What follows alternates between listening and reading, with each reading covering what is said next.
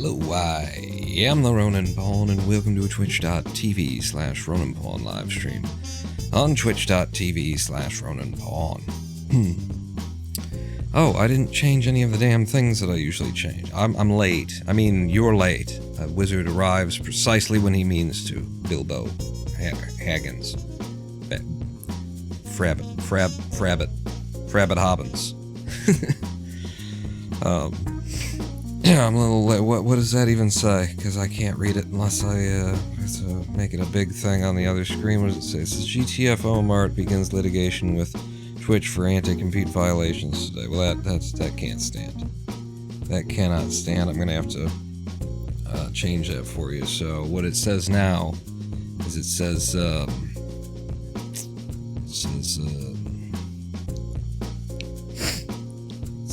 the shrugging and the atlas, the sky is falling.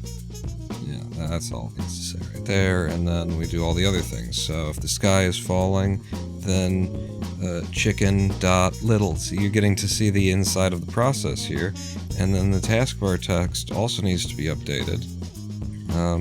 213-bit OBS, and version 106 of OBS, and now you know just how real things are that you are looking at. Welcome to the really real place of realness.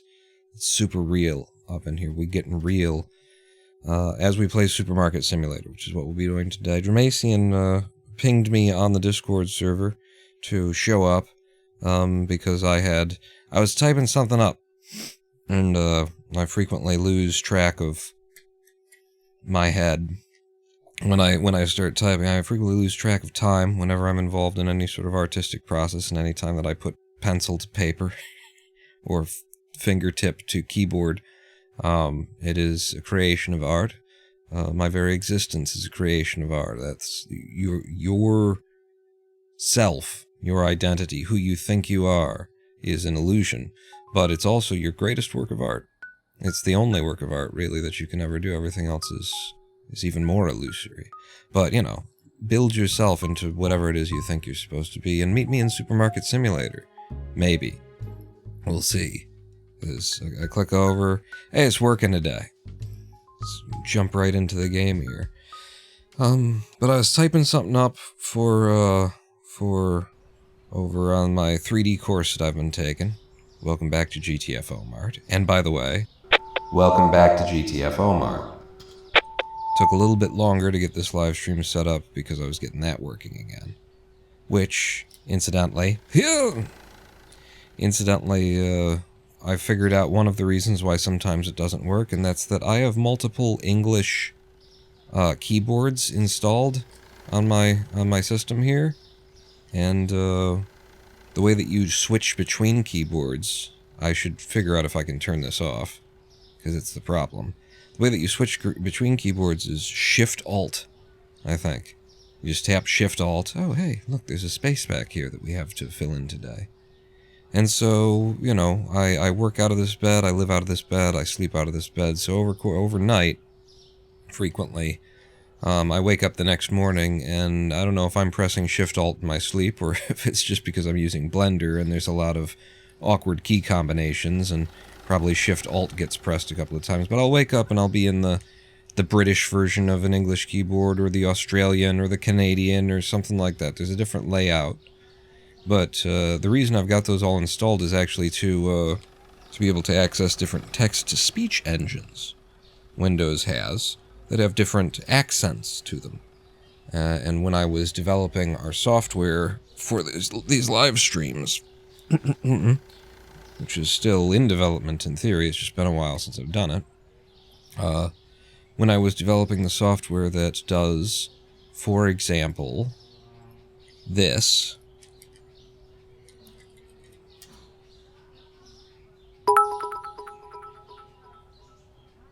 For example, this.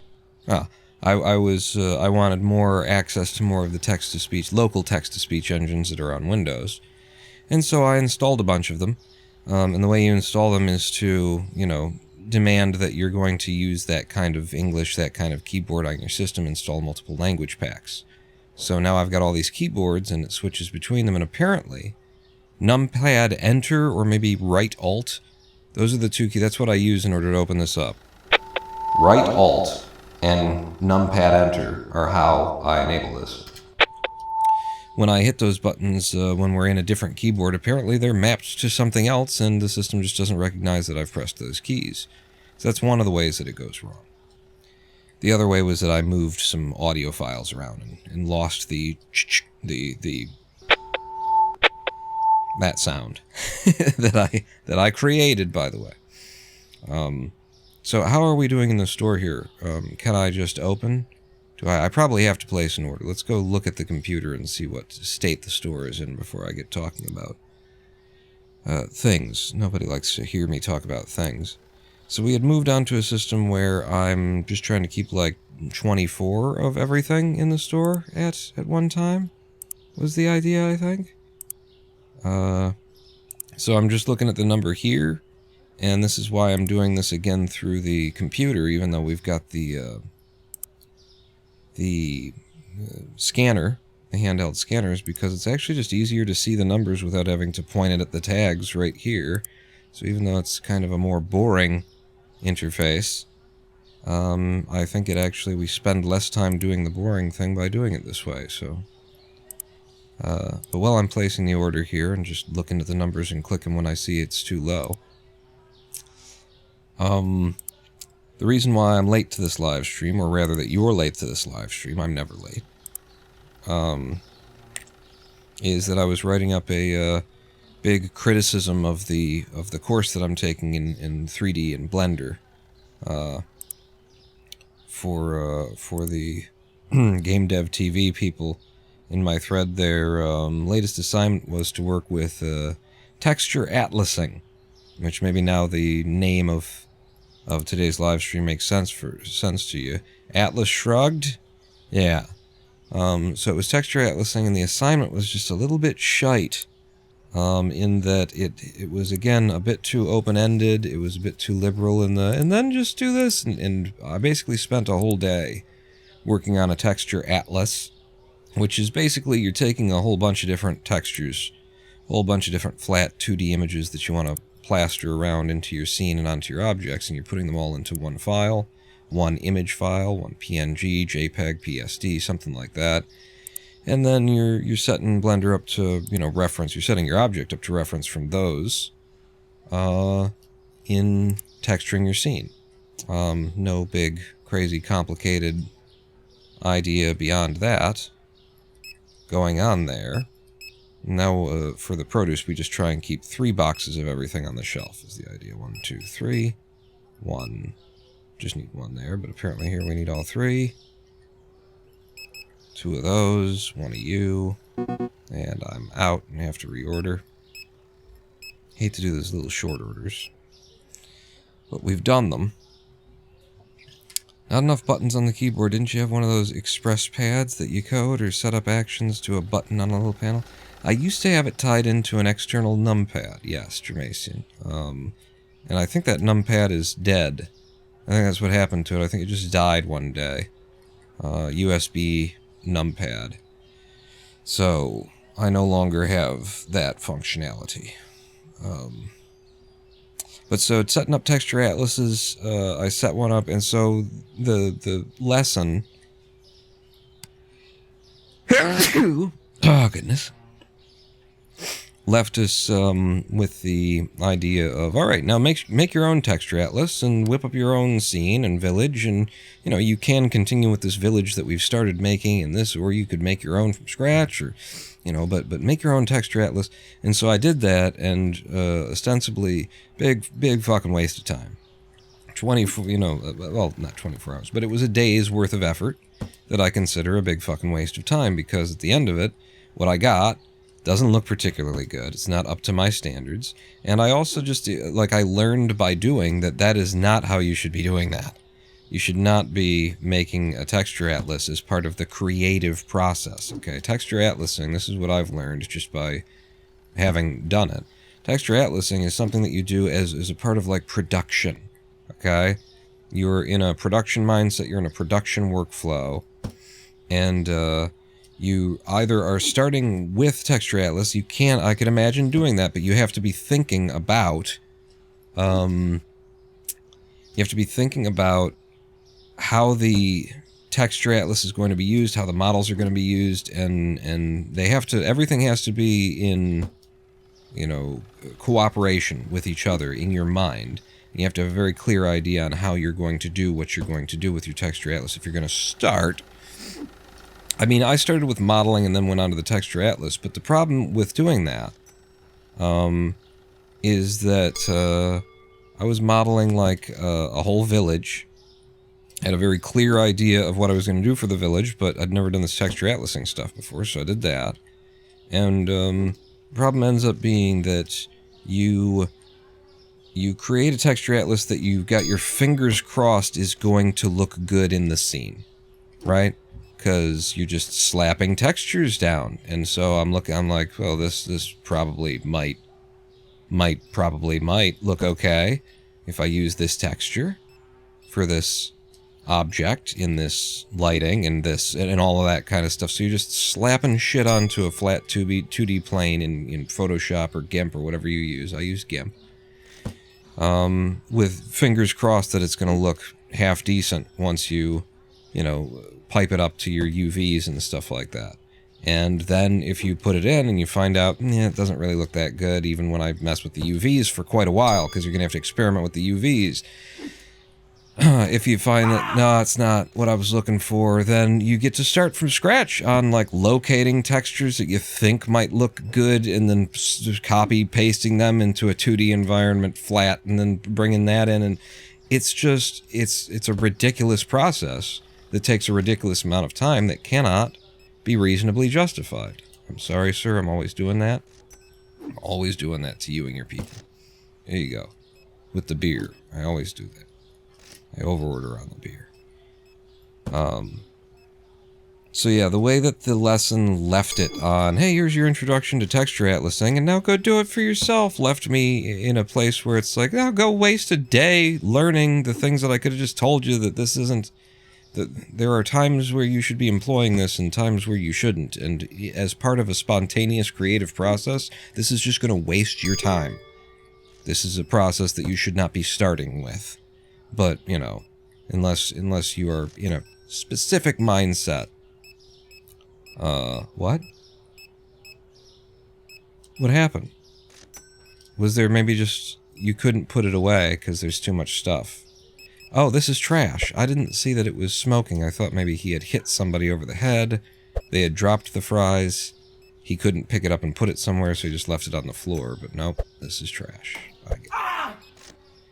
So yeah, I was just leaving some feedback, and it wasn't even really feedback necessarily. I was replying to another person who had replied to my first shorter statement about how that was bad, that was a waste of my time, I'll never do it that way again. I learned a lot, but it wasn't the way that I wanted to be learning. And that's why I'm late, is I was typing all that up. I'm going to open this up. I'm going to juice you for the day.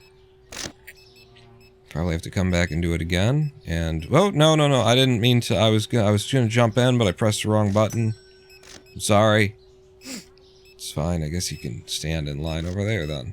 Yeah. And I'll just keep shelving.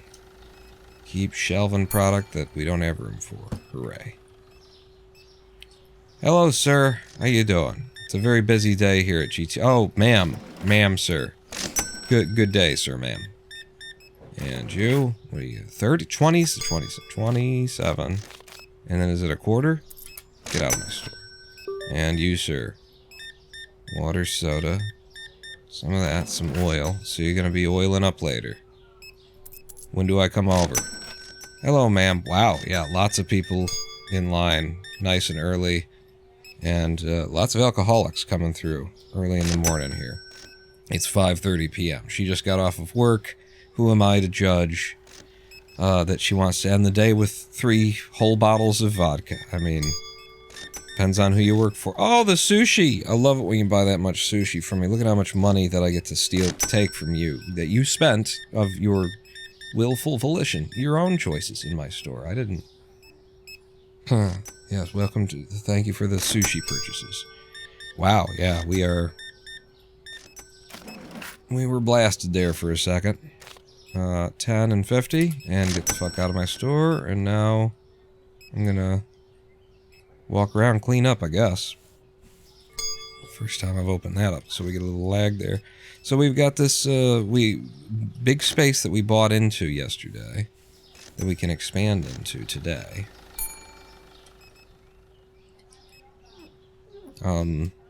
But yeah, texture atlasing, like, here's what I imagine is the way that you should do texture atlasing in 3D. 66 flat, have a nice day. Is, you know, in 2025 anyway, the way that you should be doing this is, number one, you could just be doing it for things that make sense. You know, like this fucking game uses a ton of texture atlasing. Obviously, like, I could just assume that, because, I mean, it's so much just images. Did you hand me money, or 21.97?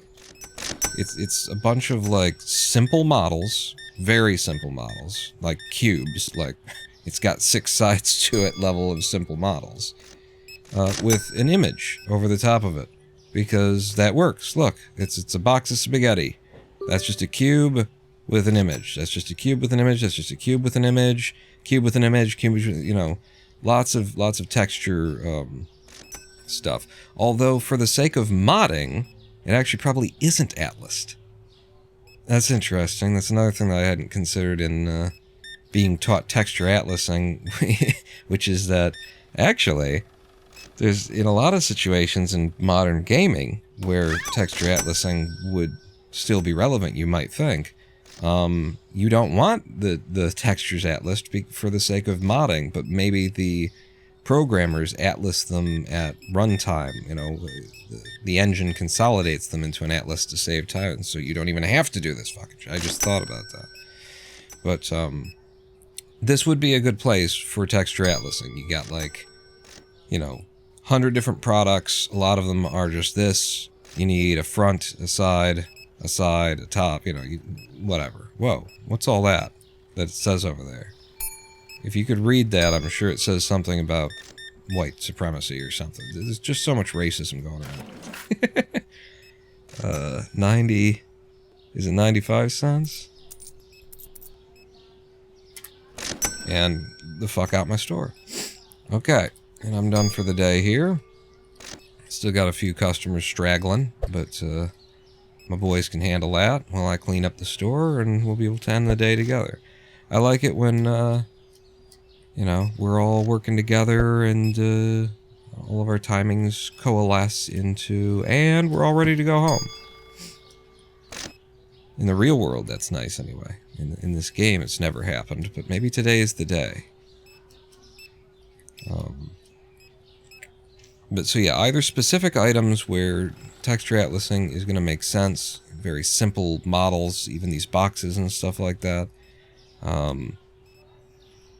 But also the other situation that I can imagine is you bake textures, okay, from the modeling that you do in Blender. Bake your textures, and then, having baked your textures, where do I keep the pizzas now? I moved everything around here. Well, that's meat now. So, here. Having baked your textures, then you can sort of coordinate, like, use those textures that you've baked and consolidate them into an atlas. Huh? And then you're not wasting your fucking time guessing what materials would look nice on what things by putting your fucking materials down into a 2D goddamn PNG or a JPEG and then bringing that in, and that kind of, it's just fucking stupid is what the thing that he just had me do. It's just an incredible way to waste your fucking time. You know, a process for making 3D assets for games straight out of 1994 is what I was subjected to in this course. But yeah, baking your textures down and then consolidating those into an atlas makes some sense to my mind. But I can imagine also, like, putting together an atlas of just, like, wood.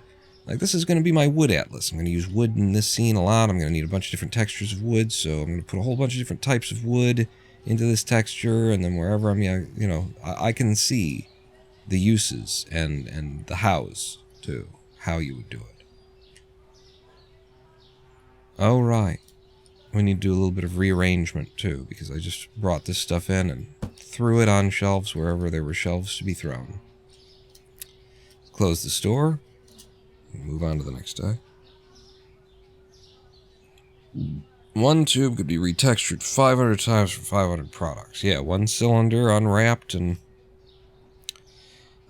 salmon and soda have changed. Pulp soda in particular. Are you pulp? No. What's pulp? You're cola soda. So what's pulp? Oh, it's got to be one of these.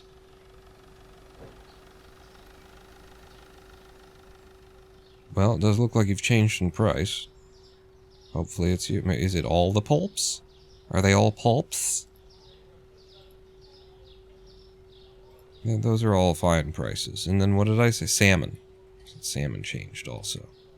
Which is back here now. And it's really went down to $8.50. Okay. But yeah, the process that I take umption with is well, I'm just gonna throw some wood in here. I'm gonna cut out a picture of a door because I'll probably need that, and then let's see. I'm gonna need I think plaster might look good on that surface, so I guess I'll copy a 2D image of some plaster in here, and then just hope and pray as I assign my UVs. Nope, that doesn't look good. I'll bring in a new one, and now because I brought in a new one, the UVs I've already prepared and cut out, I still have to fucking futz with them again because it's a new texture and maybe it doesn't look good in that position. It's like, this is just stupid. Why the fuck would you have anybody do this? Unless your goal was to frustrate and annoy me and teach me in the best possible way, the most memorable way. Don't do it this way, idiot. That would be an excellent justification for why you had me do the dumbest fucking thing. You know, and are you operating on that level? Grand habit. Is that is that how we play in this game? You had me do the dumb thing because, you know, it's the dumb thing, and now I know not to do that dumbass thing that I dumbass did. I don't necessarily need the white. Maybe I will, maybe I won't, but I don't necessarily need it yet. You can have it for later. You'll need it eventually. So with this upgrade that we're doing in the store, I bought red paint to paint the walls. I need some more flooring.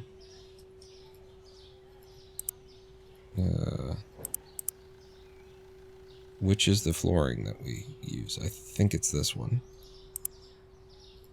And I could just go ahead and buy 2 of them to cover what we need right now, which is... That's 8. Now, 1 would actually cover that whole space. Let's just buy what we need. I think, anyway. I think it would cover that whole space. So 1 floor. And that'll allow us to make this look nice over here. I also need light, but I've got a light and light.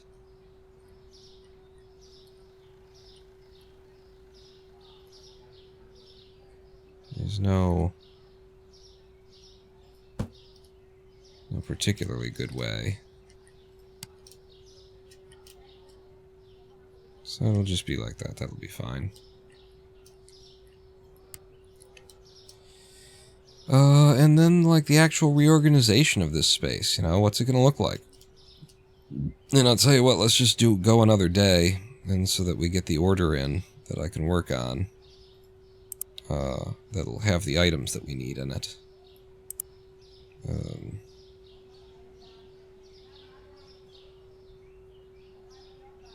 Yeah, alright. I'll do the ordering, bring that stuff in, then I can make the space look nicer, and then we figure out the actual, like, layout and how we're going to organize things.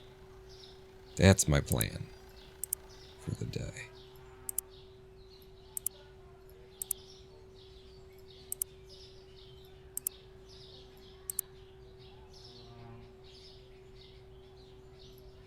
But yeah, pretty frustrating. It's a damn shame too. Like I was all psyched up. I had a really great idea for what I was gonna make, and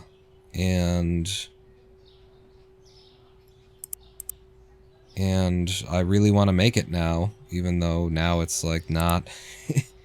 It's kind of a dead project because the way that he got me started on it was such a waste of my fucking time that I need some, at the very least, some space from it. And there's going to be more projects to start on, so it's like that's just wasted effort is how it ends up feeling.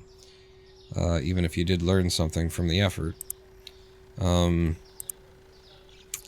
the idea was I was going to do a Scottish coastal town. And I looked up like what the architecture looks like and from references and modeled a house. One Scottish building, Scottish coastal building. And the way that I modeled it was going to be so flexible that I could reuse it 24 times and you wouldn't necessarily notice that it's the same house over and over and over again. Really clever, you know, with having a couple of different style of windows, being able to position the door in different places. Some of them had stairs, some of them would have this chimney, some of them would have a different size, scale of chimney, that kind of thing.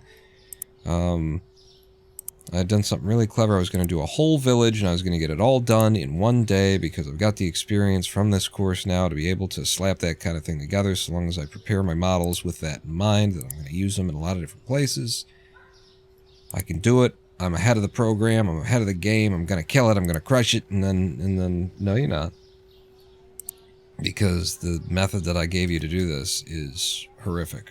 It's disgusting. You should never do it that way. So, yeah. So now I've got these models that would just need to be started from scratch on the UVing and the texturing and all of it. It's just wrong. I'm going to go ahead and I'm closed on my aisle back there. Is the store nice and clean before I open it up for the day? Yeah, okay. And open. And now there should be some buckets of paint and stuff. But I'll just help him stock a little bit to start with here. Get my day started right with a little bit of stocking. That produce off the street, because these guys will leave it out overnight. My mangoes would just be wrecked. My mangoes would be destroyed.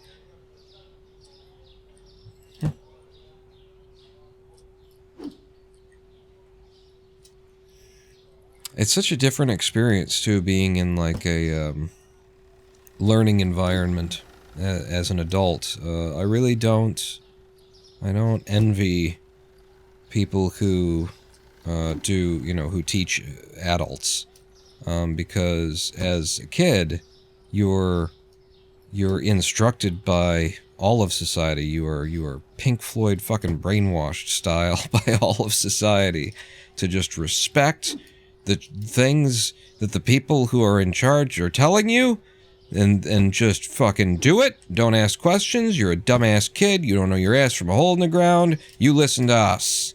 Even when it seems like maybe we're fucking idiots. You listen to us. Damn it. And when you're teaching kids, you can kind of rely on that.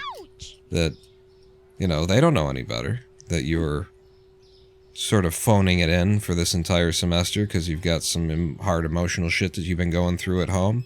And so no one's getting the best of you right now. And, you're going through a messy divorce. Oh, yeah, I guess these kids aren't going to get much of an education.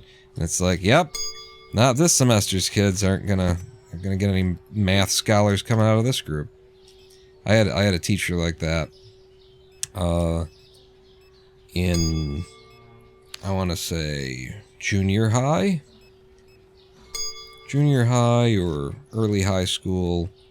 I was always an honors English student from probably, third grade or something. Whenever they actually started having honors courses, I was in honors English. And her class was the last class that I was in any honors English classes because she was not making an effort, and so I was like, why the fuck should I? She had us come in every day. She would just throw us a fucking page of like, here's words that you probably don't hear that often. Write them down and use them in a sentence. And do the, and it was like the first 15 minutes of every class was just, here's today's vocabulary page. Now shut up and leave me alone while I sit here and recover from last night's hangover or whatever this bitch was fucking doing with her life. That she thought this was how teaching worked. But she was so checked out that I wasn't going to check in, and if you're not making the effort, why the fuck should I? So, there was like a final report that we were supposed to write, or final creative work or something like that we were supposed to do that was going to be half the grade for the class or something like that, and I just didn't fucking do it. I absolutely failed, flunked, or D'd or E'd, or I don't know what it was, but it was the only time I'd gotten any such, grade on any of my report cards, and it was because fuck that bitch. It was, this isn't, if you ain't gonna take it seriously, I don't know how you can expect me to take it seriously. What's going on here? The beer again. It's always the beer. So I gotta run a short stock of the beer at all times, is what I've learned here. And I should probably be in here with my own thing open. You should be juiced. Looks like things are fine for you now, but they'll get out of control in a hurry.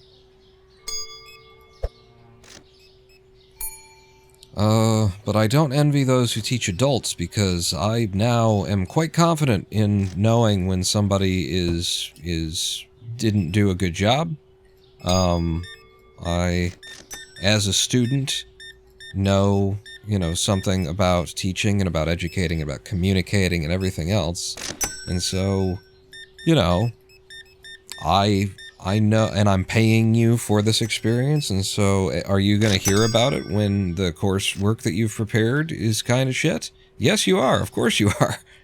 Whereas when you're teaching kids, or even a teacher in college kind of thing, young people, they don't have the solidity of spine, and they don't know necessarily what's, good and what's bad, to walk up to a teacher and say, I don't think that lesson was particularly crafted well. Like, what did you improvise that one? Did you actually have a lesson today, or was that just sort of made up on the spot? What's going on at home, hon? They're not going to give you that kind of shit, but adults absolutely will, because this is our money. We work for it, and we're paying out of pocket, and we probably don't have that much of it. We're making expense. If you're seeking education in your later years, then you're probably you're taking what little you have in the hopes of being able to grow it into something else. And if you've paid it to somebody who's not answering the need that you were trying to fill, then yeah, you're gonna get that feedback. So I don't envy that position. But at least with a place like Game Dev TV, they opted into it very clearly. I mean, everybody opts into everything, in a sense, and also everyone is a victim of fate, in a sense, and no one chooses anything. It's all just thrust upon you, in a sense. But, in a private for-profit, endeavor like Game Dev TV, it's even more clear that you can't blame anybody for this but yourself. You wound up standing in a room being bawled out by the people who paid you money to teach them something.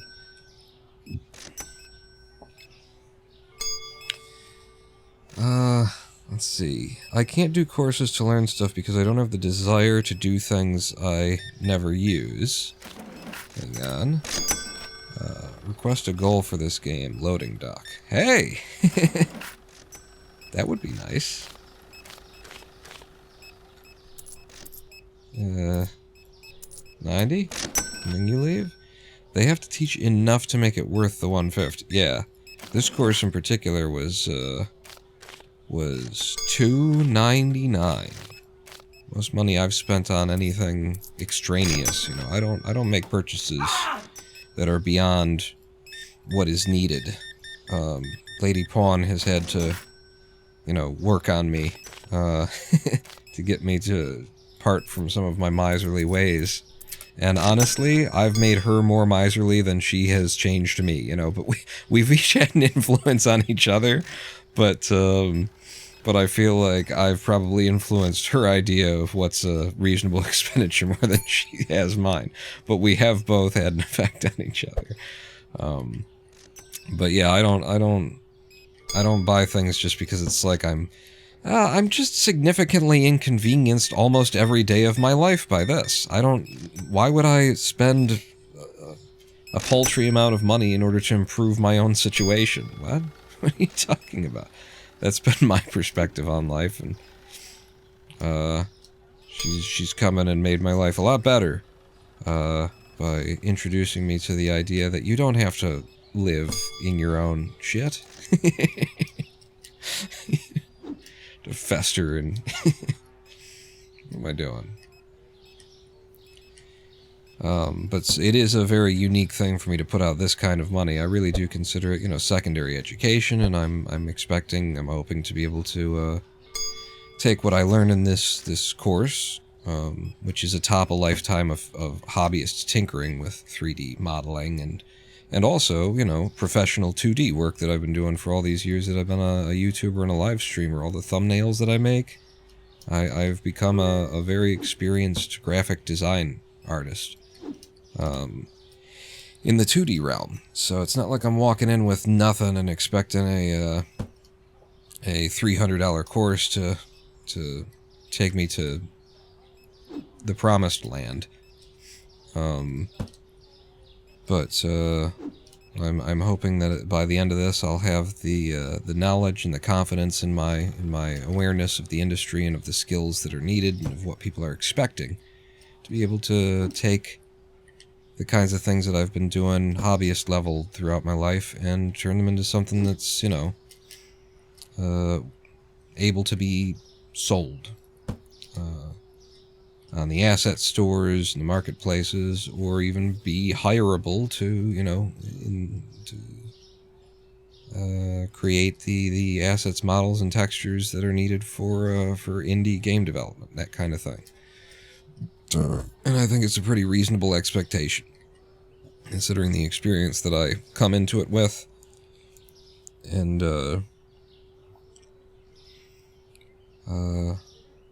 all that, you know, $300 that I spent. 2 products were too expensive. Well, that's a damn shame. Sliced bread, chips, and salmon has changed again. Sliced bread might be this bread. They're both fine, so I don't know what you're talking about. Chips and salmon. Chips are in the back now. You're fine. Okay, you've bumped. We'll go up to $6.50 on you. And the salmon that dropped precipitously to $8.50 has popped right back up today. $10. Good. I have to keep my eye out for what people are finding too expensive.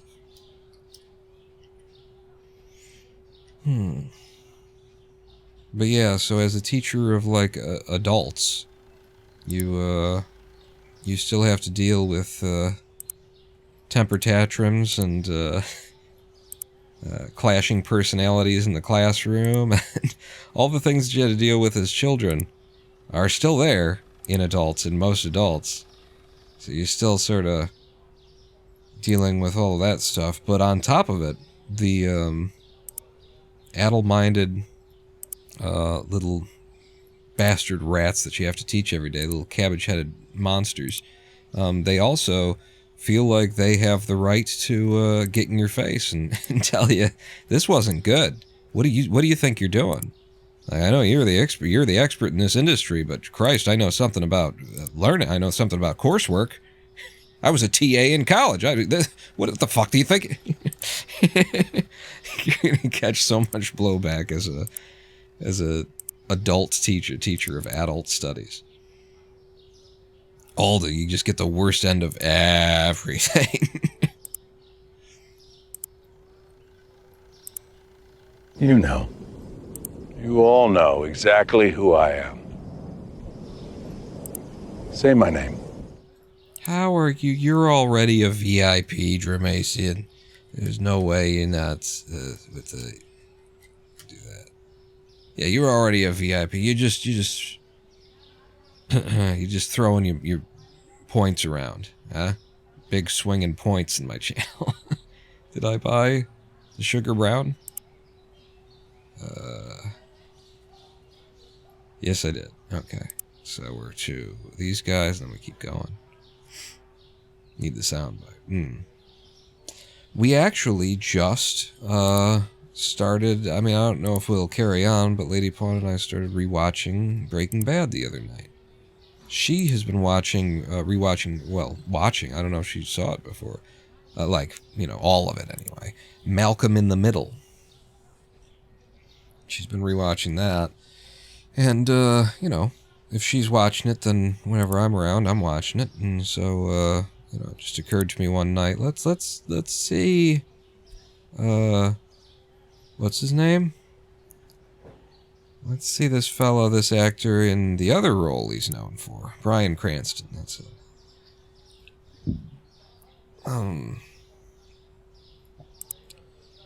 So, we went 2 episodes into Breaking Bad. First and second episode of Breaking Bad is what we did.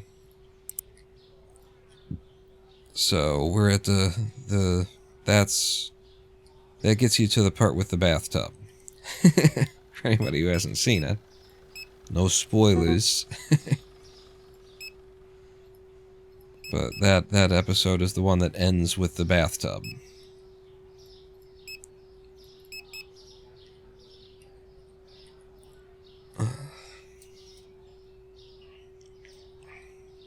Who's throwing shit around? God damn it. Did I see a rainbow? No, it's just the lens flare effect. Alright, we've made the order for the day. I should go ahead and juice my stalkers. God damn this fucking game.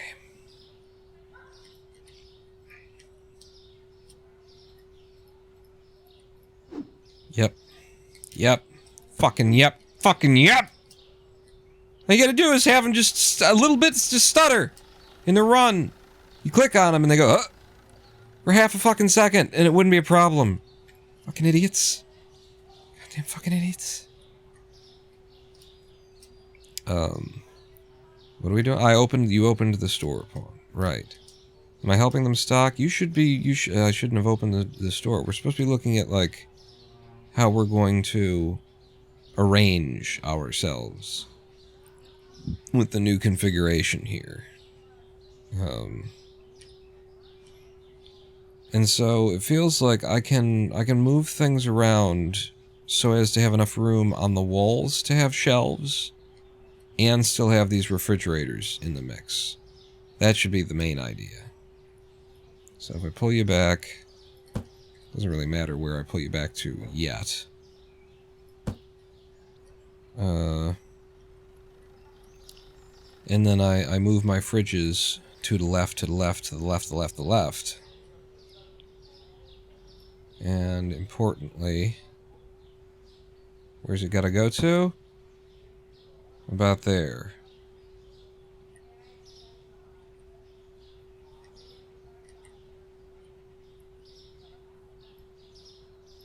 Just gonna move you like that. I don't wanna, be blocking people from being able to access,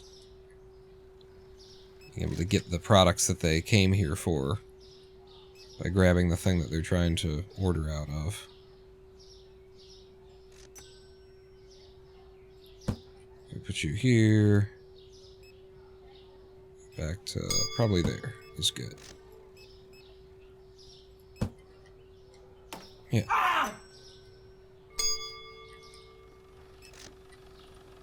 Come into your corner bodega, and the guy who owns the place is just like shoving refrigerators around. Hey, how's it going? We had 2 for 1 on the asparagus today. Oh, did you want cheese? Hang on, let me just put this refrigerator back down. There you go. Go ahead and grab some cheese. I didn't mean to. I'm just trying to. Yeah, and now my men are standing in my head. Get the fuck out of here! Jesus Christ.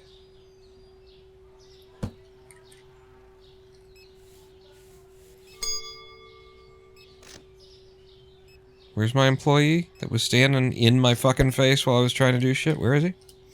No. Where is he? Where? See, and now this is where we sell the adult DVDs, right back here. Put up like a string of beads, you know, wall, and then That'll be my mod. I'll get done with this 3D course and I'll make a mod for Supermarket Simulator. It'll be, you know, Blockbuster mod, and I'll just turn the whole store into VHS tapes and a few DVDs, because it's a new technology. We'll go back to 1994 or something like that, when the world was a better place.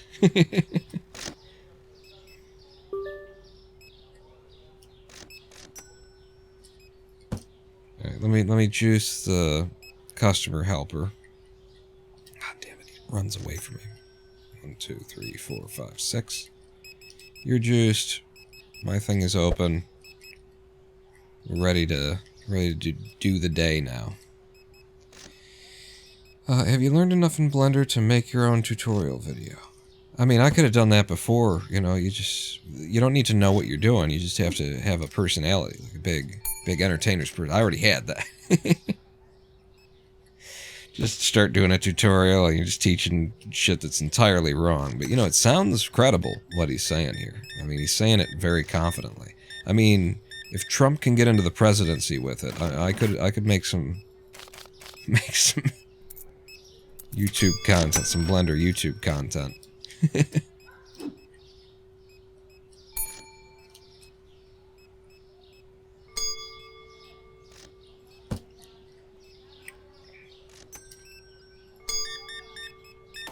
Ah!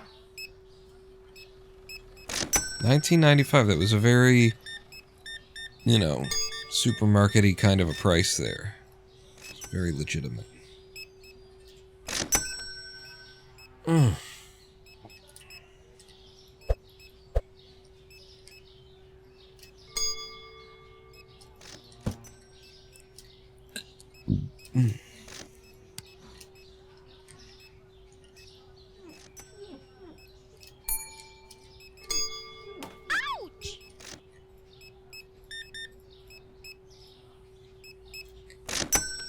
We could get really, you know, go overboard with this game and have that loading dock, but also like a breaking down boxes mini game.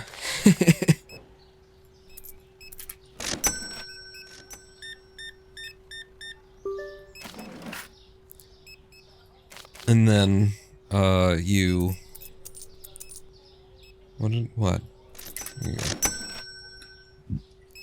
You eventually can get to the point where you don't have to break down boxes anymore, because you buy a box crusher for your storeroom, but the box crusher takes up a ridiculous amount of space, because it does, if you've got one. That is where that went, right? Seems plausible that might have gone there.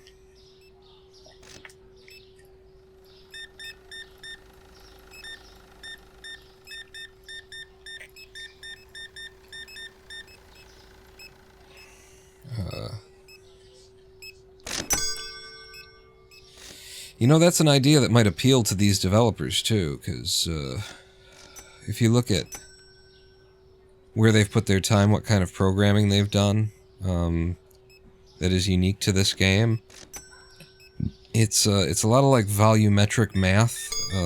Like, look at how the game has organized things in a 2D plane onto the conveyor belt there. So it has to be able to take whatever they happen to be putting onto it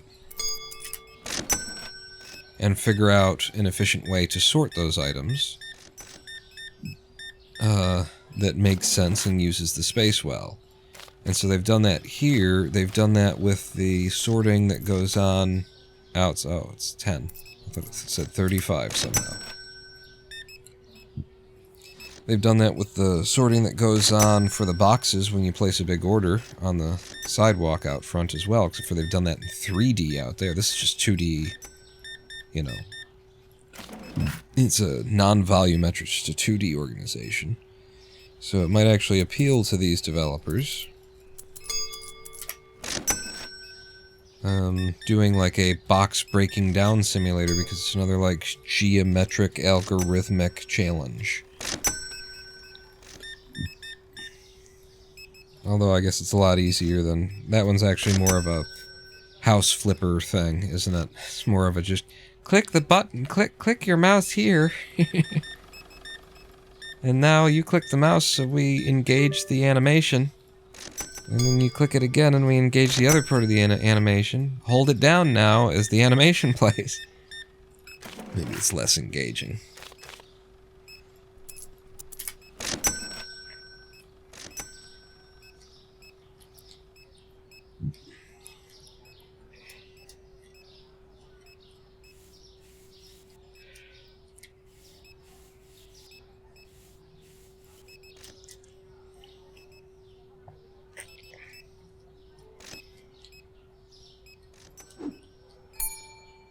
Damn it.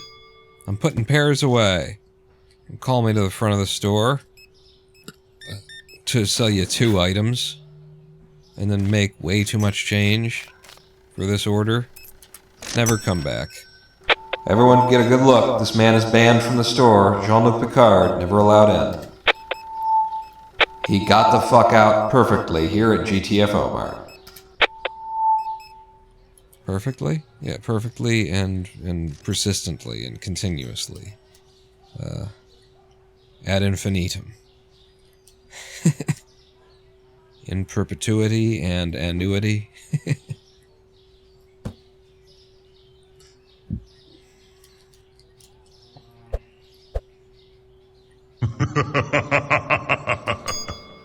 You are banned, sir.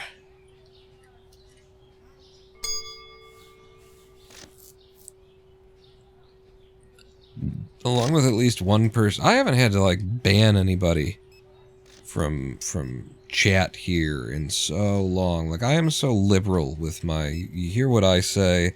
I do not treat this as a platform for children. I'm not trying to market to the broadest, largest audience possible in any of the fucking things that are at large throughout your entertainment sphere that you probably don't even notice. If you're not an entertainer, then you just gotta just... Oh, it's just the way things... I don't know. It's just... This is how all entertainment is supposed to be, which is why it's so fucking dangerous to let, you know, corporate entities decide what communication is supposed to be like. Because this is what you get. You know, you see, like, my standards of what is too far and what's not too far and all that kind of stuff, and it basically comes down to hate speech. You got to be hate speech or very hate speech adjacent to get censored by the Roman Paul. Well, the regulars don't show up anymore. Sometimes you want to go where everybody knows your name. I guess Supermarket Simulator was just not, you know, it was a new crowd, and but thank you, Jermason, for the 1,000-bit cheer. Second 1,000-bit cheer in 2 live streams. You're keeping me... You're making it... You're giving me a reason to keep live streaming. I got so much other shit on my plate right now. It's like, oh, nobody's fucking showing up. It's not as though those thoughts don't cross my mind when you get 5 people in the chat all fucking live stream. Go to the next day. But yeah, with my... Wow, we're up to 10 grand? Nope. Then I had to pay my employees. Pasta and milk changed in prices. With my standards of what is okay, it would have said elbows. This is called pasta, apparently. No?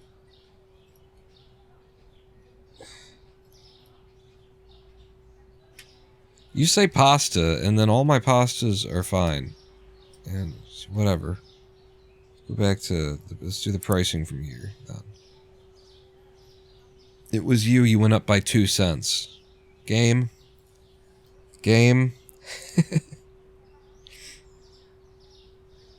What are you? You're down to 227, so you're down to 225 on milk. Barely making any profit on milk now. That's fine. I've put it in the back of the store so that they have to see everything else that's for sale in the store before you get here. So actually, now that we've made room, right? We move the beer fridge over here, because if this is where the beer is going to be, maybe this just continues the wall of, I don't know, but this is beverages. Like, this made a good... Just when I think you couldn't possibly be any dumber, you go and do something like this. And totally redeem yourself! Auto price adjuster, a good mod to write. You know what? They actually already have that, Mason. When I was looking at mods for this game, pretty sure they already have it. So I could, yeah, just install. But you know me, I won't. I like to have the genuine experience. I like to be frustrated. And 2,000-bit cheer. Thank you so much, Tremacian, for, you know, you're keeping the content alive for other people who can't be... What if if I move the beer over here, dear, you know, there's an alcohol display which tells you, oh, this is where the alcohol is, and you look down here, you're like, that's not where... Oh, here it is. That makes sense. And then, you know, more soda display eventually. There's room for something over there. Or soda, things that are just generally bad for you and that you shouldn't be buying. Let's make it so that you're buying them all at once, you know? Just potato covered in salt and sugar and strange chemicals. Put the chips over there. And then we had this whole potatoes with milk thing that happened because we ran out of space.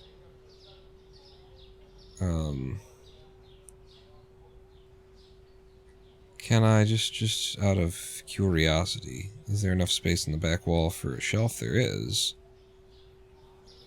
It feels as though there might be enough space for me to move you forward and then have like 2 end caps and end cap back here as well, but I don't think I'm going to do that. I'm just not going to do that. Yeah. What I'm going to do is, this will change over time, but for now, the cleaning corner, this will be the cleaning corner. What do you mean? What do you mean then? You tell me you designed this so that it unlocks and you can't fit 2 things. I'm gonna move you down first and get this tucked into the corner. In fact, put the toilet paper in the corner. Or even along the back wall or something. This is how it's set up in my local Family Dollars. They've got like a whole wall of toilet paper and it's the backest wall.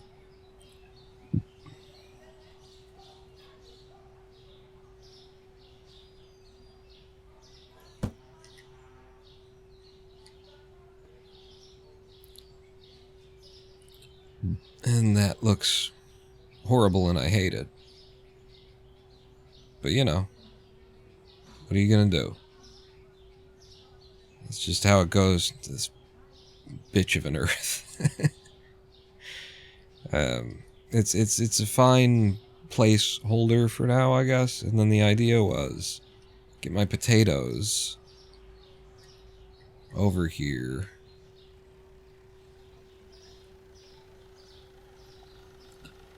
I guess then you could have another end cap if you did. Like that. Bit of an over-wide thing, but we could have 2 end caps there, and then have still a little bit of a hallway, something.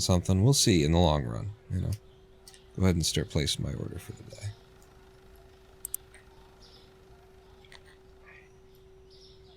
You go in.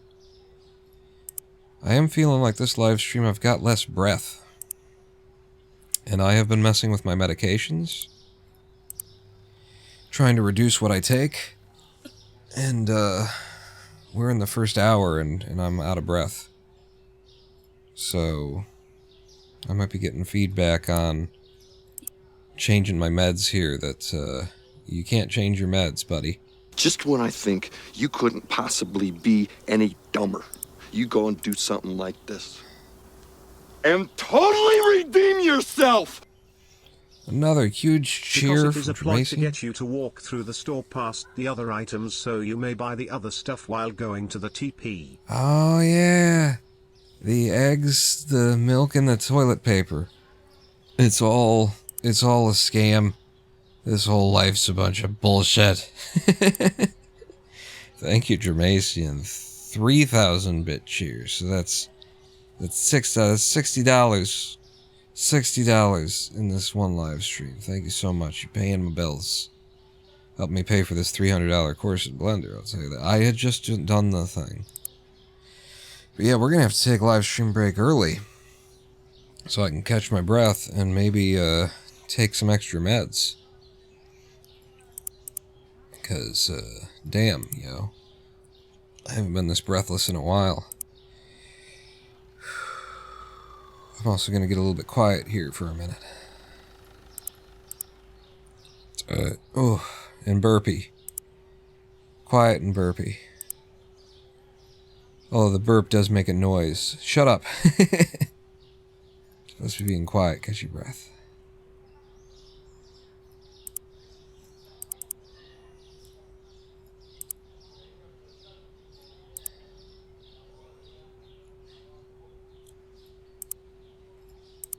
Let the sounds of the clicking carry us.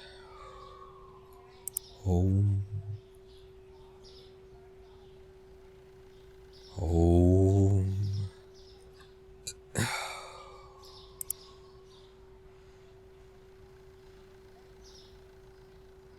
Kei Young, Jung Young, Young. At all young, at all jing young.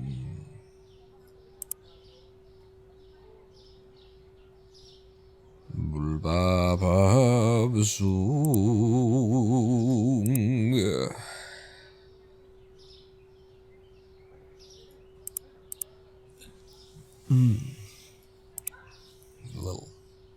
Little Sanskrit chanting every now and then, you know, just wake everybody up. Yeah. Click the U.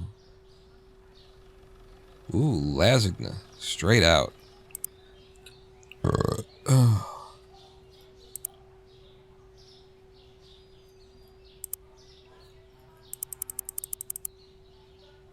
Curses. Foiled again. Mm-hmm.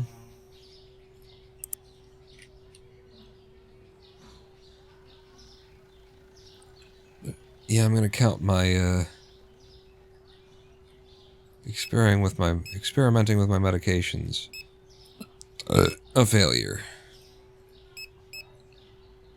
I will reinstitute my usual dose. Maybe I'll just take one ibuprofen out of the mix, but I can't cut my LDN clearly. And the amount of pain that I've been suffering, I can't cut my ibuprofen completely on any day. So, yeah. We're learning. Alright. I placed the orders. They're gonna stock the orders. And, we've been here for an hour. We're gonna have a live stream break. So that I can walk around, get the blood pumping, see if that doesn't help a little bit with my breathlessness issue. So, I will leave these guys working while we transition to a live stream break. Meet me back here in 7 minutes. Don't go anywhere, Pawn, not out. course the volume's too low. There it is.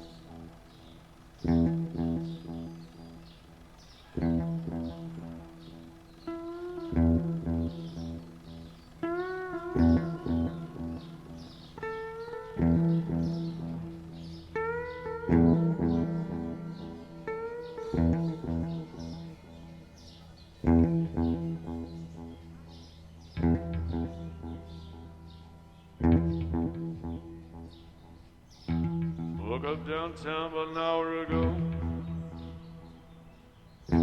Where did she go? Where did she go? She was on that corner. She was selling something.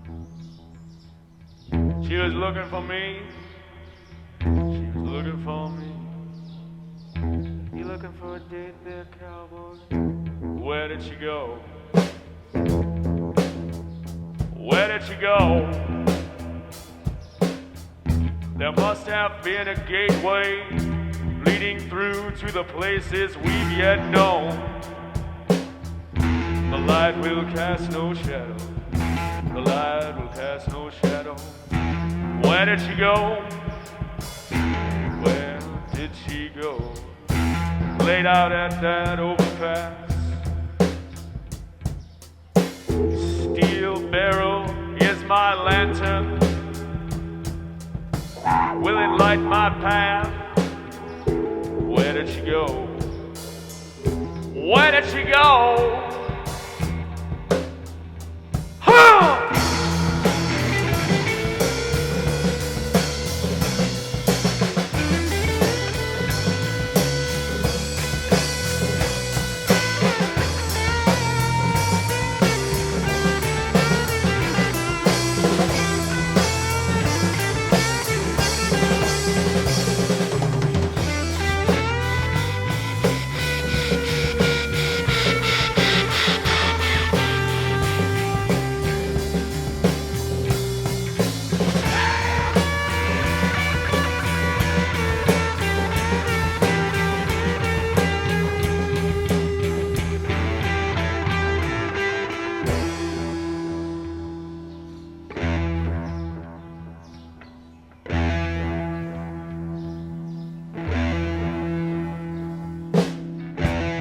just like a spider web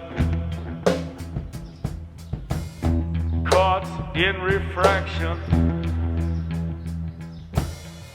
Oh, I ain't looking for no rock, no main line. Where did she go? Where did she go? Not where but when, forward, back, and gone again. Where did she go? Where did she go? Ha! This is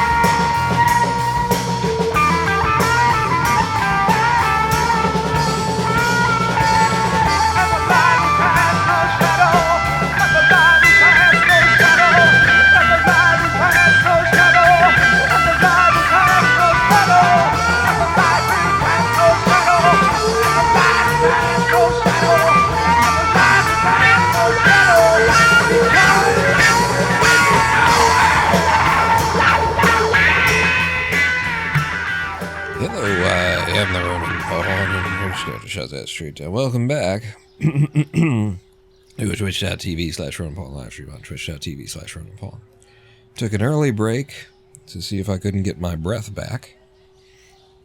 I think I just can't be messing with my medications. I tried, you know, it's important to try and reduce your meds to the absolute minimum when you're on a daily medication sort of regimen, and I think what I'm finding out is that I had already done that.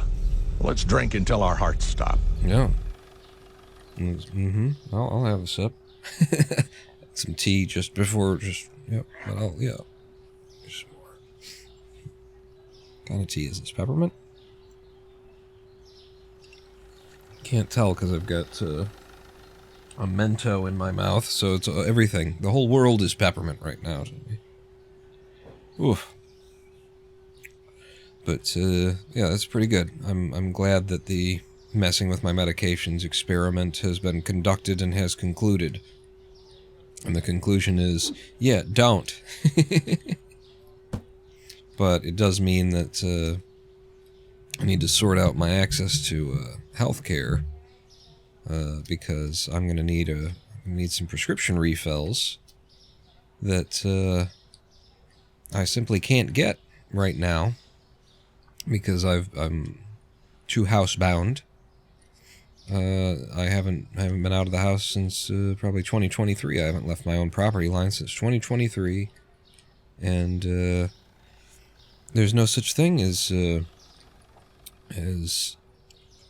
in-home doctor apparently when you're on Medicaid anyway, because no one has a solution for me. No one. The insurance company, Meridian, which I could probably sue at this point for not providing me access to primary care, and they're supposed to be providing the state supplied Medicaid, and they've been notified since April of 2024 that I need, medical care in home. I need to see a primary in my home, or and they haven't helped.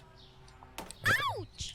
They have denied me care by simply refusing to respond for over a year now. So pretty sure I could go ahead and sue the fuck out of them. I need to find myself a good disability lawyer who actually wants to go to war, because it seems like I've got about 20 different what seem to me to be viable cases against various entities, including the federal government. But you'd have to find somebody who's in it to be doing something, and not just in it to make it an industry where they make money doing a thing, which is how it currently is. You're already getting overwhelmed, so let's boost the hell out of you. Just keep an eye on the shop at the beginning of the day here. Test our new layout. A whole bunch of new space. Shouldn't have to, shouldn't have to buy into another expansion for a minute, except that we're so close and we're making so much money. Maybe I do just so that we have a nice, open square footprint. And then I'll feel better about, like, reorganizing the store. Because it'll be something that's more permanent. And also, if we start getting more customers, I could put a third register in. Or maybe just even more self-checkouts, My 2 guys and me. It's kind of ridiculous the number of checkouts that your average grocer had. And I suppose still has, your Myers and stuff like that. They never have any... They've got all of the utilities to have, basically Christmas shopping levels of, but 364 days of the year, there's only really need for like 3 people on a register at any given time. And yet, right? And yet. So we could have the perfect number, 2 to 3 people. What? Scale line's too long. He's as juiced as I can juice him. There you go. Now that statement is actually true. I do not even suggest that you want me to hire another asshole, another Morpheus, to make the scale lines shorter. Because it's not going to happen, my friend. It's just not going to happen. I suppose what I could do is I could buy a second one of these and then I could use it under these circumstances to take the load off. I could push a few people through. I think that's the idea. I'll open my register now that it's about 4 p.m. Seems to be when we open it up.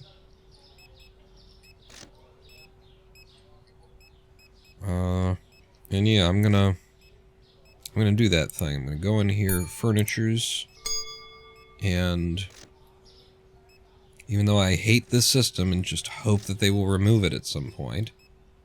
Where's the scale? There it is. Buy another scale tomorrow. For now, I'll just keep you juiced.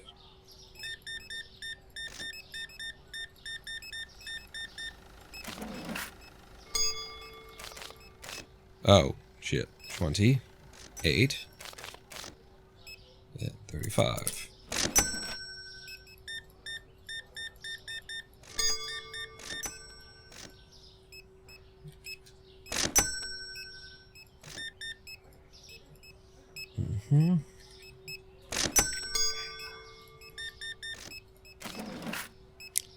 The title of today's live stream, too, was actually it's the rejected title for my, in my 3D course.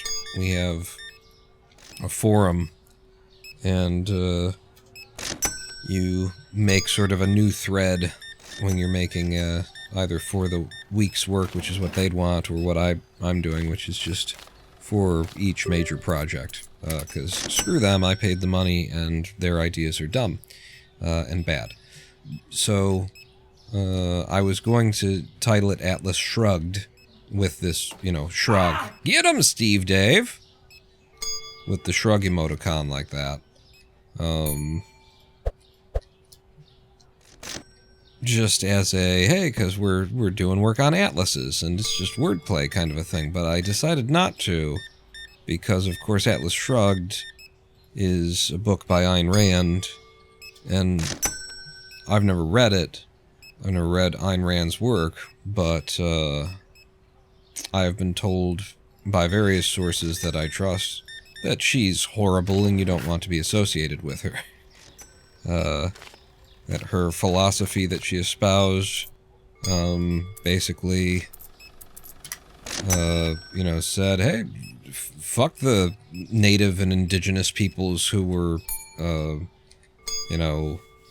murdered and biochemically warfared against by the evil white European colonizing people. Fuck those people. They lost. that's just how it works. But like, her philosophy is so disgusting, so morally reprehensible. And the idea, I guess, is that her books are kind of a way of couching that philosophy. Couldn't find a mushroom. Well, I had a look at you, and I'm not giving you mine either. But you know, the reason why billionaires, like, what's his name from the Shark Tank, the guy that everybody likes too, Mark Cuban. Mark Cuban's like, oh, Atlas Shrugged is one of my favorite books, you know, that kind of thing. It's like, yeah, because it justifies selfishness and greed.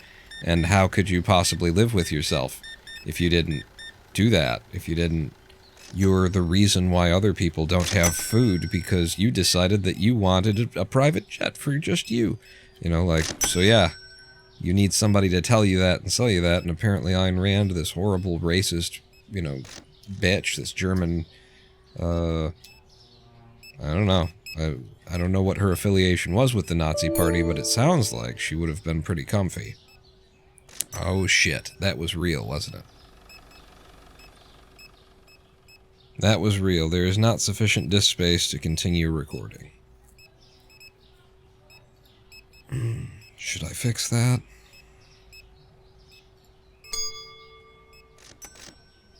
Should I fix that? Oh, thank you, Windows. Scrolling to a different part of the screen. I guess I fixed that. Little bits of effort. Okay, we're recording again. I'll probably just use the Twitch version of it and upload it. Presuming that works out, because Premiere doesn't handle large... The version of Premiere I'm using just really doesn't handle large files well at all. Large media files well at all. You know, I set it up, simple cut to bind like 1 2-hour recording with a 3-hour recording, and then it runs forever, and then it's done, and you look at it, and the file size is a quarter of what it should be. You know, what's that about? And then you watch it through, and it just stops at a certain point. It's just like, and there's no more video in there. So it's so much trouble, I probably won't bother. But yeah, I decided not to use the Atlas Shrugged thing, and it just made me realize how one bad person gets to ruin like a whole thing, like a concept for other people. And Ayn Rand did it to just like the idea of the mythological character Atlas, who's supposed to hold up the sky forever because the Titans lost the war against the something and the other.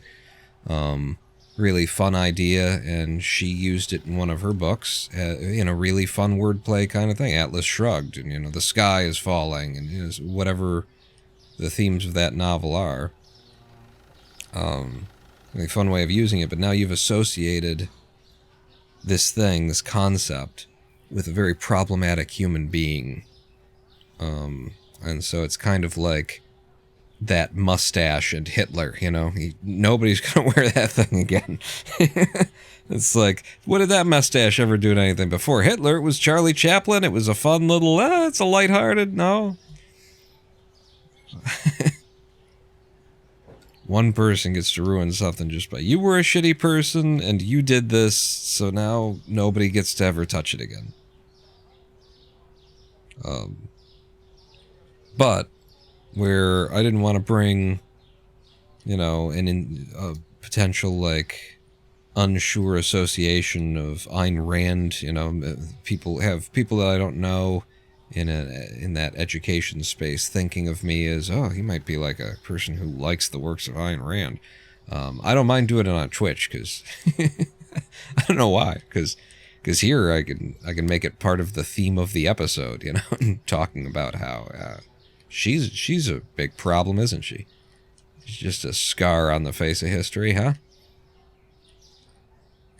I do have some idea of the plot of that novel, though, I think. If it is the novel that's I'm thinking of, I think I've been told that it's like about an architect who's just a genius architect, brilliant architect, but the people won't let him apply his genius correctly, the governments are getting in the way, and the dumbass public, and so, you know, there's just the idea of a certain class of human being who's better than the rest of us, and if he just needs all those people to get the fuck out of his way, you know, let him go and be a great man, because the rest of you aren't. It's just like this incredibly class warfare kind of thing. Boost the stockers. Let's put our order in first if we're going to do that. Give them something to stock.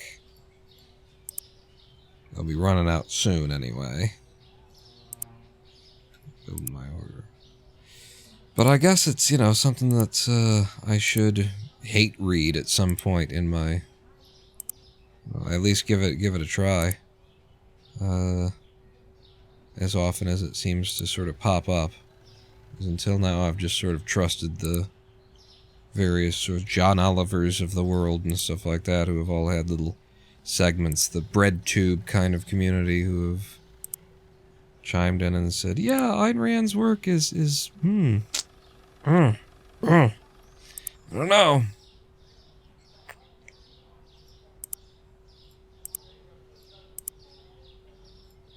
Kind of work of, by, and for the oppressor class. Something to make the investor class feel like there's nothing wrong with you. You're better than everyone else, even though you don't do any real work for a living, and you're taking mouth out of the, or foods out of the mouths of babes in order to give yourself extra shit that you don't really need. You're a great person anyway. Don't worry about it, bud. Pat yourself on the back. You're the king of this planet, and you deserve to have what you've taken for yourself. Sure, right, yeah, Sure, kid, sure. Yeah, see? Yeah. It's the produce, we skip the produce. Keg of ale. Always under order the ale. One less than you think you need, anyway.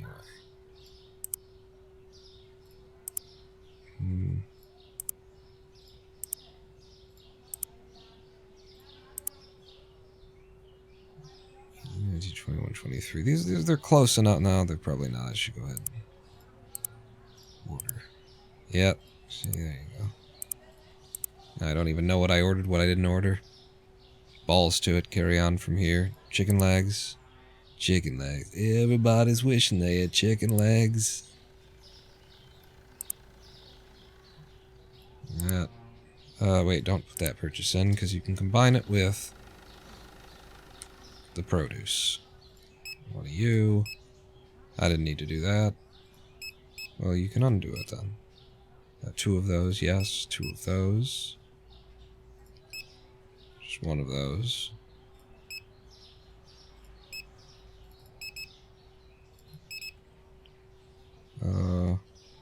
And that's our second order of the day.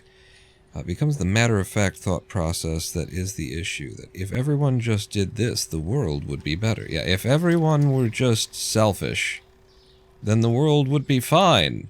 Because then everybody would be looking out for number 1. And then it's like, what? You're just... All of the things that implies are just horrific.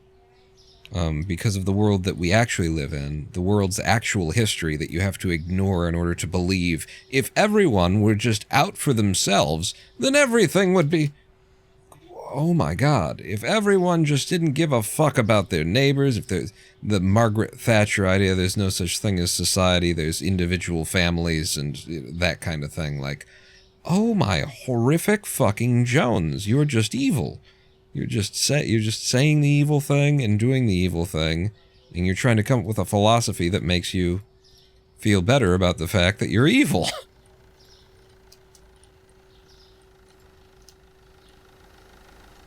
And I intellectualize my disconcern for the fate of my fellow human beings. It's just... It's a cope, is what it is. It's a cope for psychopathy and stuff like that.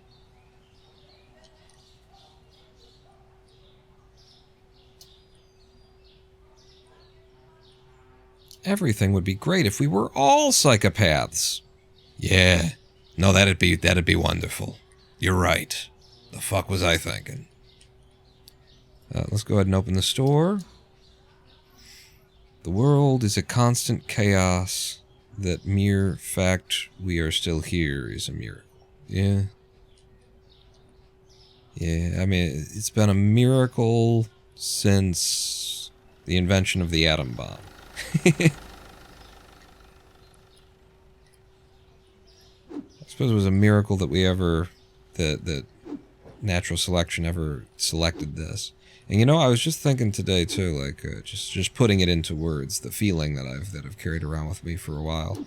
Well, just recently I've been really into it. I mean, the difference between me when I came to YouTube and was not exactly fresh out of the monastery, but it was a very recent kind of a thing. The difference between me then, me now, the personality that I bring as an entertainer and stuff like that, huge fucking difference. Huge, massive goddamn difference. And now I definitely I was putting to it the term intellectual toxic, you know, intellectual toxicity rather. The way that there's a masculine toxicity. I definitely recognize in myself that I bring an air of intellectual toxicity lately. Where it's just like, you know, those who aren't keeping up with me in particular, people who are just living their lives and want to keep their heads down and not think about the things that are problematic that they are a part of. I bring an intellectual toxicity where it's just like, you know, I've just been starting to call people fucking stupid and just, holy shit, what the hell is going on? And it's toxic. It's toxic. It's nasty. It's nothing that anybody likes, or that even I want to necessarily be affiliated with. But I'm just trying to blend and find the balance and the you know, stepping point here.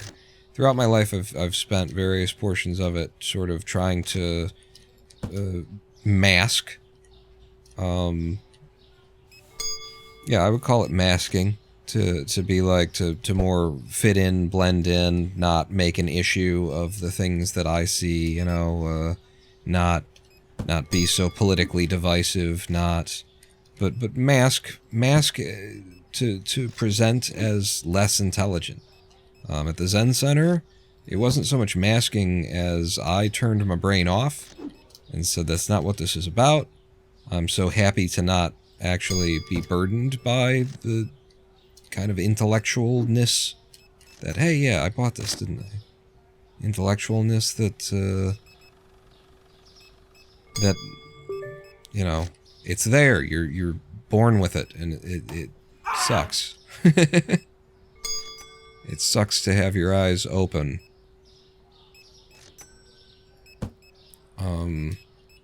To so much of what other people can't see. It would be so much better to just have peace, and it's the idea is you go to Disneyland and do you see the shit behind the shit, you know? Do you get to go to Disneyland and just see the entertaining show that's being put on for you? And that's all that's what you're seeing, and that's what you're engaging with, and that's all that you're here for. And they've, you know, the illusion is maintained and everything. Or do you see all of the things that create the illusion? Are you noticing the staff who's standing outside the green doors behind the shit that they're trying to draw your attention to, having a smoke, and, you know, and are you thinking about the fact that these people who are here dressing up as these animals and jumping around and they live here. This isn't where they come to vacation. Someone is wait for your scale. Oh, I could actually. Oh, do they line up at, if there's a second scale, then he'll have to bounce back and forth between them, surely. I'll have to look at that now. See how it works. Where does this go? Yeah, they go here. And if you just keep clicking on them all, eventually you'll find the... Nope. Eventually you'll find the one where it goes.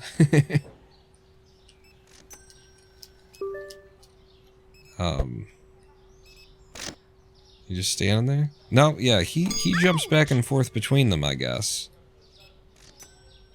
I gotta double boost him. I don't know if this was a good idea. Maybe they just need to be side by side so that he doesn't have to move between them at all. Where is he?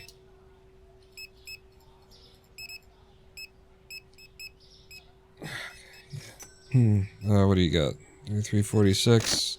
I am the manager. You got another bag?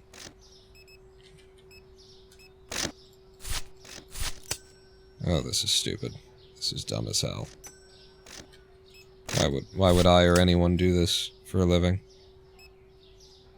39.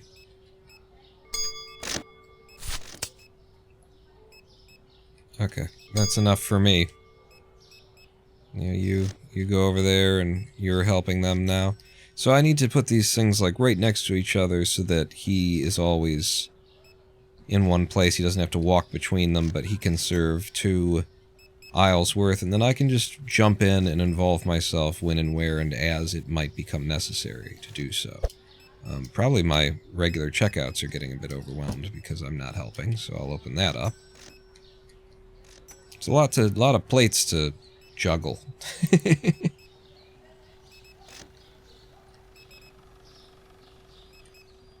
You gonna... Yeah? Alright. You got this. We'll figure it out. I don't want to hire another fucking jackass. You guys lined up fast. 4, does that say 60? Get out of my store. Get the fuck out of my store.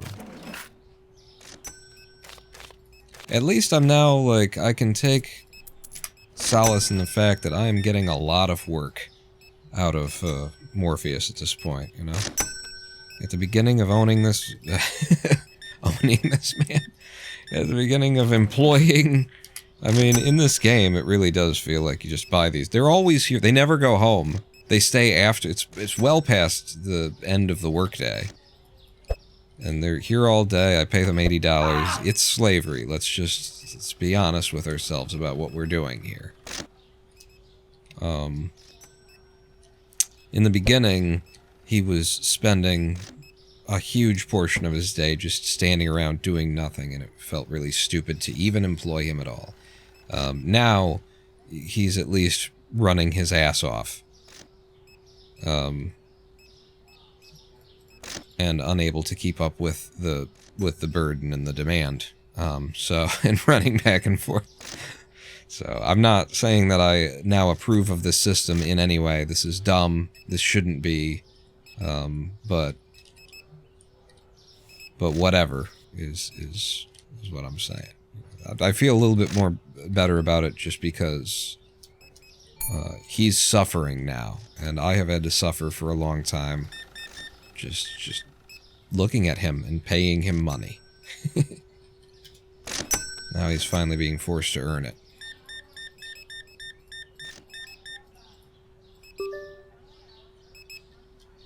Now it's 82.33.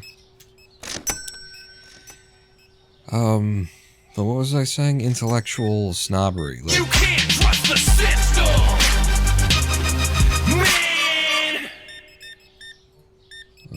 indeed you can't. It's all slavery. It's whether or not you acknowledge it or not. Which brings us back to the topic of intellectual toxicity, and intellectual snobbery and everything. And I'm just trying to find that balancing line because, you know, I live in a world where when I go on vacation, when I have gone on vacation, my vacation sucks more than you know, I assume most people's does, because, like, the people that I think about the town that I'm in and about how, like, the tourists coming and what it's like to have to work and live in this fucking place, and, you know, and I'm aware of all that shit. I'm aware of the back end of this. I'm aware of why this works and how this works and who it is that brought everybody here and fucking Disney Corporation that ruined Orlando for the people who live here, and that kind of a thing. And if you are a townie in here, you're born in this city, you just grow up here, and this is what you have to live with, and you don't really have your own culture of your own town because you're a fucking tourist destination, and so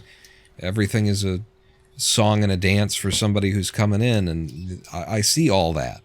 And it's not like I go out of my way to look for all of that, It's you have that mind that has the capacity, and so fills that capacity, uses that capacity, and sees these moving parts, and it makes the world a shittier place to just observe it, because the world, it turns out, sorry fellas, is a shitty place. It's not a glass is half empty, glass is half full kind of a fucking thing. If you see everything that's going on, you're going to see some things that are fun and wonderful and all that, and you're also going to see some things that are horrific, traumatic, disgusting, and you should just, you should be offended that these things exist at all. And so it doesn't really matter how many wonderful things there are. It's not, you can't weigh one genocide against, but we've got a lot of fun rides at the park, at the amusement park. One genocide is enough to make you, sad. Any amount of genocide, if you're aware of that, is makes the rest of whatever's going on a lot shittier, if you're aware of it.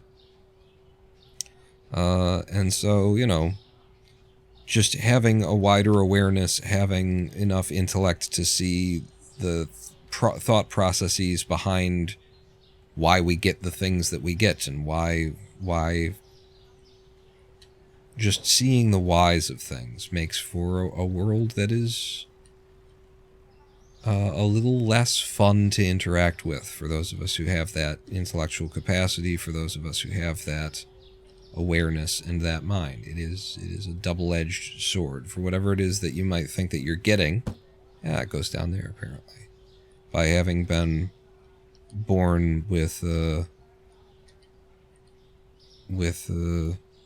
bit more powerful of a processor up there or something, there's a real big fucking downside to it. And what I'm ultimately getting around to is the intellectual snobbery and intellectual toxicity is a certain amount of it just feels appropriate, It would feel wrong and not only dishonest, but just like morally not good if you weren't saying anything about what you saw that was fucked up, when you're clearly surrounded by people who don't know and can't see it.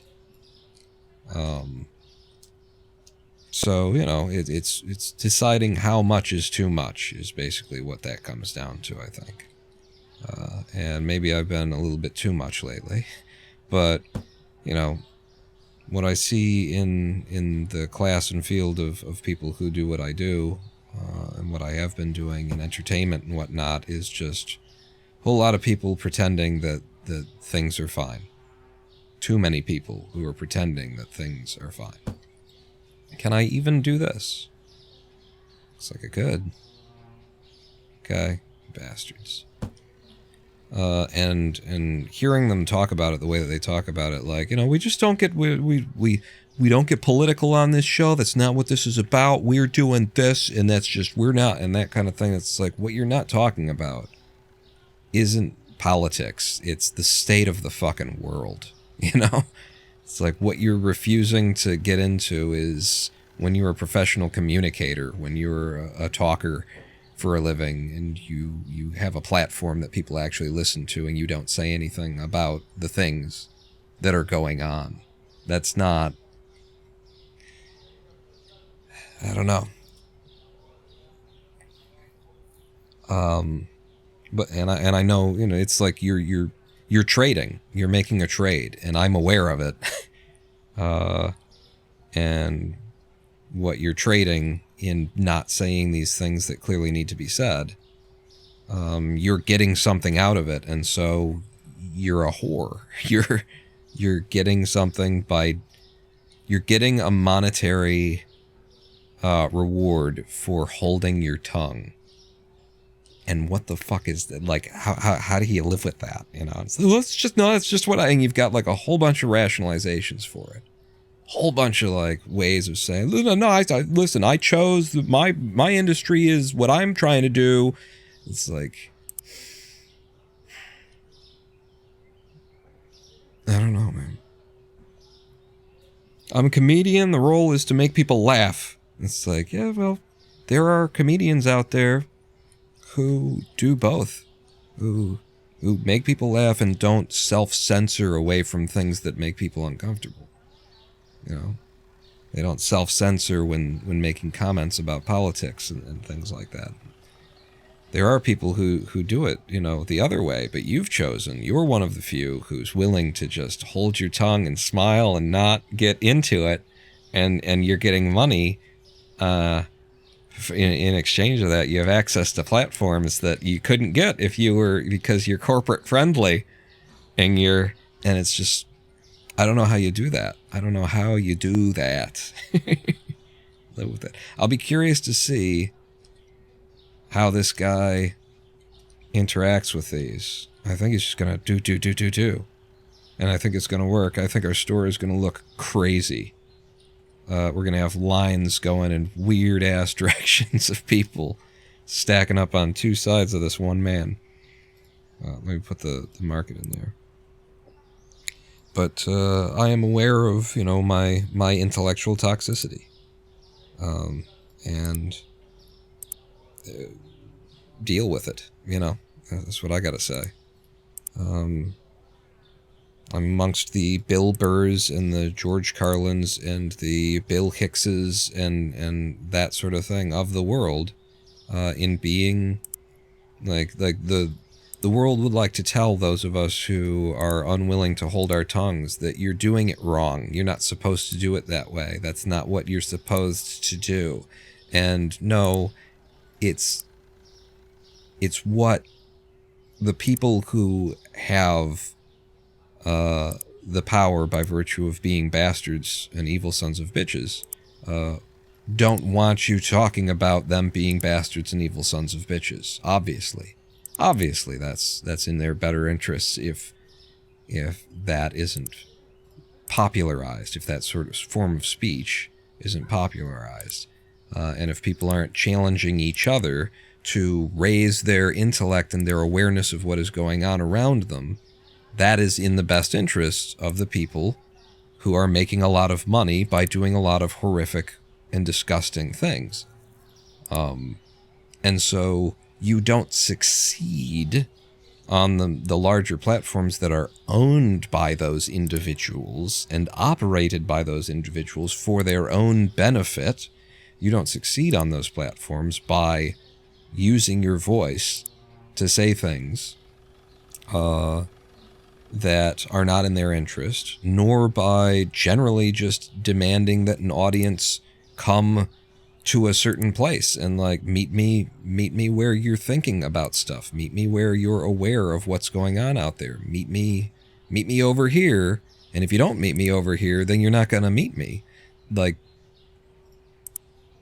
it's not that that's the wrong way to go about it.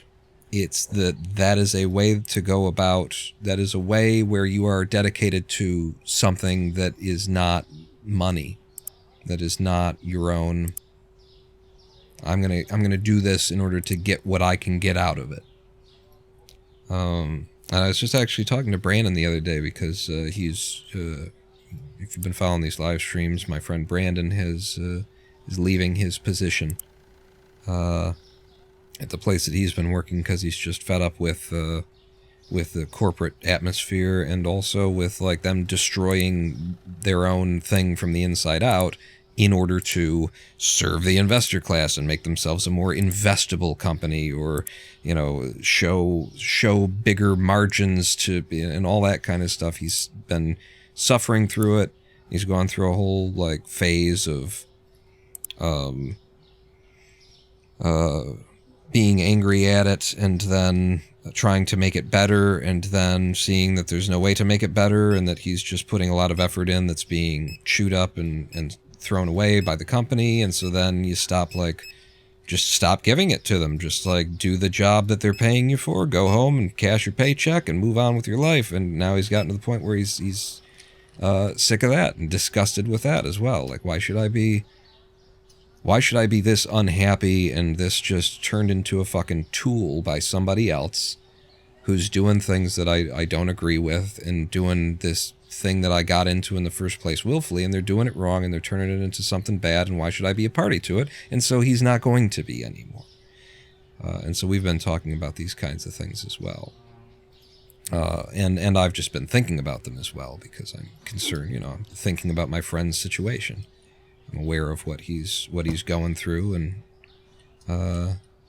where you have to be in your mind in order to come to these decisions, and and the challenges that lie ahead when you say, I'm not going to jump through your bullshit flaming hoops anymore, and do things that I don't want to be a part of just for the fucking paycheck.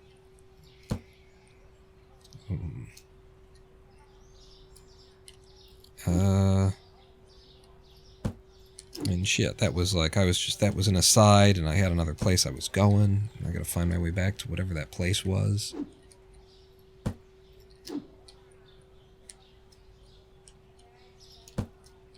The world would like all of us to think that there is a right way to do the thing that you're doing, and that right way just so happens to be the way that best serves a corporate interest, that is best, that is structured around, like, they either want you to just do the job and fill the hole and go home and then return and repeat ad nauseum and don't think about it and don't care who you're doing this for, who's getting rich off of it, who's stealing part of your paycheck in order to make themselves a fucking millionaire.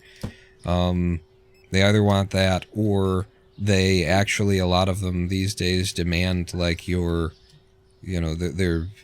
in the hiring process, they're like, we're a family, and that kind of a thing, and it's like they're trying to psychologically manipulate you into a place where you're willing to do more than what they're paying you for, right?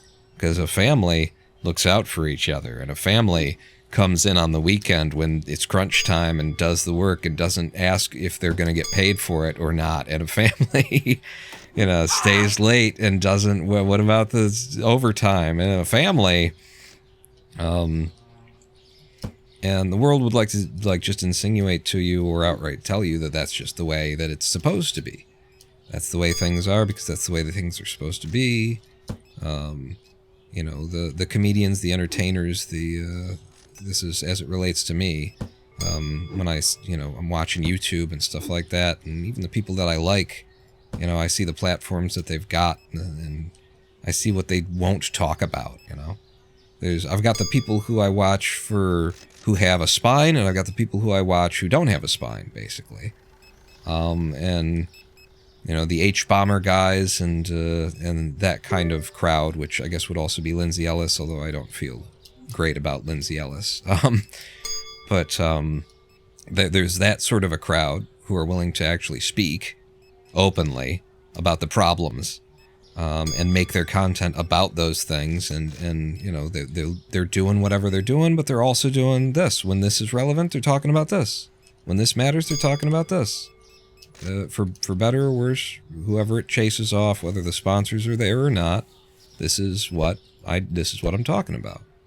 And it's a rare few, incredibly small group of people who are allowed, who have, just so happened to build a fan base large enough that they can actually talk about, and undermine the zeitgeist out there. They can actually talk about the problems openly. Okay, let's boost you. Now, of course, the reason that I bought this wasn't to have him man 2 stations. It's so that I can intervene and do a little bit of this work sometimes, but by putting it so that it's as though he's meant to do 2, it means that he'll be efficient at doing what he needs to do when I'm not helping. That's the idea behind that. Let's go ahead and open my register. Where everything goes off the rails. Hello, Noora. Tura Lura Lu. Tura Lura Noora. If you get a chance to be hired, the job market and application process itself is extremely dehumanizing. Yeah. And it's all part of this sort of system that's telling you how things are supposed to work. And actually, they're not supposed to work this way. It's just how they've been set up, quite willfully, and with malice aforethought, by the people whose interest it most benefits, which is not you. And it's not your neighbor, and it's not the guy down the street, and it's not communication in general, it's not democracy, it's not, these systems are not there to serve, and it's why wars have been fought, and why societies have had to cast off kings via bloody processes throughout history, and we're just sort of back there with kings under a different name. CEOs, corporations, billionaires, it's the same fucking system. Nothing's changed, except for the language around it.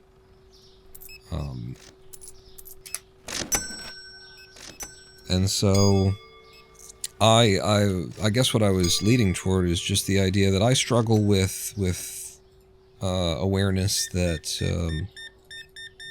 that some of what I've been doing here at the live streams is just straight up best described as intellectual toxicity. It's sneering down at people from on high. Is thinking it's acting as though you're better because you can see the things, but I struggle with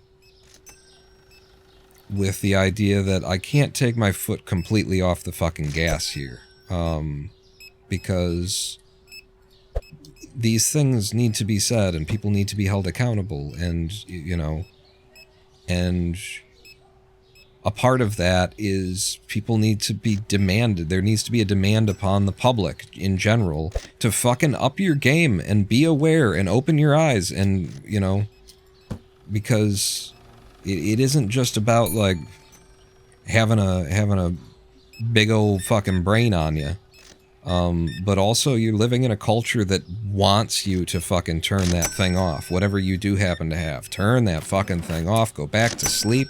Don't think about it. Read? Why? Why read? You don't need to be doing that. You should get your entertainment from these other sources where we have significantly more control, because we actually kind of just implicitly deplatform anything that threatens our interests. And we don't have to call it censorship. It's beautiful. We've set up a beautiful system. It's not technically censorship, you see. It's 50, not 90. All right. Because you can put whatever you want on our platforms, but, okay, some of it will be recommended by our algorithms, and some of it will be fucking banned by our algorithms.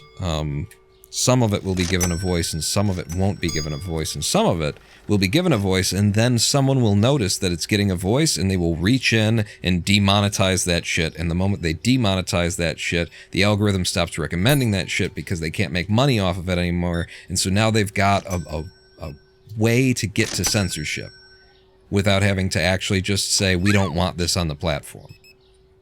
We don't want people saying these things about, investor class CEO talking politics and saying that the Democrats are not the solution to the problem. Like pointing out that the two-party system isn't functioning in the United States of America, reminding people that they're living in a world where 1 in every 10 people is living in poverty, and shit like that. We don't want that.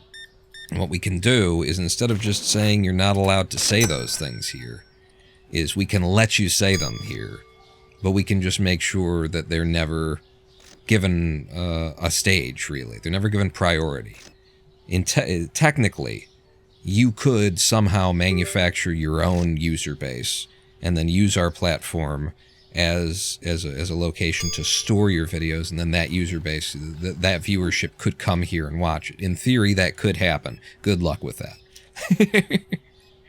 I don't know if you've, if y'all remember Nerd Cubed, Dan Hardcastle. one of the OGs of YouTube. Pretty important fella to this platform. Pretty important voice to YouTube's early years. And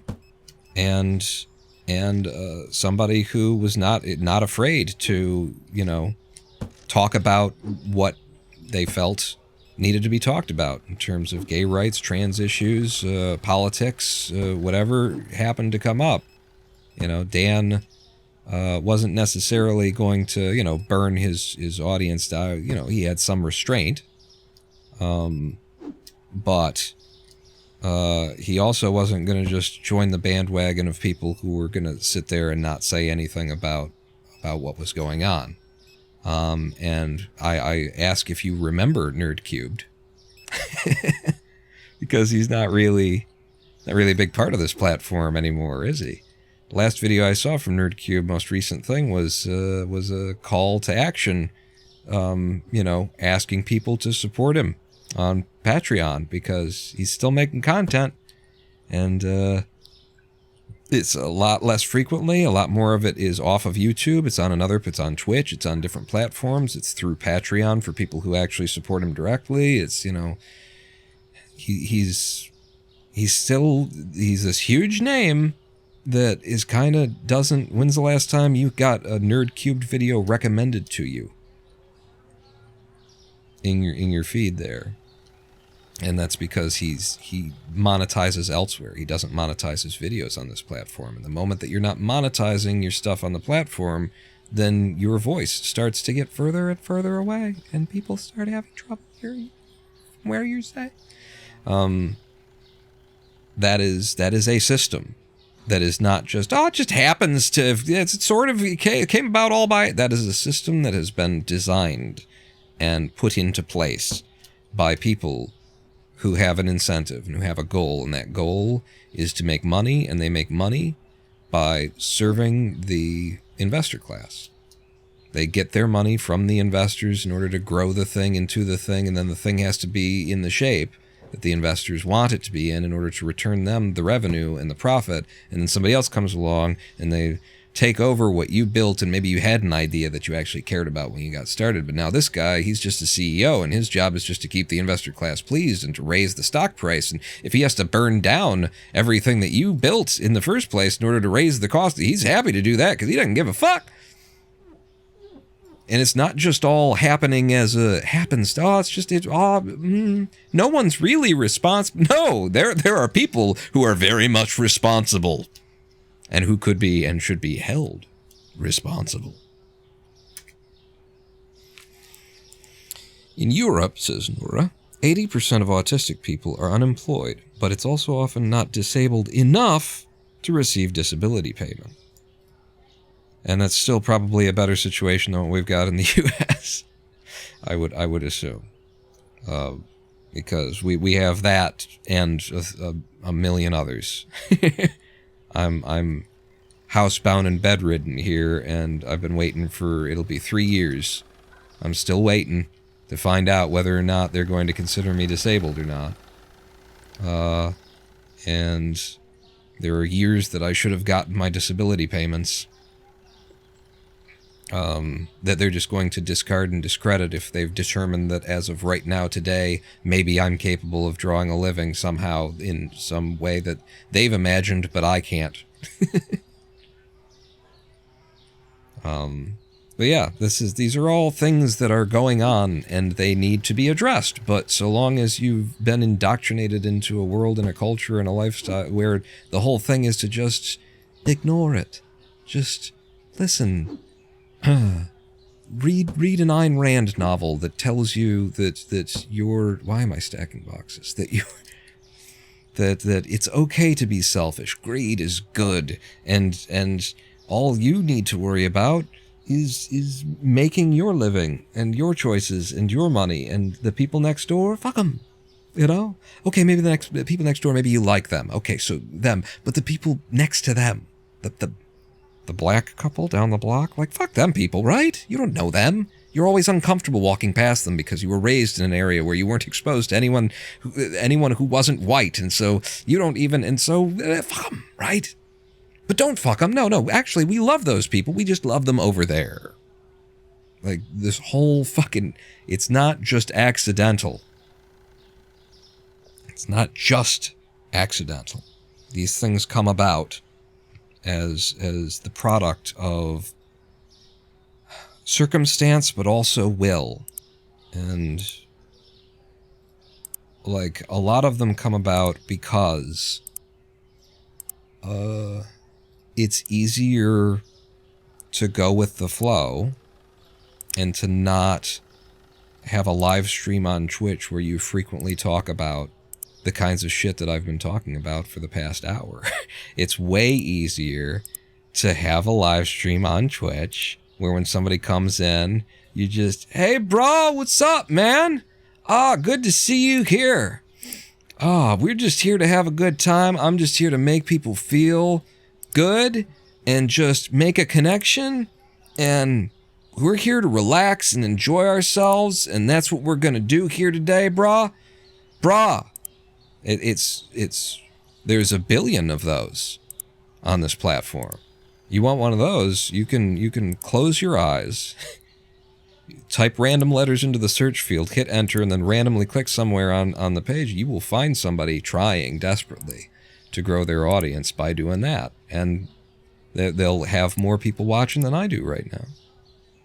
It's easier to go with the flow, and it's also how you end up with Nazi Germany in the 40s, in the 30s and the 40s. It's also how you end up with American slavery leading into American apartheid state and American redlining of black, and like everything, every great horrible thing that has happened as a bunch of more or less decent people sat by doing very little about it and feeling like they had done enough or that it wasn't their responsibility or their fault.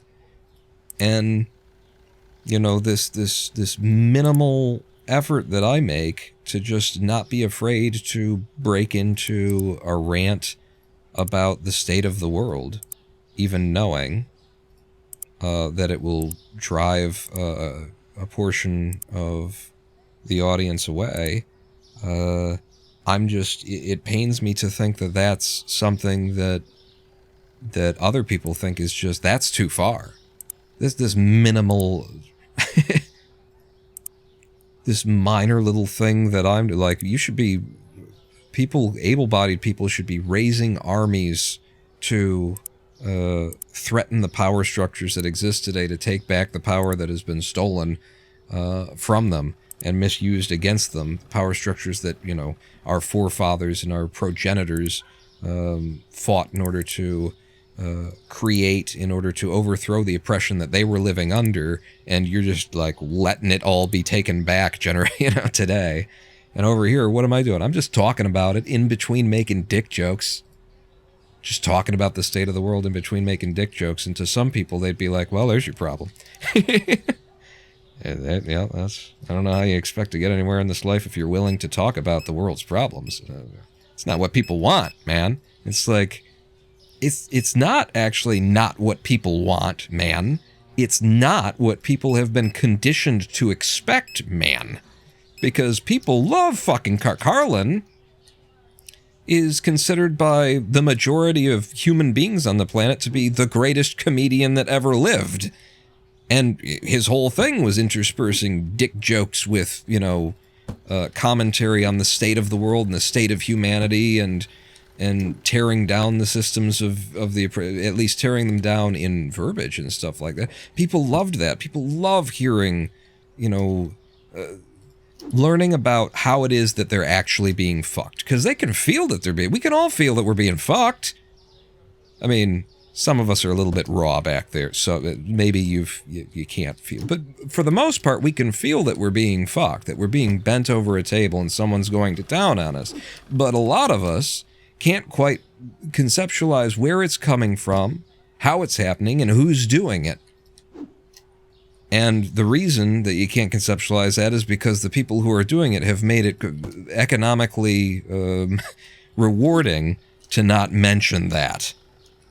You know, if you've got a platform, you've got a voice, you've got a way to speak to a large group of people, and you start mentioning that, you're not going to have that platform and that voice and that large group of people for long if the powers that be can reach in there and strip it from you. And the reason why a George Carlin was able to be a George Carlin and come to the heights that he was able to come to is because it was the avenues to the audience were a touch different than they are now, you know?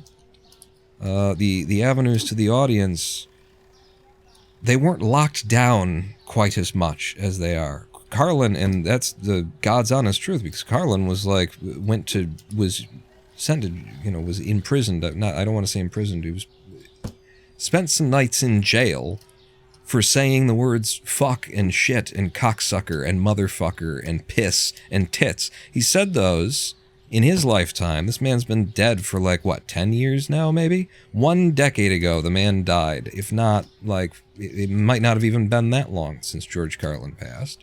And that was a man who went to jail for saying words that I just said on a platform that, on the radio. That's fucking incredible, right? The difference between the era of communication and how things were then and how they are now, and who had their hands on what and who could control what and that kind of a thing. Isn't that fucking crazy to confront that? And what I'm saying is the world that we're living in right now is so much more owned and operated by an investor class, by the rich. And it's not like that's a new thing, but it's so accepted. It's so unchallenged now. Whole generations of people being raised on just the idea of, this is how things work, and this is what, people who growing up and kids that are growing up today, that their dream is to be a fucking social media influencer. When I grow up, I want to be a tool for advertisers to sell shit by being a generically unproblematic, pretty person who other people spend their time around for no particular reason. The goals. You're growing up in a world that, kids that are growing up in a world that has created such a ridiculous fucking set of ideas and norms that it's not even, I don't know, how do you see past that? That's where we are now. We are in the Orwellian nightmare, the George Orwell and shit. We were writing dystopian shit about the future that could come if the corporate powers that be laid hands to everything and ordered society exactly the way that was in their best interest, and now we're kind of there. This is kind of it. Welcome to it. Do you think that there's the possibility of you opening up your own little shop on your own little street corner doing something? Ha ha ha ha. No, they want to have people give them stuff without having to do anything in life to earn them. Oh, is that it? Social media influence. That's the thing, is that's true. That's what they think. Because they don't see that the reason why a social media influencer is a quote-unquote career path, they don't see that it's because the only reason that you're allowed to be that and do that is so long as you serve the function as a tool for the marketing department to reach a certain audience. That is the only reason that you get to exist in that sort of a role. But they don't see that. Their goal is, their goal, you're right, Jermaine, their goal is to have people give them stuff without having to do anything. Their goal is to be popular, to be loved by many. Their goal is, what's the word?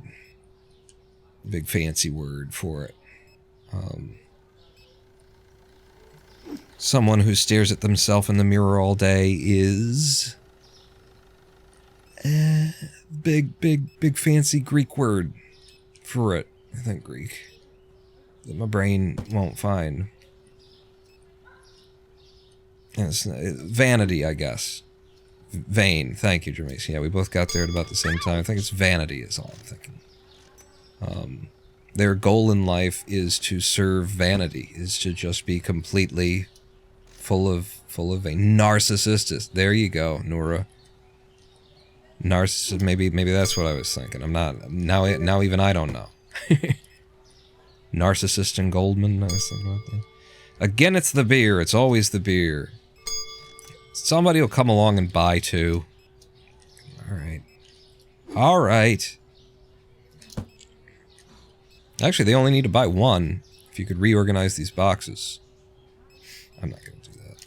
What am I doing? I left the store to its own devices while I've been ranting.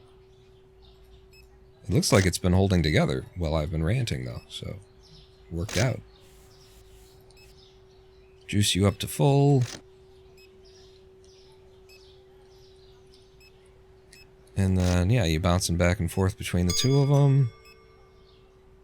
Working out fine. Thieves come in, get hit over the head. Cashiers do their cashiering. Oh, thank you for buying all my beer, ma'am. And we can shelve that stuff and get it off the floor in the back. Love it. Love your $161 alcohol order. But yeah, I mean, it just creates a zeitgeist. It creates a culture out there of where people don't expect to hear the kinds of things. And then when someone starts saying them, they're like, they run from it, you know? It's like, this isn't what I tune. I want to just relax. I come here for, and it's like, you can...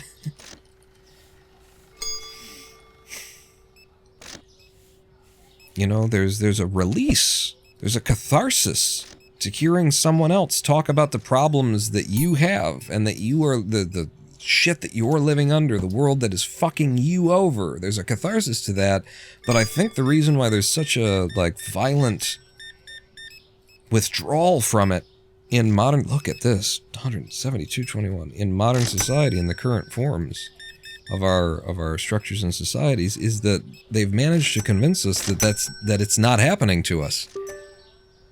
And when I say us, I mean you people, because I live... I don't... What is it? I don't live in Omelas. I'm one of them who walked away. And I'm transmitting from outside Omelas. I like that idea. Okay, hang on. I'm shelving oil in the back room. It's very important. It's not like I've got 3 people who do it for me. Hello, ma'am. Would you like to spend $57? Oh, would you like to spend $200 today in my shop? Holy God, look at the size of these orders now. I wouldn't even be seeing these. It was only 140? Fuck. I wouldn't even be seeing the size of these orders change if I wasn't actually on the checkout line, though. Yeah, baby. 74.05.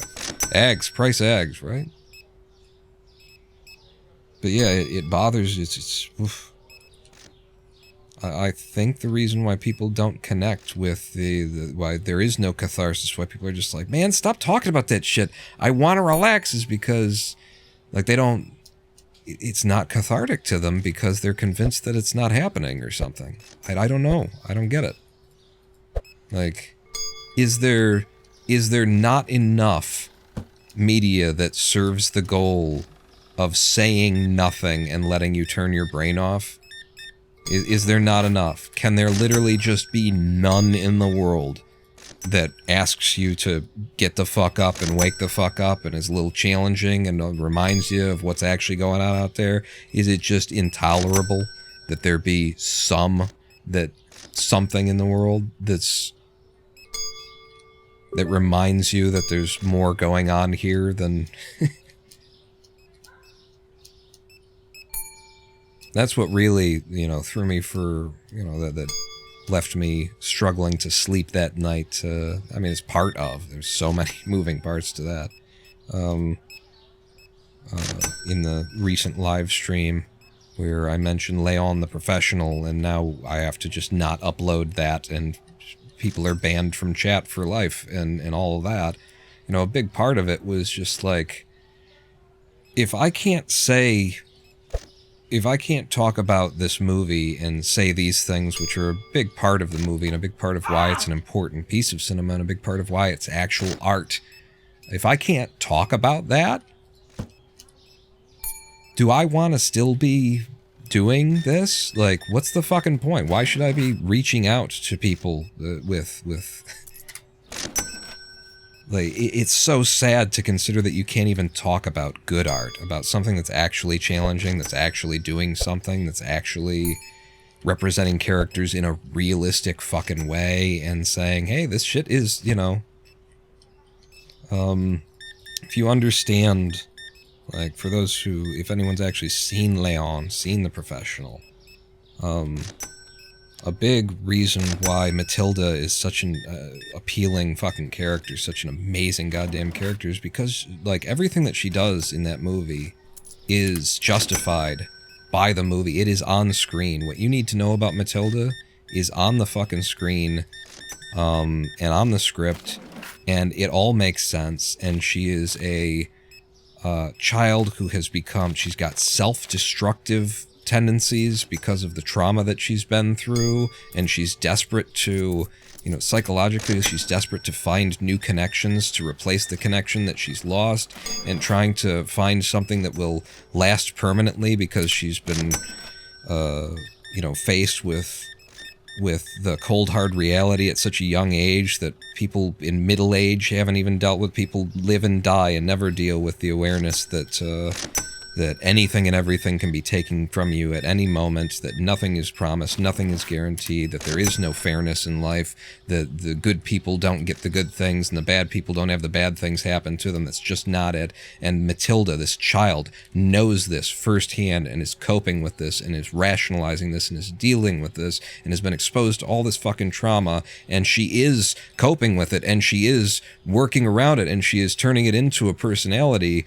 And, you know, at the same time, her, she has the influence of her mother figure before she lost her mother was a sex worker, and so that has an importance in the way that she relates with Leon the Professional when she's desperate to try and replace the people who she's lost in her life. All of this is on the screen, all of this is going on, and all of this is built into a character who, yes, is a 13, 12, 14 something, she's a tween-aged girl, and because the authors have written her the way that they have written her, she is a character on the page, written to be an attractive human being. Not sexually, not physically, but to be, like, she is so developed, she is so rich, she has such a depth of soul and personality that there are people in your real fucking life who will never express the level of personality and depth and culture and soul and awareness of and wisdom that this character on the page that has been written, Matilda, does. And so if you're not attracted to Matilda, then that's probably like a sign of of something going on with you. That you are maybe a bit of a shallow human being if you don't see why this person would be attractive. And the things that got said because I acknowledged the fact that some probably 45-year-old male authors wrote a female character to be what she is in the movie, and she just so happens to be played by a child version of, what's her name? The actress? I got Claire Danes stuck in my head because the other version of that is Claire Danes and Leonardo DiCaprio being cast as the 16-year-olds in Romeo and Juliet, and those two characters are fucking vacuous. They are empty. They are like Shakespeare's Romeo and Juliet are empty fucking people. There's nothing to be attracted to in Romeo and Juliet, and yet Hollywood casts these, you know, and why did they cast those people? Because most of you people will be attracted to the actors. You're not attracted to you're attracted to the bosom on Claire Danes and the nice ass on Leonardo DiCaprio, and you don't care that they're playing 16-year-olds, do you? In that particular instance. Those characters are vacuous and empty. Shakespeare's Romeo and Juliet are only interesting because of the circumstances that surround them. But they themselves are empty fucking husks and shells. What the fuck is the name of that actress? Natalie Portman, thank you. So when I, try and talk about all of this like complexity that exists in the script and in the pages and on the screen and in the performance of the professional, and get like assassinated by a couple of people in chat who recontextualize me saying that this incredibly soulful written character is hot because of their mind and their soul, and have that recontextualized into something that is about fucking child molestation or something like that. Those are bans in chat, but more importantly, it makes me not want to come back here. It makes me like question whether or not there's a point in, if I can't talk about things that are meaningful and artful and that push the boundaries and that aren't just a big 3D character snapping his fingers, and now the characters you've been watching for the past movies are gone for a minute. They'll be back, but oh, we're so sad for a moment. Okay, come back for the next one. When someone's actually doing something with art, and then you find out that you can't discuss it openly, it hurts my soul to think that Luc Besson is, has had less opportunities as a director in making films, less opportunities to make art than some fucking, explosions guy who makes the Transformers movies and that kind of shit. That the shallow, vacuous, meaningless people who are willing to make shit that has nothing going on to it, that is saying nothing, that didn't even take the time to create interesting fucking characters. Those are the people who get those are the people who get the audiences, those are the people who get the platforms because they're serving the investor class, and then I can't even talk about good shit without getting, pulled down. The layers upon which that experience hurt me are hard to explore. It would take many live streams to explore.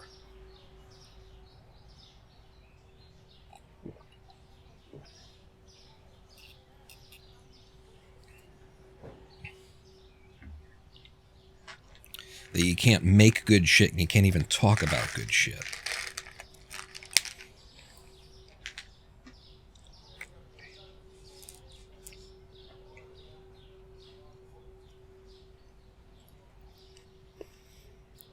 Shampoo, mango, and soda.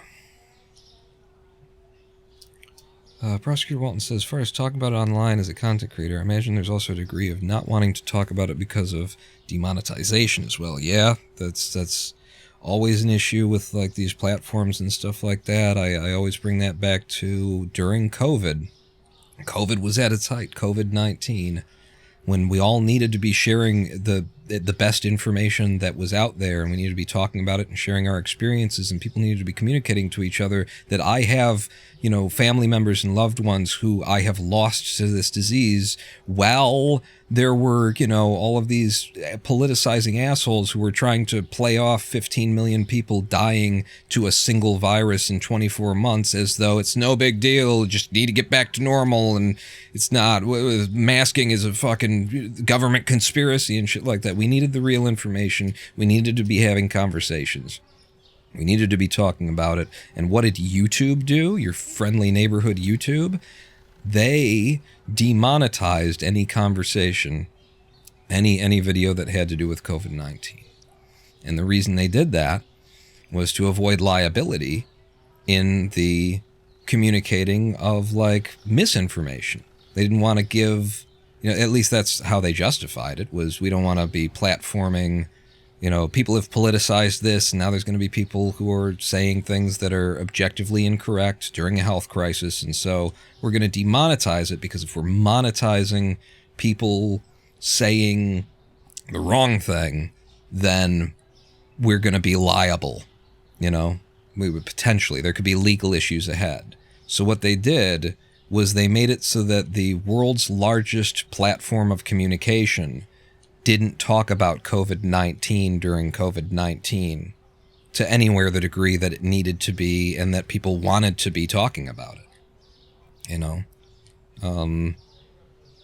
And that's just horrific. That is disgusting. That is the number one instance and example of why you cannot allow corporate for-profit interests to have this much authority over art and communication in general.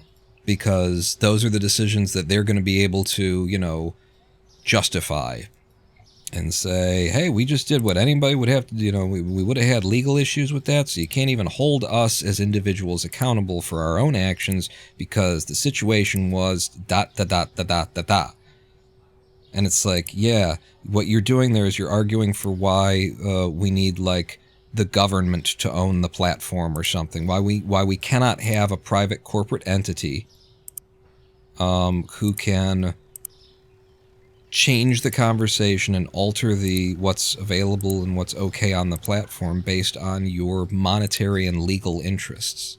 You're arguing against the continued existence of YouTube as a private for-profit entity when you say, hey, you can't hold us responsible. We were just doing what the market needed done. Because what the world needed done was we needed to be talking about the thing that was the greatest threat to the literal species itself at that time, but it was in your financial interests not to.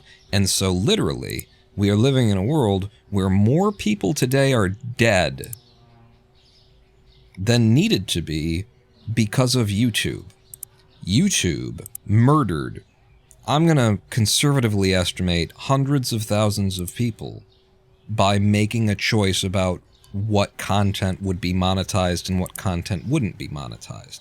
There is no way that you can, you know, argue that that isn't something that happened, that YouTube did not have that kind of massive effect on the information that was out there and the conversations that were being had about COVID by restricting it through monetization adjustments. They didn't censor anything. You could still talk about it, but you couldn't monetize it. And if you can't monetize it, then their platform won't recommend it because they're not making money off of it. And so it turns into a form of censorship that they can deny that they did. We didn't actually censor anybody. But we did make a choice that limited communication around something that resulted in the deaths of a lot of fucking people. And in fact are still resulting in the deaths. When I say hundreds of thousands, I'm thinking of the deaths that occurred at that time, but like COVID continues. COVID goes on, and the strains that, you know, it's all still with us. And if there's a single strain, if there's a single virus, rather, living virus out there that could have been cut off by you wearing a mask when you decided not to, and it's still out there and it's still killing people, and it would have died with you, but you wore a mask. You decided not to wear a mask. Are you responsible for all of those people who are sick and, you know, dying and stuff? Aren't you? Is actually the question. Aren't you responsible for the continuing thing? And it's horrible. It's like if you, especially when you like did it in ignorance, or you did it out of accident or something like that, and to know that you got somebody sick or you passed something along, it's horrible. And it's something that you have to, like, just learn to live with. But the way to live with it is to acknowledge it. It's not to pretend like it was no big deal, like it never happened, like you didn't have an influence on the world, like your choices didn't matter, like nothing that you did harmed anyone else. It's not to pretend like it's no big deal. It's to acknowledge, yeah, that was a pretty big deal and I fucked up. I won't do that again. But, you know, as far as these platforms and things go, as well as as far as it goes for individuals, the reality is that they are not held accountable. They have not been held accountable. No one has, you know, significantly come in and even just morally, like, jumped up and down on their throats. No one is out there to remind them of what they did. No one is out there to say, you did the wrong thing. their justifications have held, ostensibly. They came up with some viable justifications, and their justifications have held in the public mind.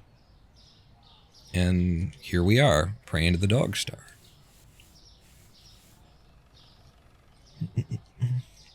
Pacing around the store talking like when you're on the phone. Yep. You'd think that there would be more people and thus more potential customers as an incentive for them to let us talk. Yeah, it's just, there are things in this world that make the argument for capitalism. You know, the truth of what would be best for us, at least at this point in time, is not get rid of all the systems that exist and that help to incentivize things, clearly, because I'm over here using Blender in order to do my 3D coursework. And holy God, does that program make the argument for why it's important to have a profit incentive. There are things in this world that are like just evidence of why some things need to be profit. You know, you need to have a little bit of an incentive there to come back and make the fucking thing work the way that it should, and not like at this point, I can't get through 2 consecutive days of using Blender without like working on something, some little 3D model I'm working on. It's in this corner of the scene, so I'm over here and I'm working on it, right? I'm working on the thing. Okay, I think that looks good. And then I turn around and I see that I've somehow managed to delete something that's back there. I can't get through 2 days, consecutive days using Blender without going from, I'm working on this over here, okay, good. I turn around and I'm missing an object in the scene that's behind me, or the UVs have been deleted because I was working on the UVs of something else, and I guess I dual selected that and the other thing, and then I must have deleted. I don't know how that fucking happened. Things go missing in that program while you're using them, and it's because the fucking hotkeys are all over the place, and like they overlap the use of the hotkeys so that X does this on this screen, but then when you're in this screen, it does a different thing. And if you hold Alt X, then it'll delete the loop cut if you're in edit mode. But when you're in object mode, and it's like, these are issues that if you were selling this product, you would be getting feedback from angry paying customers who you would want to please so that they'd come back and buy the next version, or they'd keep renting the fucking license if you're doing software as a service. Like, this makes the argument for why Blender could have existed for like the past 20 years and still be in the state that it's in today, is that you need a profit incentive. People need to be getting paid for this, they need to be getting feedback, they need to be worried that they're going to lose their customer base. And so that makes the argument for where there are places where it's important to incentivize with profit.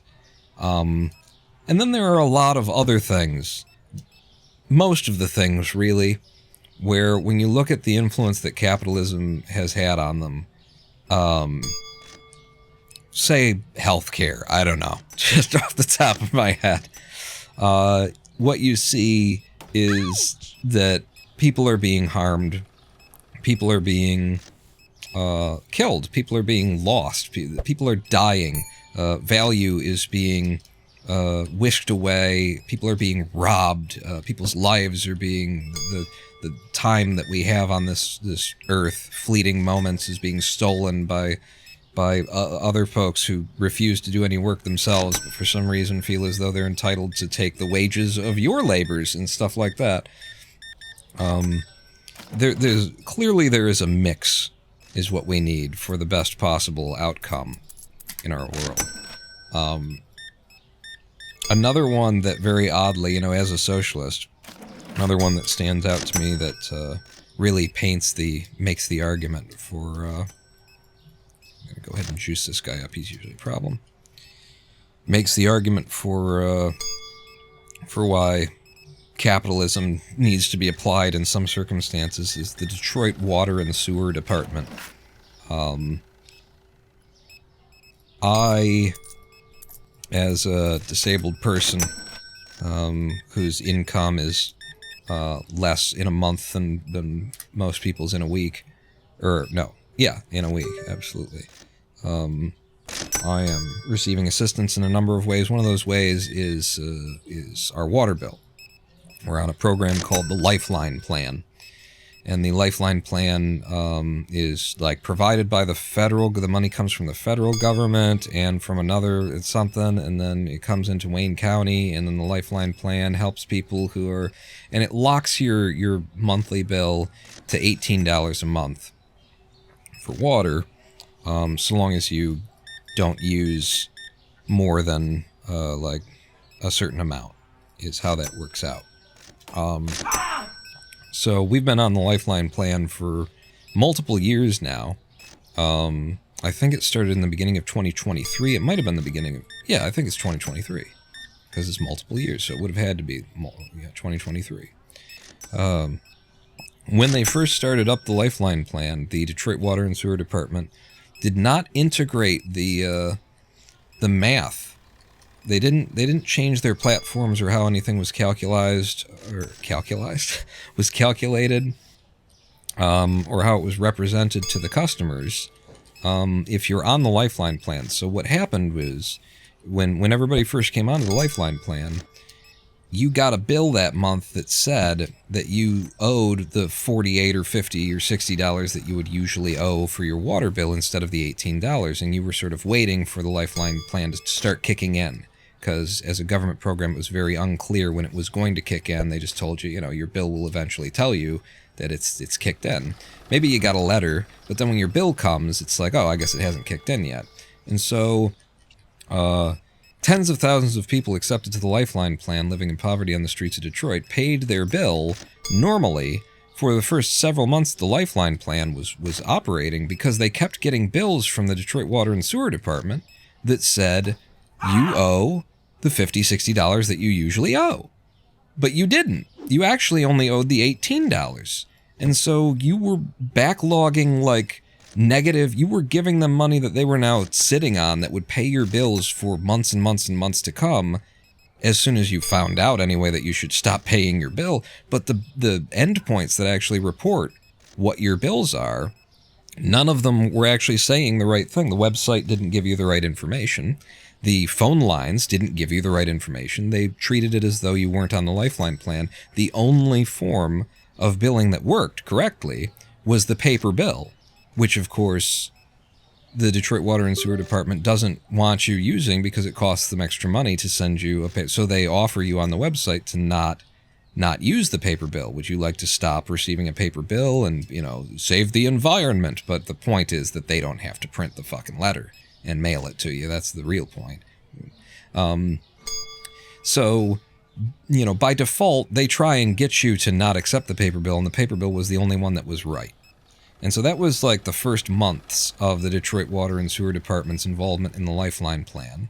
And I made a big stink and a big noise about it online trying to get it corrected, because I knew that what was happening was tens of thousands of people were overpaying their bill and they didn't know about it. And that's just a great situation for somebody to walk off with some money, right? Somebody who works for DWSD, who understands these systems from the inside out, has tens of thousands of customers who don't understand that they're overpaying their bills still. And you got all this money that's just being backlogged, sitting in the back. So I reported that to a whole bunch of different government officials, and eventually, after nobody would respond to me, and nobody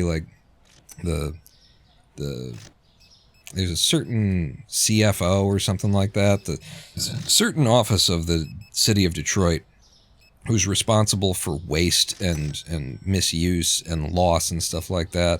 Can't remember what it is. The Office of the Chief Investigator. That's it, the OCI.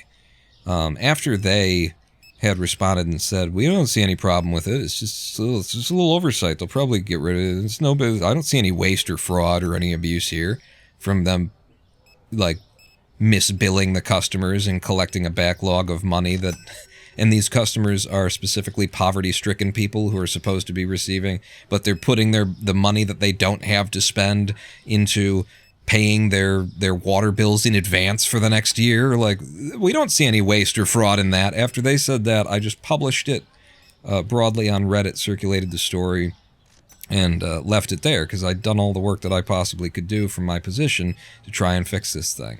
And after all that work that I'd done, the Detroit Water and Sewer Department, their response was they finally put a notice on the webpage saying, the webpage which didn't tell you the correct amount that you owed every month, saying if you're on the Lifeline plan, when you logged in, there's a little message that says if you're on the Lifeline plan, then just pay what you owe according to the Lifeline plan. Don't pay what the website tells you. They finally put like that message up. And it wasn't even that specific. It wasn't even as specific as I've just made it, so it's still kind of hard to. So that was beginning of 2023. That was this situation that the Detroit Water and Sewage Department's billing endpoints were wrong about the Lifeline plan. Lifeline plan is still in operation. It's into year 2. And everything is exactly the same. Nothing has been fixed. The website still tells you the wrong fucking number. The phone number still tells you the wrong fucking owing. They haven't fixed a fucking thing. Not one fucking thing. And so there are certain organizations and certain situations that really do make the argument for why there needs to be a profit incentive, because this is a office, this is a run by the Detroit city government agency, and the water department has had 2 years to be bothered to make it so that their endpoints report the correct amount of money owed, and they still don't. And the only thing that you can trust is still the paper billing, and the paper billing is still something that you opt out of, but that they want you to opt out of so they don't have to send you something. So it's a mixed bag of, circumstances that we're facing here in our world. It's not all solved by just, let's have the government run everything. I understand. I definitely acknowledge that there are certain situations that pretty much prove that apparently there needs to be some kind of incentive here. I don't necessarily say that it needs to be a profit incentive, though. I think the incentive could be firing the fucking people who have been fucking in charge for the past fucking 2 years, Gary Brown. Holy shit. And how about mayor of the city of Detroit who's allowed this to go on and doesn't give a shit? Mayor Mike McDuggan? McDuggan? Is he McDuggan? I think he's just Duggan. But he feels like he should be Mayor Mike McDuggan. The price of rice changed, I think. I'm just going to change it over here because I'm too distracted by my rant. Basmati. It's now up to, what? It's supposed to be 7? Or was it 8? Oh, it's dropped. Okay, now it's down to 7. Yeah, 2 fucking years and they didn't bother fixing it. The moment they embezzle that money, this is an argument against capitalism. Yeah. I mean, I don't know. It's fucking insane. But yeah, I would say that it's not so much a matter of we need a profit incentive. We need accountability is all we need. And if anything, I could make an argument that the current presence of capitalism and its infestation in everything is why we don't have accountability, is why these systems continue to not work that are run by the government, is because they're being made to not run by the interests of corporations and capitalists and stuff like that. Because, of course, the people that get elected are the people who get the money from the corporation and the billionaire in order to buy the advertising, in order to market themselves to the voter, in order to get elected. And so there isn't really accountability. I mean, we're living in a country where, in America here anyway, we're living in a country where 99% of the populace voted for a party that was backing a fucking genocide in the last election. Why did they do that? Because there's a lot of money in politics to convince you that you're not backing a genocide when you're backing a genocide. You're not voting for the genocide when you're voting for the people who are supplying the genocide with the arms in the same year that you're voting for them. There's a lot of money out there to convince the dullards, and here's where the intellectual toxicity returns, the dullards of this world, that they're not doing what they're doing while they're doing it because they want to believe that, and so it's easy to convince them it's really easy to persuade someone of something that they already want to believe, that they're already, you just gotta take them over the finish line. Just gotta tell them they're right, and people love to hear that they're right. And so it is like that infestation of money in our political system that negates the idea of accountability, you know? That it doesn't matter that Mayor Mike McDuggan presided over... That when he came in the year 2014 as the first year that the city of Detroit, as the mayor of the city of Detroit, it's the first year that the city of Detroit started illegally taxing its citizens in a way that ultimately displaced and it stole the homes, the owned homes, the generational wealth from 100,000 black Detroiters. There's only 700,000 people in this city. 1 in every 6 people in the city of Detroit who were mainly black, but some Hispanic as well, and probably even a few white. 1 in every 6 people in the city of Detroit lost the ownership of their homes to the illegal taxations that began the year that McDuggan took office as the mayor and continued for the first 4 years of his term of being, and only stopped because then they started writing articles about it. They got caught, and they really kind of kept doing it for another year or two, just less abusively. But yeah, they displaced and basically did a forcible gentrification of the city of Detroit by removing the ownership of property and homes from the people who actually live here on a mass scale that rivals, you know, the significance upon Black America of Tulsa, Oklahoma. Of a race riot of burning down anything and everything that the black citizens of Tulsa, Oklahoma had built and had earned and had in Detroit. It happened without a firebombing. It happened by the filing of paperwork under the oversight of Captain Mayor Mike McDuggan of the city of Detroit. And this man has now been mayor of the city of Detroit. He's coming on like his 3rd or 4th election where he's going to be reelected. He did that, and he's still in office, and he was never displaced from office. He was never held accountable as the captain of the ship when the ship was fucking sinking.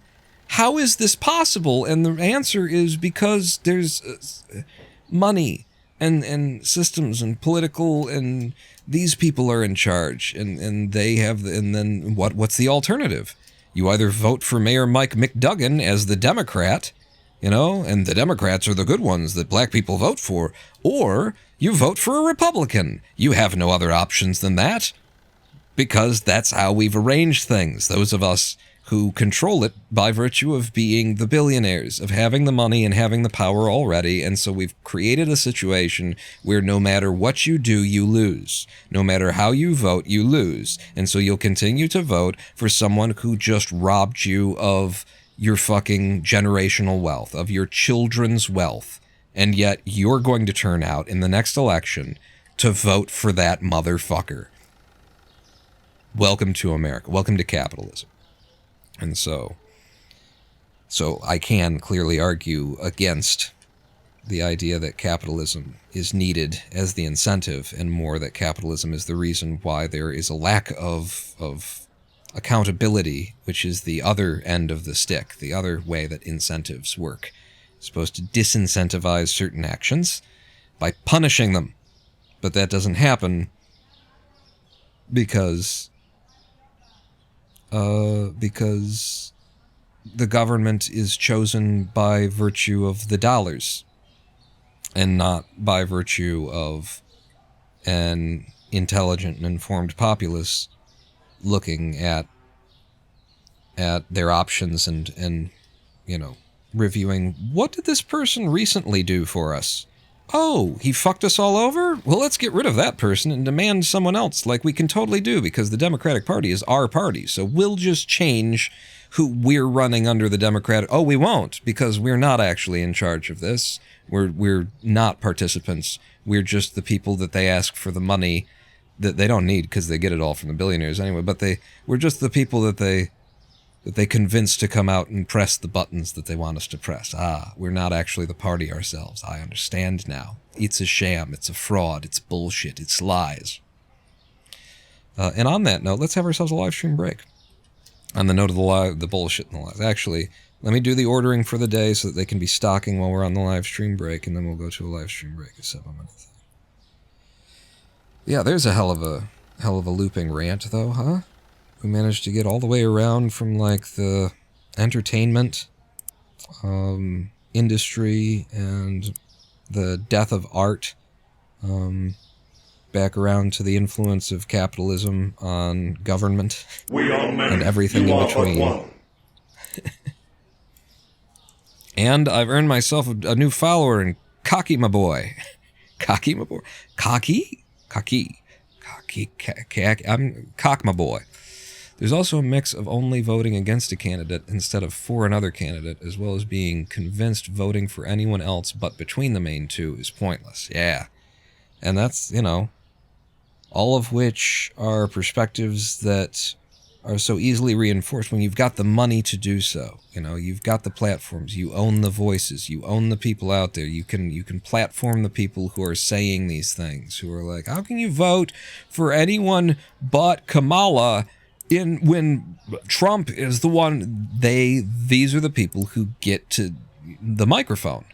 The microphone is not available to the people who are saying, I'm not going to vote for anyone who's backing a genocide, and that means Kamala Harris is not getting my vote. And I mean that in the most literal sense because, of course, in the last election, if you were a Palestinian American or just a Muslim American or just a concerned party who was out there protesting and speaking against the genocide and against the Democratic Party.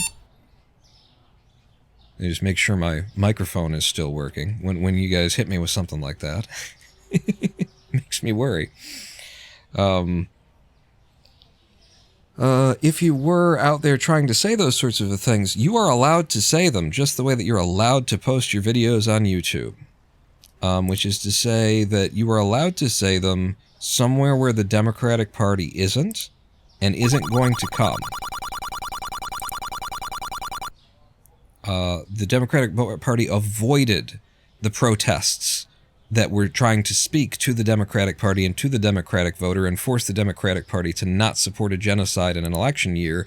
The people with the money and the power just avoided the speech that was trying to hold them accountable, and they can do that because they've got the money, except that they lost, which means there was a small amount of accountability this time around.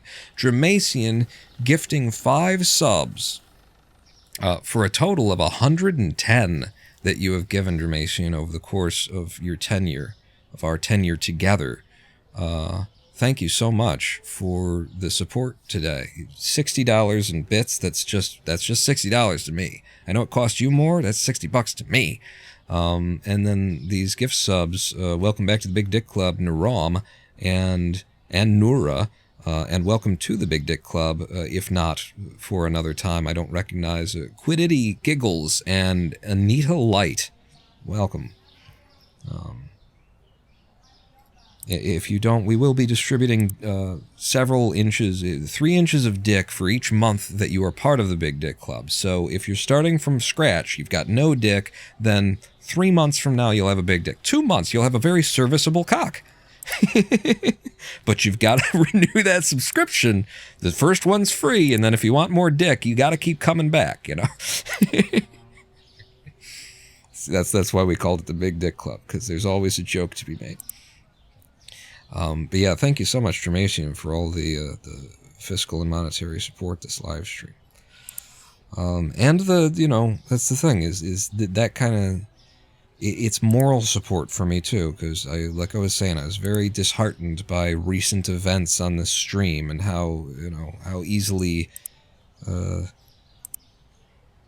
backlash off of something that's like, I enjoy a thing, and it's like, you're not allowed to enjoy that thing. I don't know what it is. I haven't seen it, but I've got opinions.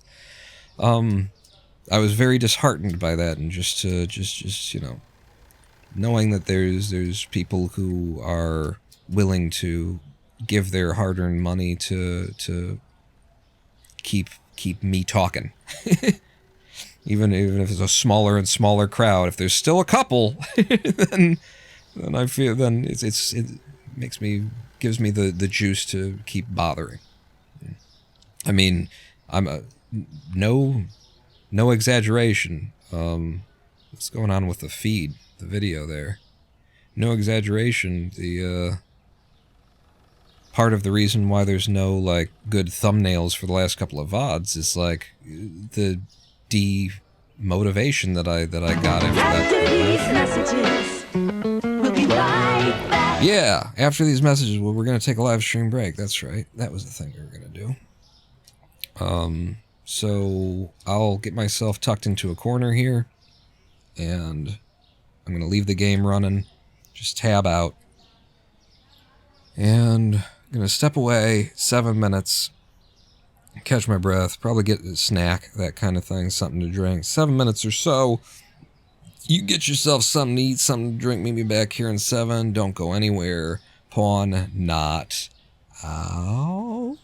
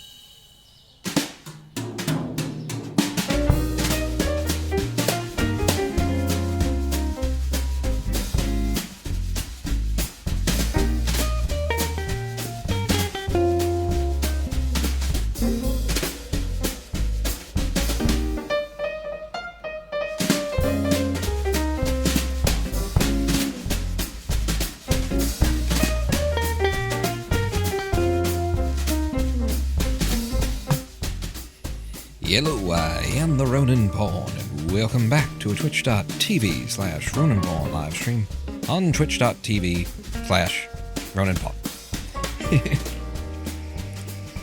When I watch that back, I'll see whether the mouse is in sync with the movements or not. I'll just go.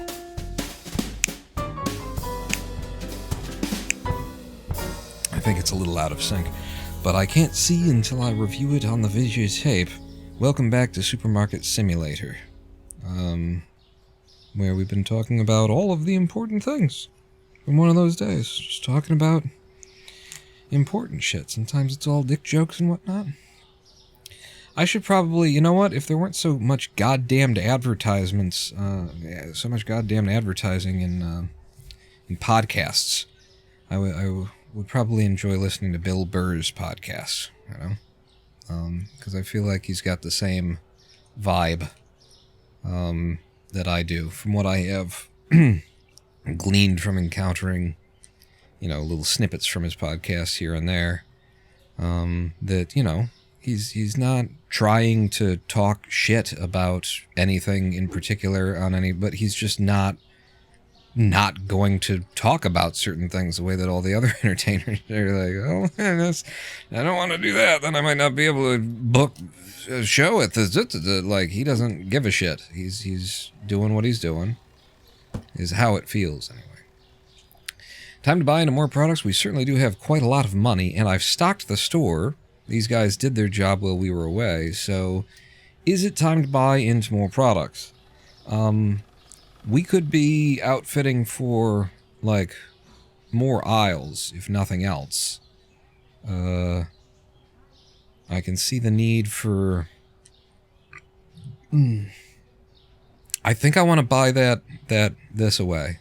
I want to buy this away. I want to buy and have a nice square store again, and then, like, the expansions will be taken care of for quite a while. For $6,700, it's half of what we've got. We already did our ordering for today, so it's like, it's no big deal. This is growth. This is Section 7. Boom. I have made for a larger store. And, hey! Did you see that? I thought it was just going to fall off the wall. I looked at that before I did it, and I was like, yeah, it's probably just going to fall off the wall. But yeah, no, it actually stuck to the wall. That's pretty good. When you change the geometry of the room and the thing detects the axis that's good. Very nice, gentlemen. Very, very nice work, gentlemen. So now I need more red paint. Well, actually, this would be white, wouldn't it? If we're going with that. However, you know, the front of the store doesn't necessarily follow those lines.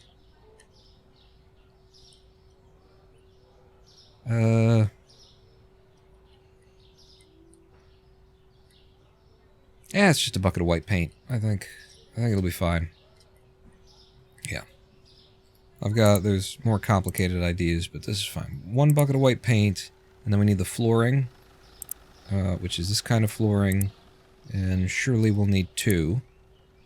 Yeah, because we don't have any left over this time. But 1 bucket of paint and 2 floors should get us everything that we need for that. And I will go ahead and just order that, actually. Yeah, we got the money. Let's throw it around a little bit, you know? Let them see our opulence and our wealth.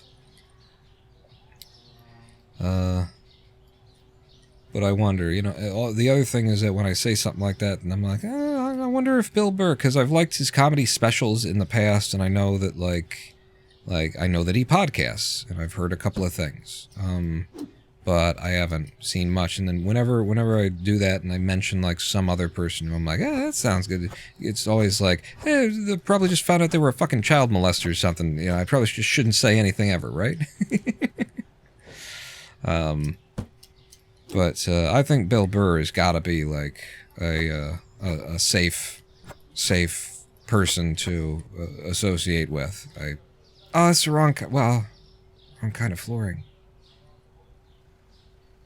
At least some of it is. I kind of was already thinking about the idea of bringing the storefront up to here, and then there will be like a little bit more area for checking people out, but I mean, I'm on this cash register.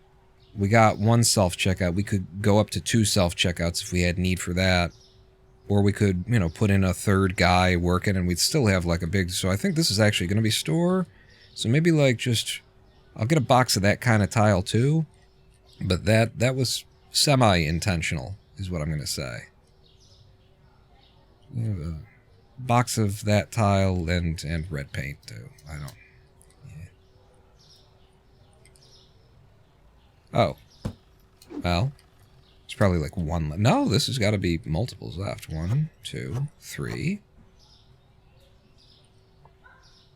I'm going to leave it like that for now. And then a bucket of red paint also. Alright, fine then. Just shove it in there, put you on top. It's A-okay. Bucket of red paint. But it's this red. Yeah, so I paid shipping. What do I care? I got all the money. I got all the money. I feel like... At least until we have to expand this into checkout territory or something. I don't know. I want to see what this looks like anyway, because it feels like the stripe down the middle wasn't it, boss. Wasn't quite it. This whole area back here being white because it's a freezer section, sure. Yeah, we'll see. See how this tickles me in future. Oh. And we've got a whole bucket of white that I didn't realize we had, I guess. Okay. So that's expansion. And then how many shelves will we need? Like this would be, we're thinking expanding refrigeration along this wall, so 2, 3, but then like one of these end caps. You know, I got room for end caps now. Probably a couple of different end caps. I like the idea of having this this big like aisle separating one half the store from the other half, but I would like this to be like this, which is 2, you know, so 1, 2. And then it just dead ends into the wall, because that's the space you've got. I guess maybe what I should do is turn the aisles the other way up here, so that we get more out of them, more use out of them. So if they're going this way along the wall, maybe we finally get that corner that the Acute Shark wanted, the corner shelf. Get a corner shelf like that, and then 2, 3. And then a middle aisle that cuts through across here. I don't hate that. I don't hate that. I'm going to buy... Maybe I just put it in my cart and we start another day. And then we'll get it tomorrow with the rest of our order. But get red shelf. 2 of you. Maybe 2 singles. And then an inner corner shelf. The quad shelf is also interesting. The idea of just having a shelf that's, I presume, it's in all directions, right? It's just a put in the middle of the room kind of a thing. We've got that kind of a room now. But yeah, let's just throw the store open and run another day, having just made a bunch of purchases. Make some money. Can move you over here for now.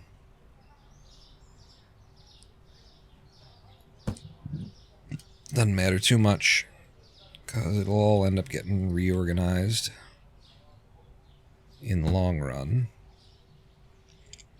Yeah, big old wide open crazy space here. For today only. Maybe I'll go ahead and order that stuff in so that I can be putting things in places. Where's my corner shelf? There it is.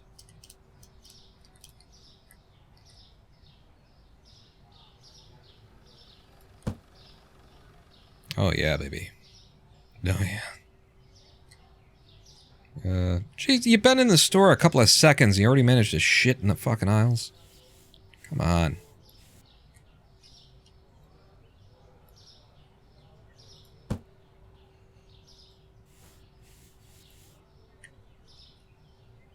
And the Twitch browser has just died again. This has been happening regularly, like every live stream now.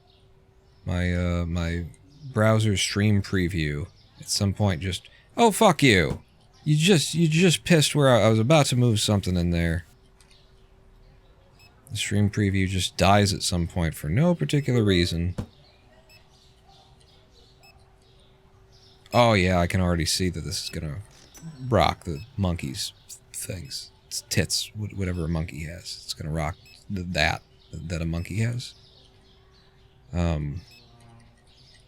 So you'd be something like that, and then if I turn you around, ouch! Put this one like, except, like if you're the exterior, actually.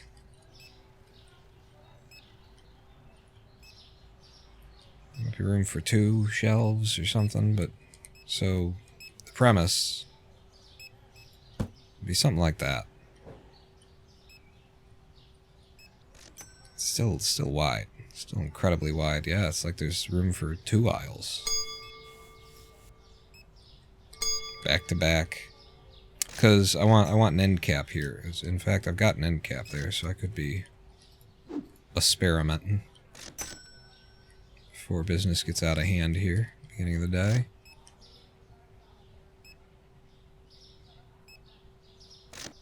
And in fact, I could get the look. She's got the look. What kind of world would make a bright-eyed girl turn blue? She goes la la la la la la. She's got the look. Is that how that song goes, by the way? I don't certainly know.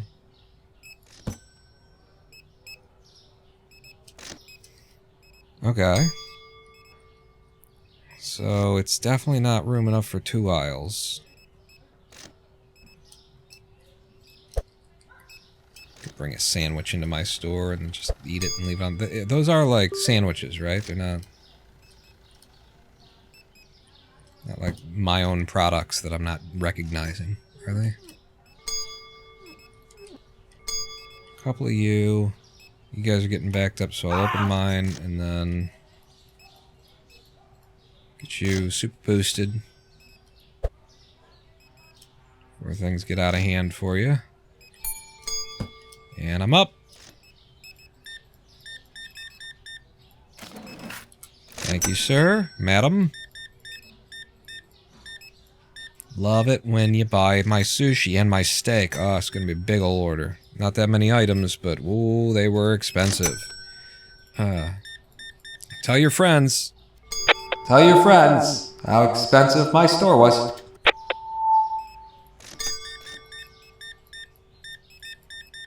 Thank you. 8. 47. Man. My line fills up. Okay. And they are using that self-checkout too. You know what I haven't done this entire live stream? I haven't paid a bill.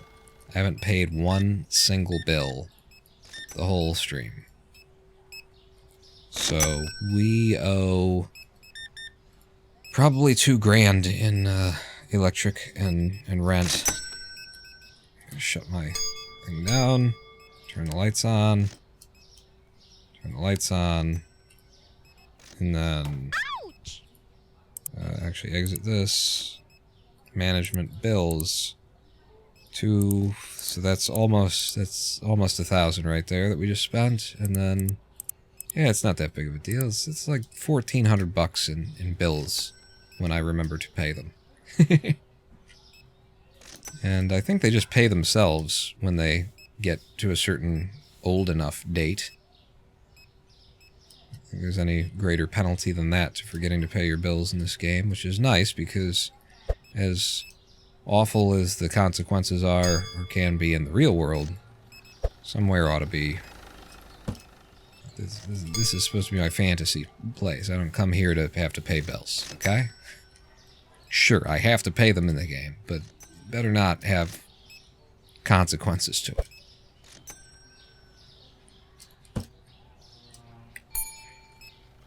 Hello, sir. Did you find our sushi and pepper? Price check on sushi and pepper.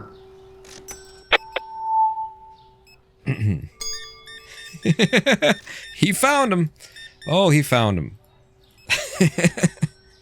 165.84. Holy crap.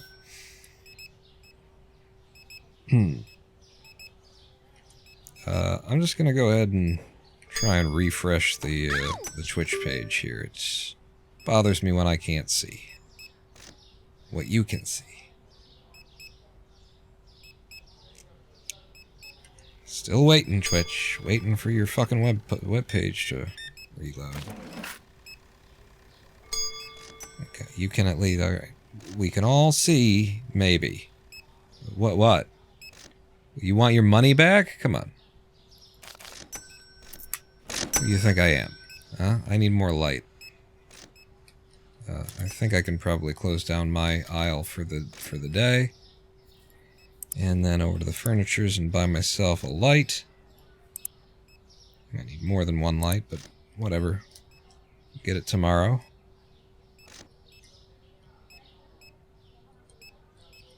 I might be able to get away with just one more light. It looks like you're gonna want more than just one more light. Alright, Jesus Christ. Go off my back already. I'll get 2 lights. How you doing? Keeping up? Doesn't look like it. Just when I think you couldn't possibly be any dumber, you go and do something like this. And totally redeem yourself! Another... Lighting in the corner. Lighting in the corner. Another 3,000-bit cheer from Jermacy. Bringing the cheers up to 9,000 bits. And yeah, I think I used up all of the lights that I had already purchased before, so 2 more. 2 more to fill this space. Thank you so much, Jermacy. This is the... You can now write me off on your taxes. Is that what we're doing? It's getting up to tax time. It's March. Gonna have to do this in April. Might as well give Pawn some money. I can claim him as a dependent.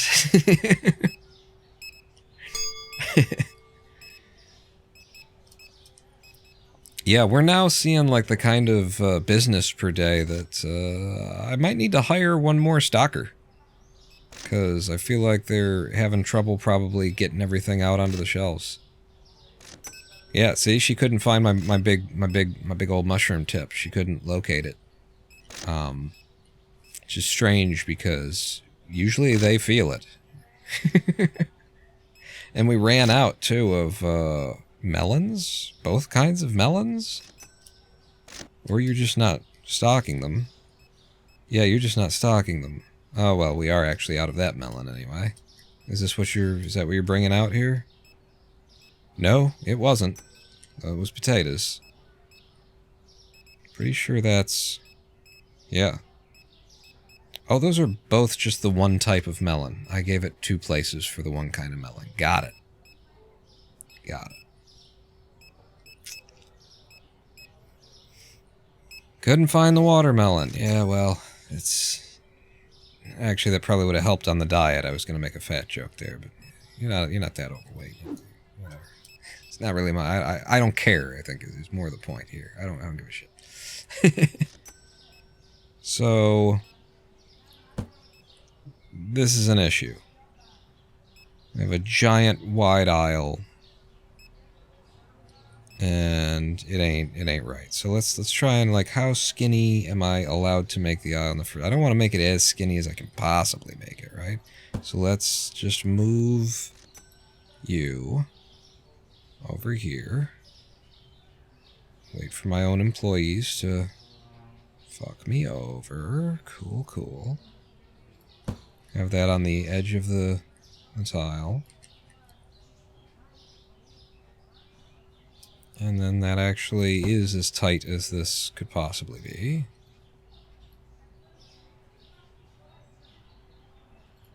And then put you there because I'm just doing, these are just measurements. I'm just seeing.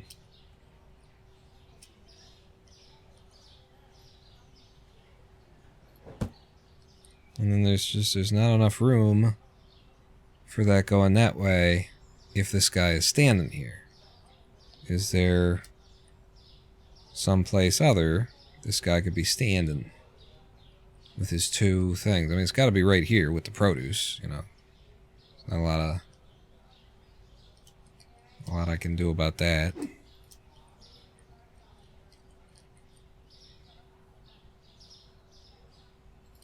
I could move the produce. I like the produce where it is, though. Yeah, I could move the produce, like, over there. I could move it down to create more room on the aisle and then not have this. But then the produce overhangs in kind of a weird way. Let's see how it overhangs in kind of a weird way. Put it down. Put the fucking thing down. It's a space that... God damn it. Don't lie to me. If the produce were to overhang...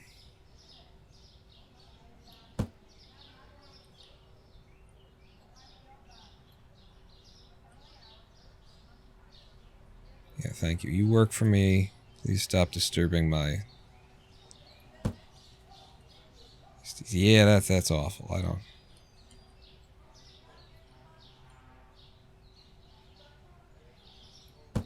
It's gotta function visually. And that works. A little bit more space I could have in that direction, but if I move you in... Okay, and now the fact that you're there becomes a problem for me positioning anything else. Yeah, and then you're standing there, and then you're in the way, and then you're standing there, and then you're in the way. I fucking get it. I definitely get it.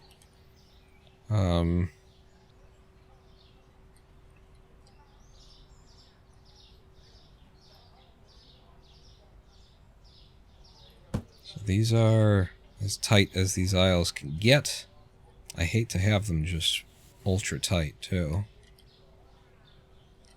But these are the main comfort aisles, I guess. I don't know. Hello, Ren Phoenix.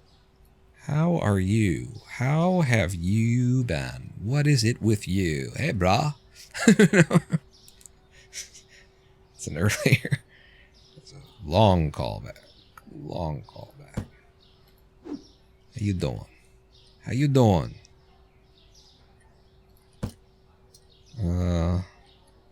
Me, I'm just trying to rearrange this fucking... I was trying to figure out... I want to get more aisles in here. And... it's a bit of a trick. Listen. What if you... died? Hmm?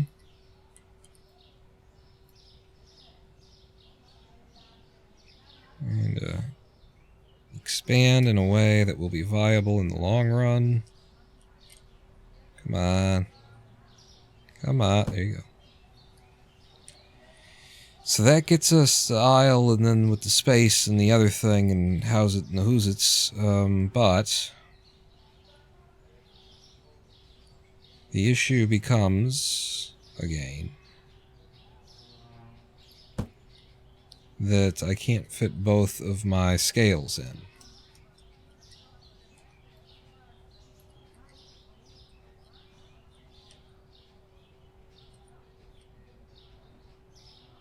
Except that if I don't have an end cap here, I kind of can. I just hate it, is sort of a thing. Still in that house fixed up in Detroit? Indeed. Indeed. I, don't anticipate, you know, it is, I'll either hit the lotto and move to, where would we move if we were moving? Move to, Finland, or I'll be in this house in Detroit. Those are the two places you'll find me. Finland or Detroit. What? Huh? I don't know Finland necessarily. I'm just saying. I've heard good things. I've heard good Finnish things. How do I? Just how do I, you know? I mean, it's got to be here with the produce.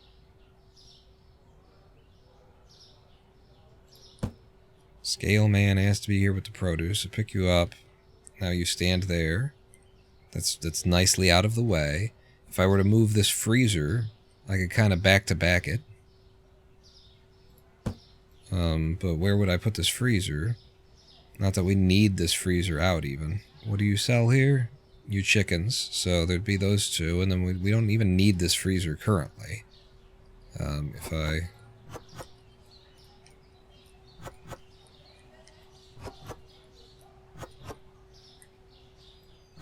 Yeah, that was always chicken. Don't you even shelve chicken now. Box this freezer up. You know, there's the other freezer. It's the liquor freezer back here or something. I don't know. Maybe I put just ice cream in this freezer and it's somewhere else. It's near the front, maybe even. I could get behind that, but for now, doesn't this sort of work?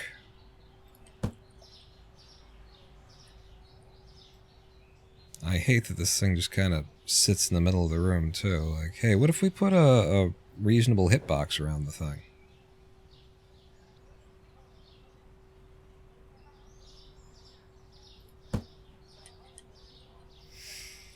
Alright, now you can back-to-back the scales. And it allows more people to line up to be scaled. I feel like I'm cheating the system. I hate that. I fucking hate that. I hate that you're just sitting in the middle of the goddamn room like that. That doesn't satisfy my urge. It does. We're closed, by the way. We're closed, and it's tomorrow, by the way, in case nobody knew. Lots of products not found. Lots of products found too expensive. I think we have to do a whole like price list check thing. Apples, cleaner, and cheddar pizzas have gone up. Well, have changed anyway. $7.50. I swear I just typed some numbers there. $7.50. Apples. Your tomatoes. Your apples. Holy God! Look at how the produce prices jump around. And then cleaner. I'm getting robbed. Robbed on some of these prices. The market is too damn competitive right now. We need to start anti-competing so I can make some money around here, you know what I'm saying? Did I leave any more shelves on? No, I didn't. How do I organize this, man? Alright, if I were to move produce...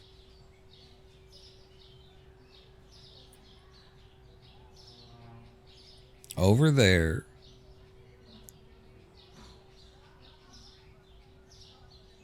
then we wouldn't have an aisle here. Or we'd have an aisle here, but then the back of it would be produce would be facing that way. Or maybe the produce could be this aisle. The produce very bright in the open aisle kind of thing, and it's facing this side of shit. And then he's going to end up needing space somewhere else to be able to do that. It is two back-to-back, and then that... This is still like the amount of space that's needed if I want to have an extra aisle right there. So...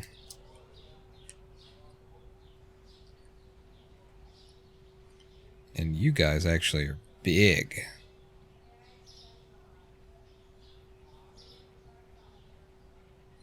Yeah, this is starting to look like my, my local Al Haramain bodega.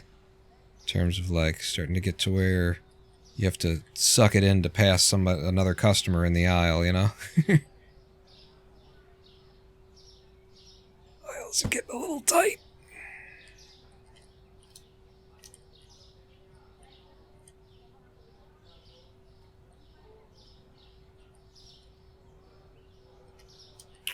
Ooh, but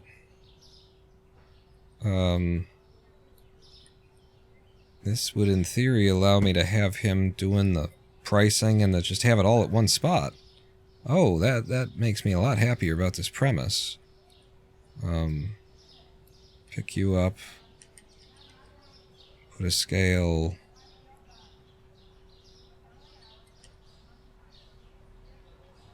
here maybe? How about if I use all of the space instead of being artsy about it? That. I just feel like this is claustrophobic though. This is too much. You know, maybe I just don't have. There could be. We're gonna expand produce eventually, probably. So there could just be another one that faces the back there, and so I just have the one aisle back here, changing my whole premise.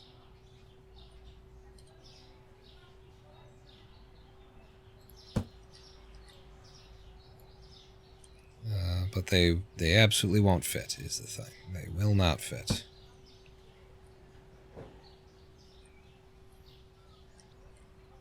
Simply won't fit. Because these things are so big. Like, I would have to be able to do this, and then you won't be able to have another shelf like that. The aisles are already feeling clamped. I can't do it. Okay. We'll do it live. Okay. We'll do it live! Fuck it! Do it live! I'll write it and we'll do it live! Fucking thing sucks! Hang on.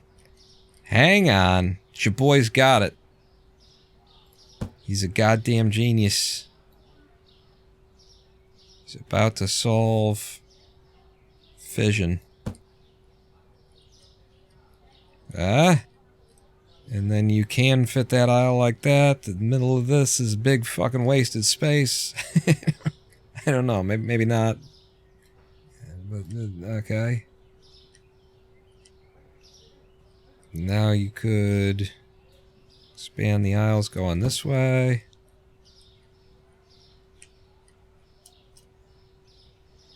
It's not awful. Precision shelf placement engineer. That's right. I'm not a janitor. I'm a precision shelf placement engineer. What if I had the produce was like in this corner? It really should be in the center of the store though. I like that. It's just, it's a little bit too... Maybe you come back here a little bit more? How do we... I mean, wait. Where's the other scale go? Go fuck yourself.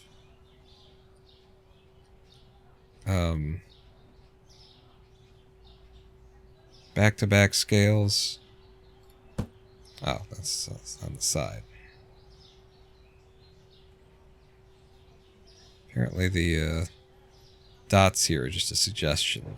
The outline. It's back to back like that, and then so this guy is always like within a step of being able to help all of the people that he's supposed to be helping. However,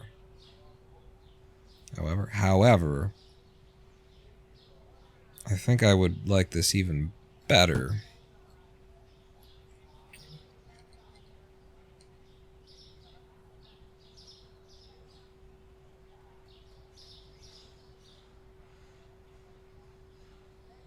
Oh, hell, look at how much of that. Talk about a fucking just a suggestion.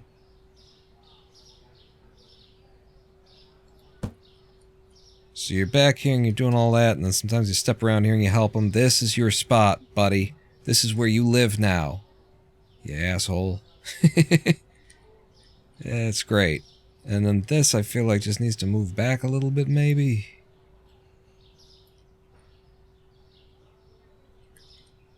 There's a lot of room.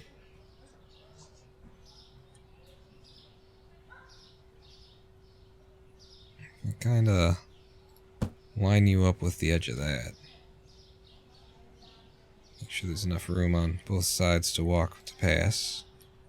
The same amount of room is what I'm going for.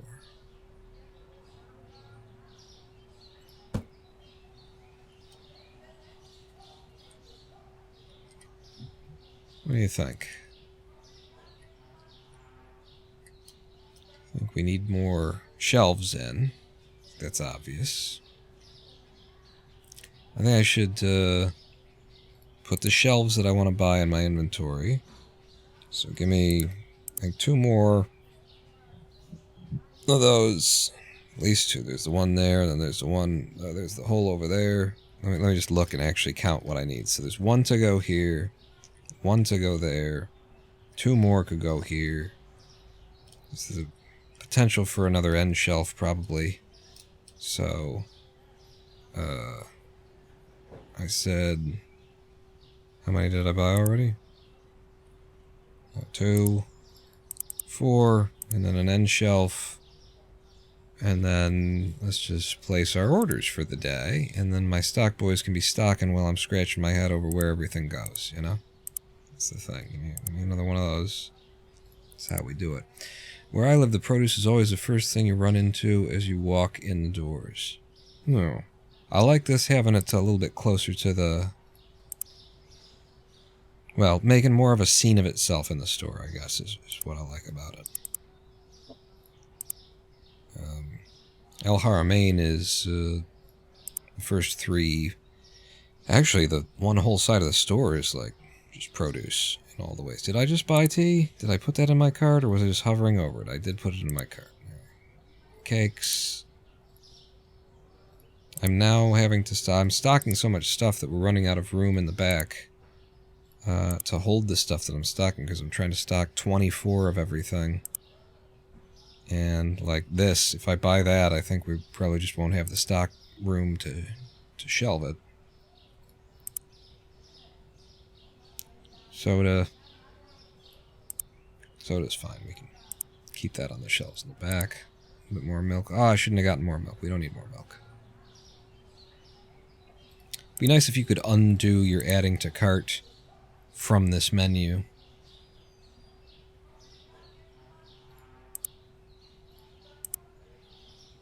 Not having to go into the cart to do it. Alright, 1 more toilet paper, and then cheese parmesan. Those. A tuna. Some eggs. Powdered sugar. Cereal. A couple of chickens. 3 more chickens. Oh, can I put my freezer back on the ground? That's a question for the ages. Potatoes, we only got 4 of them in. No, we only got 9 of them in, so 2 more, 3 more. Potato boxes of potatoes. Actually, we go through the potatoes pretty quick. A couple of you. A couple of you, as I was saying. One of them. Fine. That's actually probably not enough. Did I get the elbow? Are the elbows enough? Yeah, the elbows are enough. Green tea. From moment to moment, I go through this menu and sometimes I'm like, I got it. I'm just clicking right through. I know everything that I need. Boom, boom, boom. And sometimes I'm like, God, this is taking forever. My mind refuses to look at these numbers. Can't make sense of it.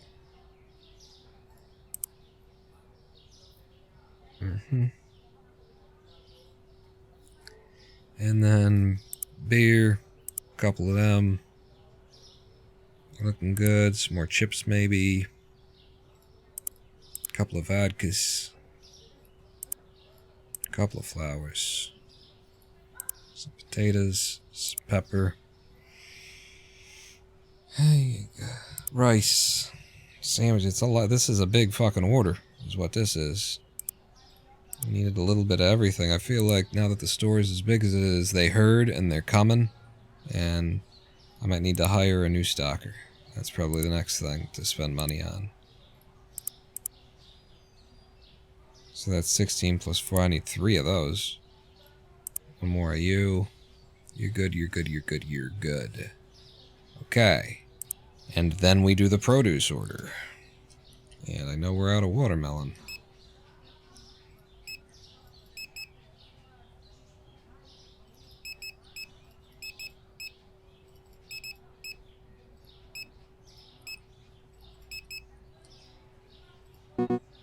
Damn. That's over 100 orders or items I've had to order today. Is what we're looking at then. Maybe we just got blasted. It was a holiday. It was an in-game holiday. Everybody was stocking up because they had asshole relatives coming over. They had to fucking entertain for a couple of minutes for some fucking reason. Can I put my U back?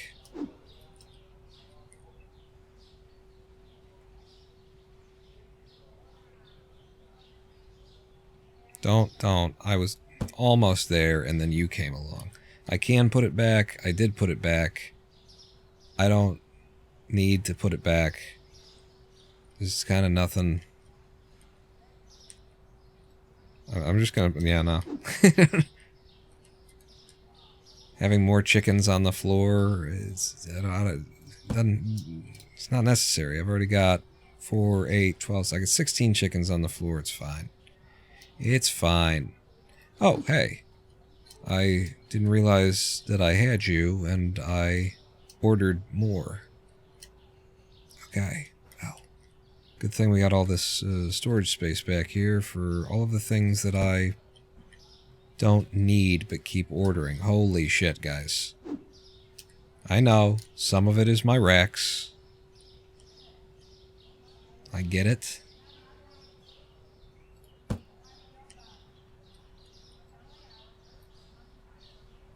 And I guess I'm moving all this down, too. It looks like I'm not moving all this down, because you don't want to fit. Go over a little bit. Widen this aisle out. And you will need to move to the left. It's a store upgrade day. We don't have any place to put all this shit, but... Or rather, we don't have any products that need this space, currently. But we will be ready when we do. Preparing for the expansion.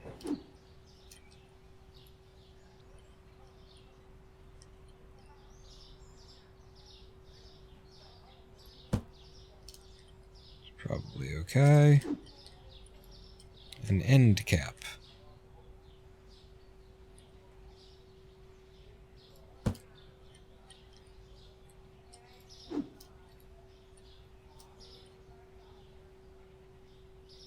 I'm supposed to wait on the end cap until I put these two in place, because then it reduces this process to there's a single pixel in here where it'd work.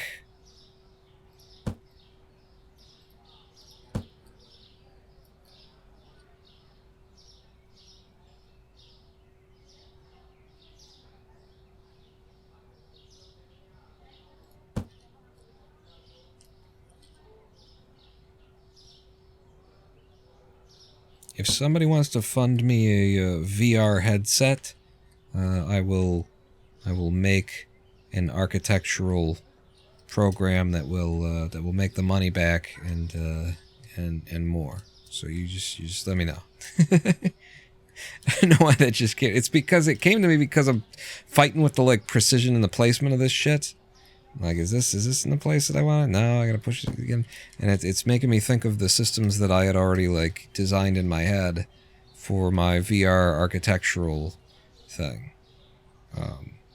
Which, maybe it's architectural, maybe it's for fun, maybe it's just, it's made for the ease of use. It's not for an architect necessarily, it's for you being able to design your spaces, your room, your house, in a VR space. It's just, and the controls work with the VR and the hand motions and something like that anyway. This actually looks like we could just about fit like a second one and have two of these back to back doing their you know, pyramid thing. I'm gonna do this. I'm gonna do this.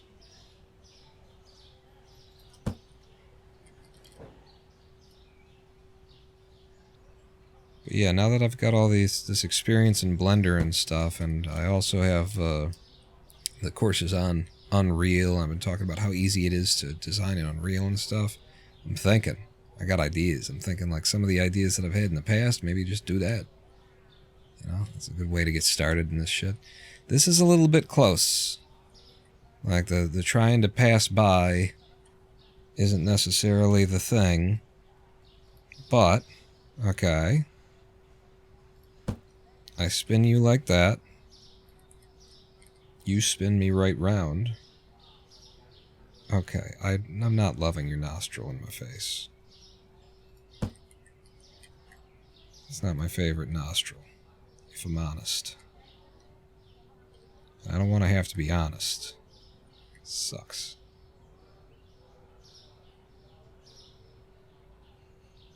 Remember, some of these lines are just suggestions. Can I,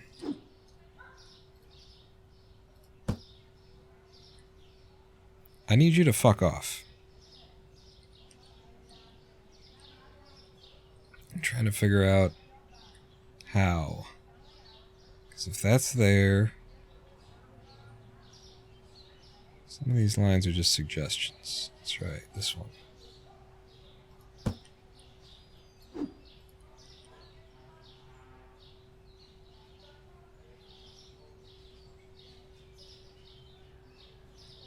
What about you? Are you a suggestion or do you exist?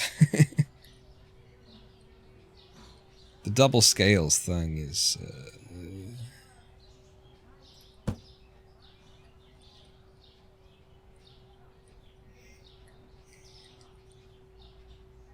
I don't entirely hate that for some reason.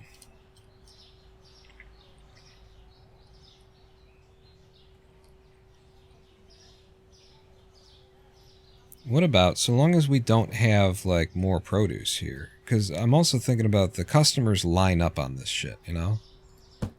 So...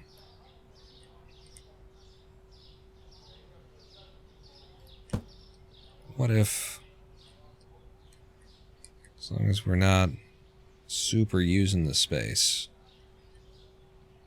Just thinking out loud here. And by thinking out loud, I mean I'm clicking out loud here.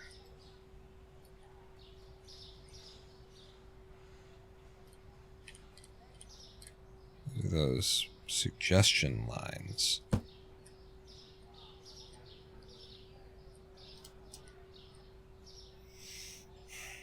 I liked what we had with the corner setup with this guy, this self-checkout machine here.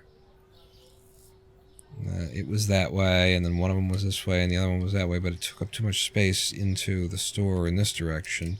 And do I have another end cap somewhere? Did I purchase another one? There's another full shelf. Because we needed one for over here, that's right.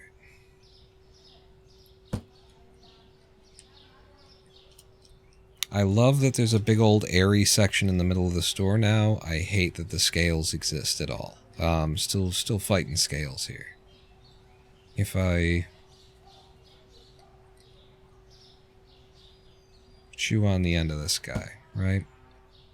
So you got like products doing that, and then I just arrange these scales. I would rather this be an empty space waiting for another produce stand than it be consumed by these awkward scales that just have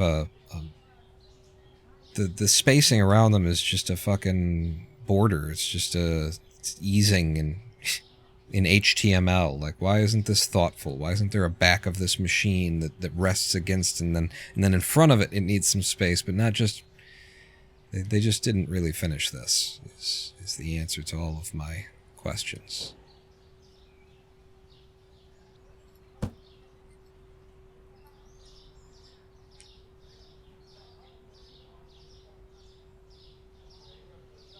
won't necessarily let the customers walk past very easily.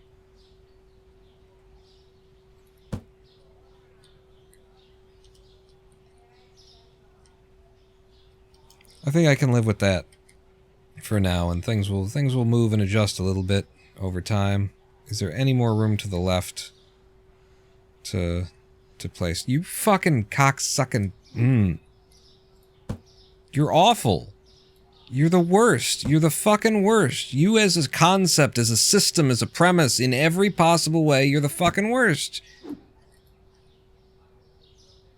There is more. I can, again, it's suggestions.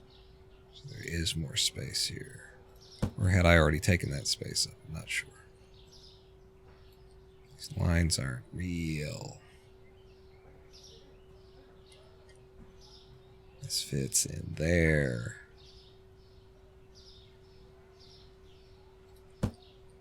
And embeds in the wall.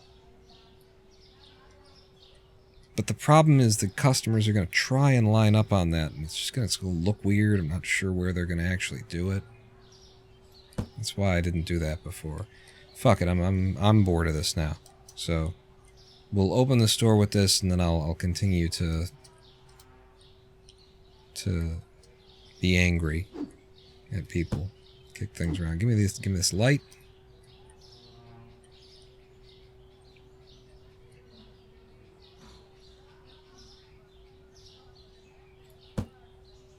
Maybe. And then, do I fit the other light in the corner? Yes, I can. I can fit the other light in the corner. It would be like that. Continued anger at people is your default setting. Alright, open the store. Open the store. There's potatoes, there's milk. You see this? This is the kind of overflow that I just don't... I need more. I've got the shelf. I've got the racks in the back. I just need some reorganization.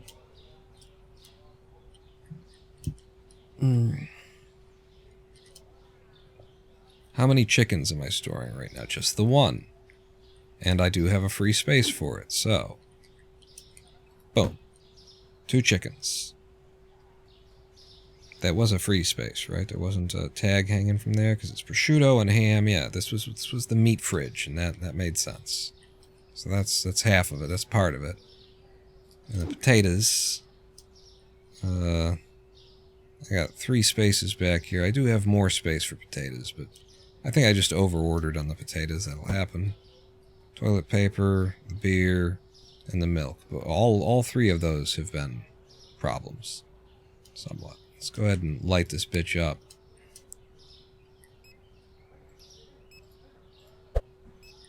And have a look. Oh yeah, baby. Now that's a grocery store. Now that is a motherfucking... We need more, like, refrigerated beer products, though, you know? More refrigerated liquor. This is... I can't just have... You don't mix this with, like, the kids' sodas. It's just not done. It's just not done. So we need more alcohol to just have one complete... Yeah, how's our you? Uh-oh. Game froze there for a second. Pretty good. We see the whole store.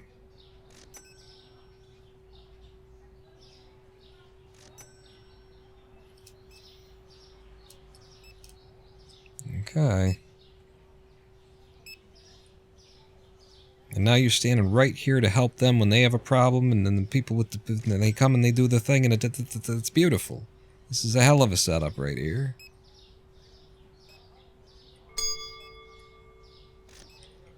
And then these women just keep pissing.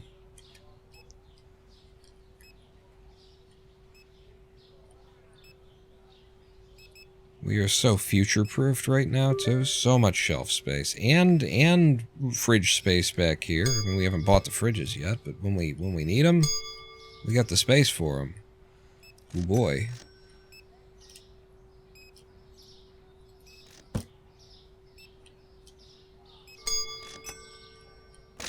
Go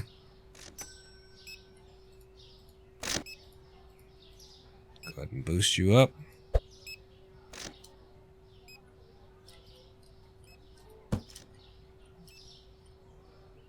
This is how you make this guy, like, make sense, because they haven't thought about it. The developers haven't. So you just buy him 2 scales when things get out of control. You don't hire another dude. You just buy the first dude 2 scales, and then customers can line up for years. Longer and longer. I wonder if they did, like, put in a... There's a little bit of a delay between him switching machines. He stands there for a second. No. It looks like it's actually like maybe a CPU thing. It's random how long it takes him to like realize he needs to turn around and go to the other one.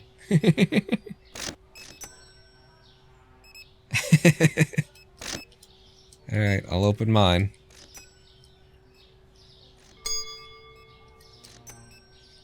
And now, as the owner, I can keep an eye on everybody, including Morpheus.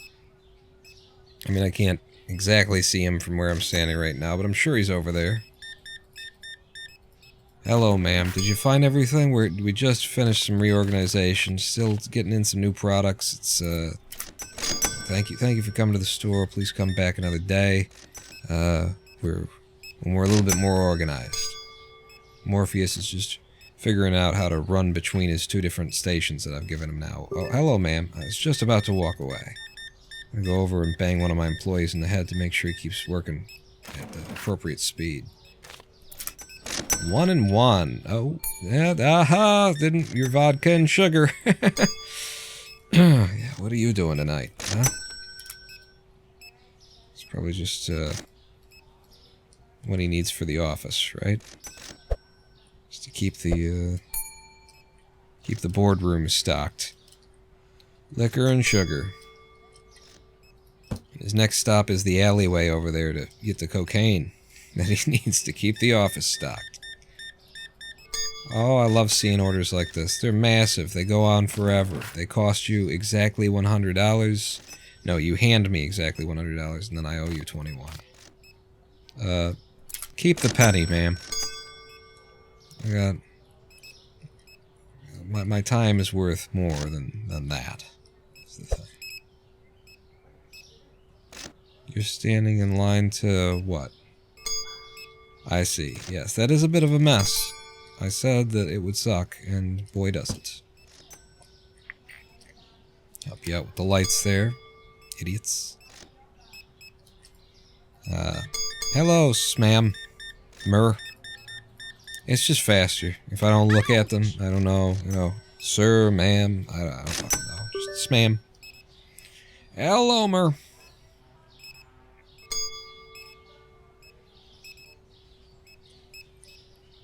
Looks like I'm not needed.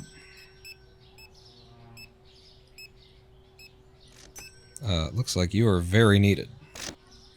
You couldn't find tomatoes. I made sure we had 3 boxes of everything at the beginning of the day. We're not even at the end of it, so that's just a matter of you guys not being able to keep up with stocking them fast enough, huh? Which side's fruit and which is veggie?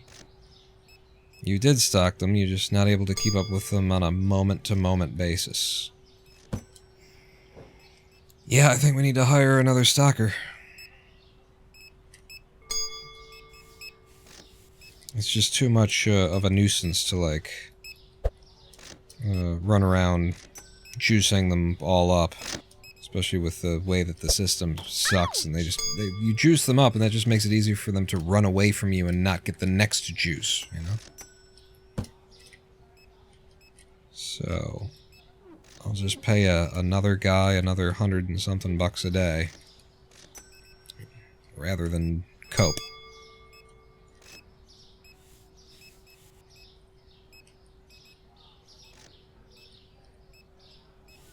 Almost getting to the point where we could use a janitor. But I feel like that'll be ages. Alley Cat 5, you trying to fool me? We already had that problem today. That sound effect exists as something that you can play because it's the sound that my computer makes when we run out of space on the hard drive that I'm recording to. We already had that issue today, so I know that I got space for the next 2 live streams. Just deleted a bunch. I like your order, sir. I like the size of your order. I like that you're paying with credit. I like everything I'm seeing. Oh, with the sushi. Almost as much as the last guy's order, and he had like 7 times the amount of stuff that he had as much as this guy has. Sir, did you find our pepper and our chicken? Price check on pepper and chicken. You did? Oh, yeah, you did. Okay, good. I'm glad. I was worried for a minute that maybe you didn't. $155 order. Thank you for visiting the GTFO Mart. Now get the fuck out. Exact change. Loving it. Just banging, firing on all cylinders here. Closing up mine because it's the end of the day. And it looks like you guys have got this under control.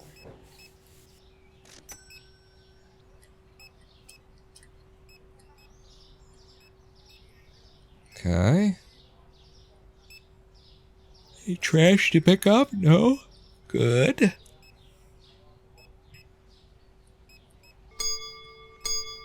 Yeah, I'm gonna have to hire a new dude. New stalker. But Morpheus seems to have managed his job, which is everything.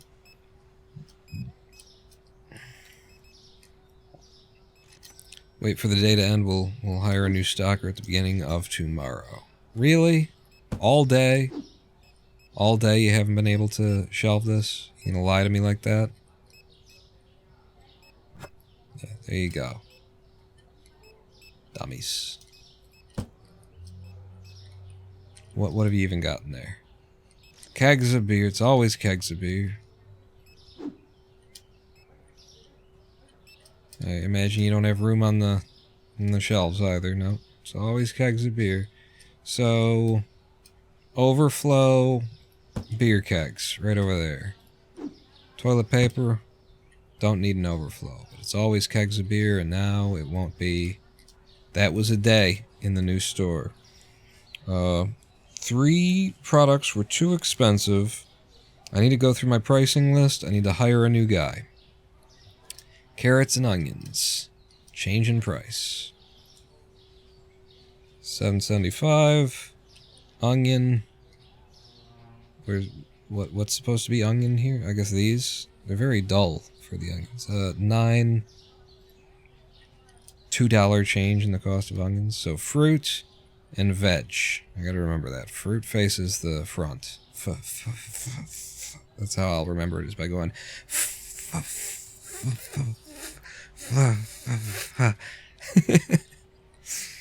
Hire a new guy. Pay your bills. Hire a new restocker. I need more racks. I need to buy 3 racks before I can hire a restocker. Okay. Furniture.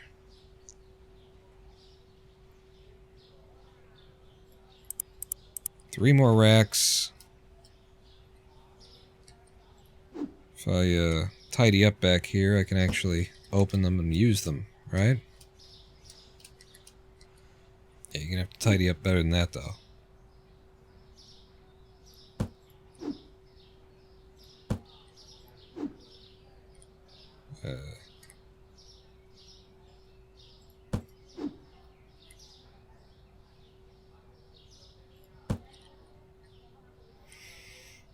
Okay. So I can see fitting 2, anyway. I think if you don't open them up, then the game's like, oh, you're not actually using them, and so you still can't hire anybody. Jackass. Order them. Just get them here. And then, are you going to tell me I still can't hire until I deploy them?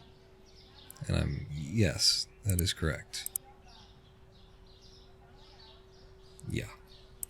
Damn it. Alright.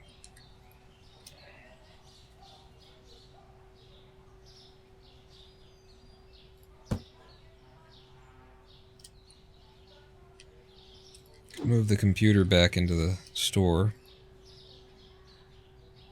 Make room for the third guy. Or I could just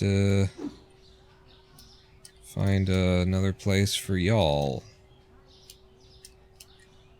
I mean, until I'm actually using these shelves. Yeah.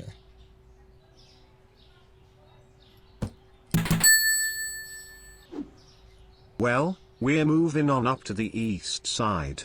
To a deluxe apartment in the sky. Moving on up to the east side. We finally got a piece of the pie. What do beans do on the grill? Something.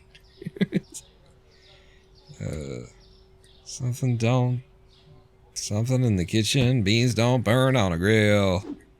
Took a whole lot of in just to get up that. I don't know the actual lyrics, but some of the actual lyrics. Now that we're in the big leagues, having our turn at bat.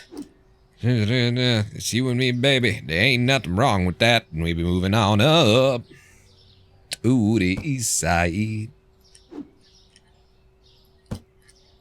Deluxe apartment in the sky. We've been moving on. Okay, I've made room. I've bought the 3 things. Now I can hire another guy, right? There you go. Hire another restocker. Set him up the same as all the others, which is do not use unlabeled racks. All the other settings are exactly like that. And we got a new guy. Are you him? I think that's him. Fish don't fry in the kitchen. Fish. Beans don't burn on that grill. Took a whole lot of trying. Just to get up that hill. Now we're up in the big leagues. Getting our turn at bat. As long as we live, it's you and me, baby. There ain't nothing wrong with that. I like how I paused. You and me, baby. He had something stuck in his throat there. But yeah, it's fish don't fry in the kitchen. And then the trying took a whole lot of trying just to get up that hill. I feel like just from how I remember the song going, they must say like, took a whole lot of trying. Like they really got to like stretch the syllables out of trying. Because I feel like it was do-do-do. So it took a whole lot of trying just to get up that hill. Something like that. That they really worked those syllables, I have to assume. Okay. So, we got a new stocker. Hopefully we'll be able to keep up with the demand now. Do my ordering for the day. We'll do one more day and then we're, to get the money in. And then we'll look at the next thing of products. Because they're going to cost about $6,000 to order, to buy the license. Before even considering that we have to order the product as well. Okay, it could be a good day for making money, because a lot of this is already ordered in. We don't need to restock it. Yogurt, right. I know how yogurt comes in, so might as well. You having our turn at bat? And what is it? As long as we live, it's you and me, baby. There ain't nothing wrong with that, and we be moving on up to the east side. Deluxe apartment in the sky. Now, what was the theme song to, as we're thinking about the Jeffersons and black representation in 70s television, was the theme song to one with Rerun and shit, what's the name of that? What's the name of that?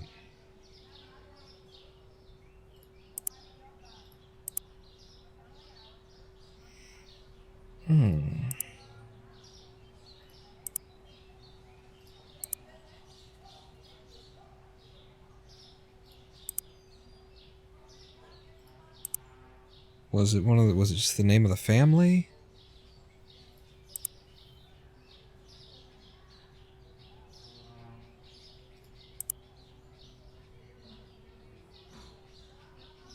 Or with JJ. That's what I'm thinking of. Is the one with JJ and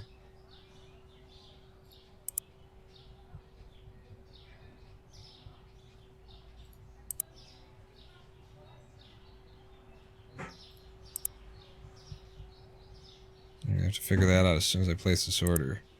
I'm looking that up with Thor.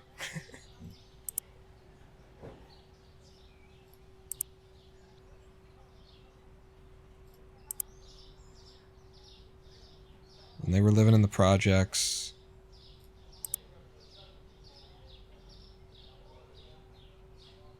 Very much like, you know, Black America had Roseanne before White America had a Roseanne, basically. Rerun was with What's Happening. What's Happening? And was that JJ too? That sounds right, actually. What's Happening?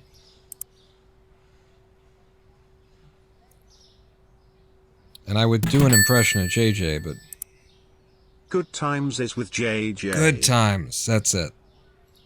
Good times, anytime you need it, baby. Good times, anytime you need a friend. Something like that, right? Aren't we lucky we got 'em? Do-do-do-do-do. Good time. I'm not really that kind of a vocalist. I think I did that okay for no prep. Hey, we came in, see that order? We got our first part of the order in without even having to split it. So that worked out okay. And now I need to split it. I'm gonna load up full on pineapple since they seem to and on you. The things that carrot, like there's a very small amount of them in the boxes.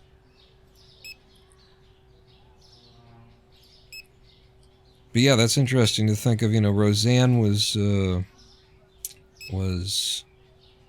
and I mean, of course, the original Roseanne, thank you very much, was like a show for lower class America. You know, people might have said, oh, middle class. No, it was lower class America. And it represented the struggle to keep your, you know, to just barely pay your bills and all that. And it's just interesting, like, how much credit Roseanne got for sort of breaking ground on that kind of a sitcom for the average person. And it's like Black America had those for a long time before Roseanne got there. Now that I'm thinking about it, right? But I suppose it didn't count for Black America because most of Black America has always been in that situation, whereas...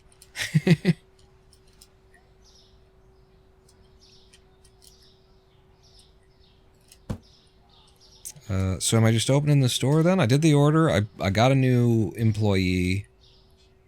I bought that other stuff in. It was created by Eric Monty and Mike Evans, and developed by Norman Lear, the series' primary executive producer. Good Times is a spin-off of Maude, which is itself a spin-off of All in the Family. It is set in Chicago, Illinois. I had no idea Good Times was a spin-off of something. If it's Maude, then I would have to imagine that the father... Would it be the father from Good Times used to appear in Maude?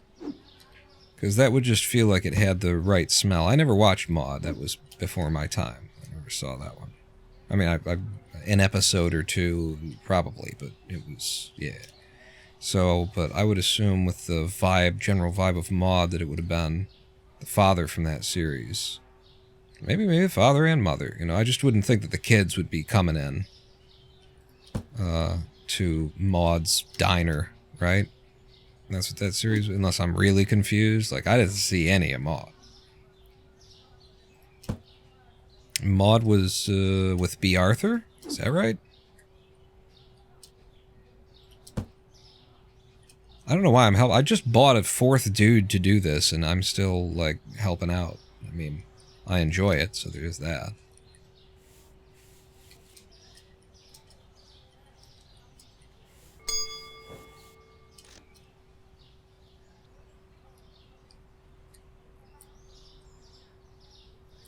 Yeah, and All in the Family, you know, they had a small house and everything, but it definitely didn't seem like it was the theme of the show or anything, that this is like lower class America. The theme of the show was use a grumpy old guy from the 50s confronting the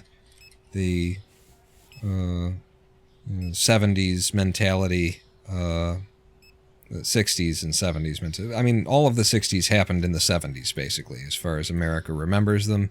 The 60s were the 70s for the most part, culturally.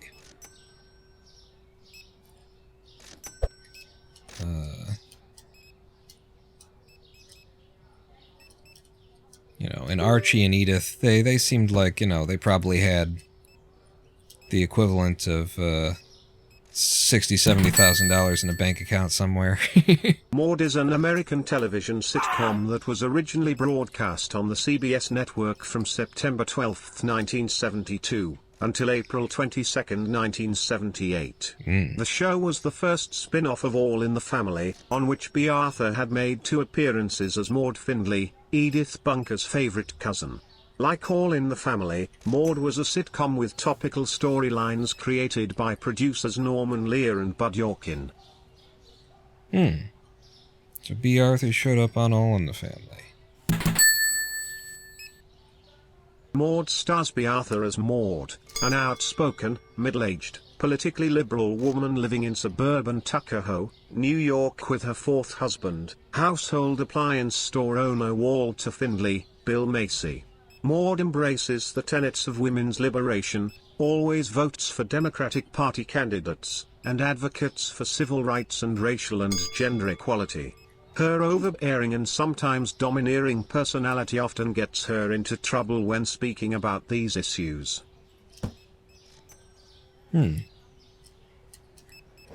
Yeah, that was just before I was born kind of thing. Although, you know, I say that and it's like, yeah, but All in the Family, right? All in the Family came first, and you know that. So I think it just got more replay, I guess. More sitcom, you know, more rerun time.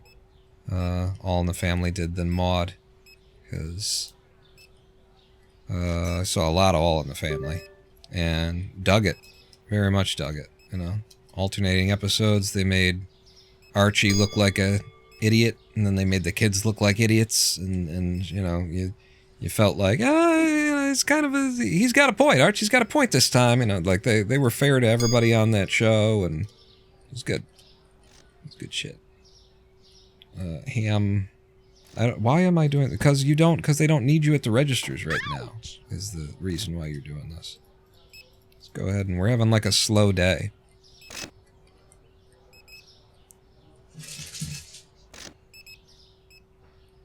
How it looks to me, anyway. They tend to do that. It seems almost like the game does that intentionally. Like, right after you do a big expenditure, you hire in somebody new, then they're like, cheap out on you. You, meathead.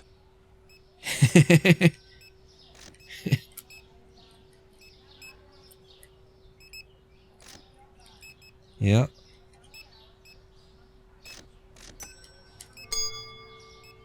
And Archie always came down, you know, on more or less the right side of things. Like he was old-fashioned, but he didn't bear ill will. He was just coming from the wrong time into a, you know, unfamiliar time kind of thing. I think that's the way they went for it anyway. And sometimes they went over the top with him just being, you know, very wrong in a situation. But I feel like most of the time they wrote him to be like, as though he just didn't understand the language, but he had the mindset or something like that. I'll open up just in case we don't roll over here. But I liked all those characters. They were all good. The kids were the most annoying, Meathead and Gloria. But they were intended to be annoying, and they were also frequently morally correct, so it sort of balanced out the fact that they were kind of witless. They were frequently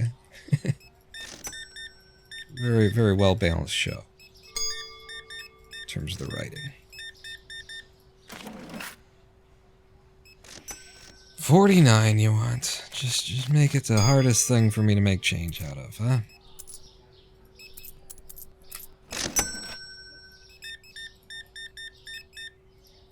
$1 before it could be something round. I could just hand you something and get you hell out of my store.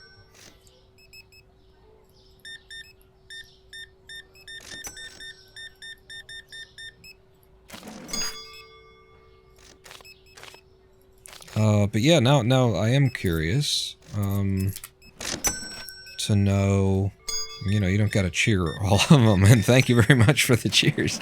But I am curious to know who from the cast of Good Times appeared on Maude in order to make that crossover. Or did I get that wrong and actually, it was an appearance on All in the Family that spun off into Good Times.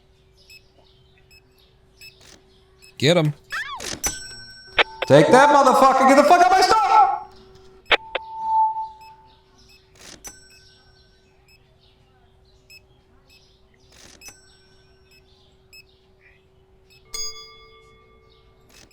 It's just like, if I imagine... I don't imagine JJ being a character that just, like, shows up on a show, unless he's, like, a regular?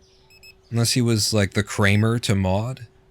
Because he's just too, like, wild of a case, too outrageous of a character, and you'd have to have him around. He can't just, like, show up for once or twice the way that B. Arthur appeared on All in the Family. You have to have him around.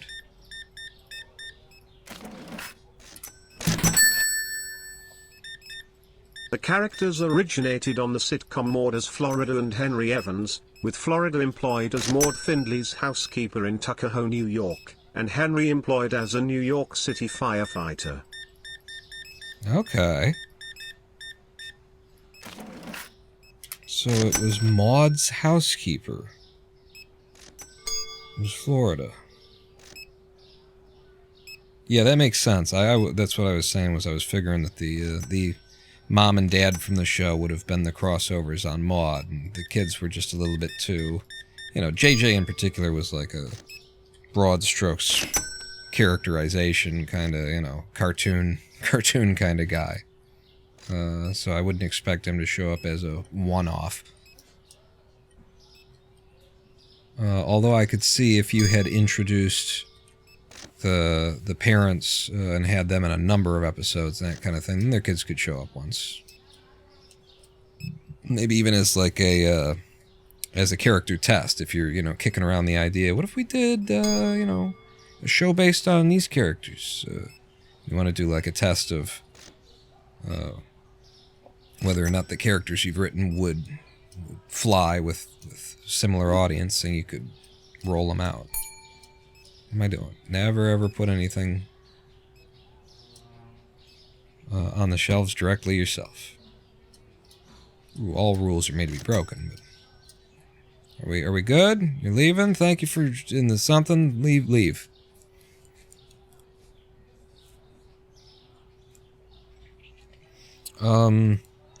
I suppose the sort of, all right. So medium roast coffee and mayonnaise. So medium roast should be you. 18.25. And mayonnaise is right here. Drop down at $9.25 for us.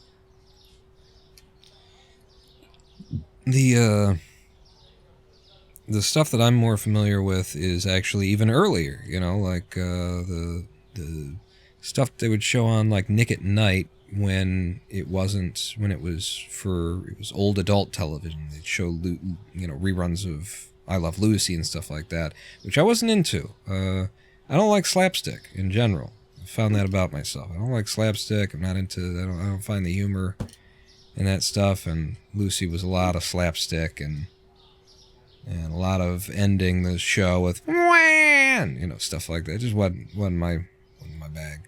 But the Dick Van Dyke Show, oh yeah, Dick Van Dyke and Mary Tyler Moore in general. Oh, I had a thing for Mary Tyler Moore.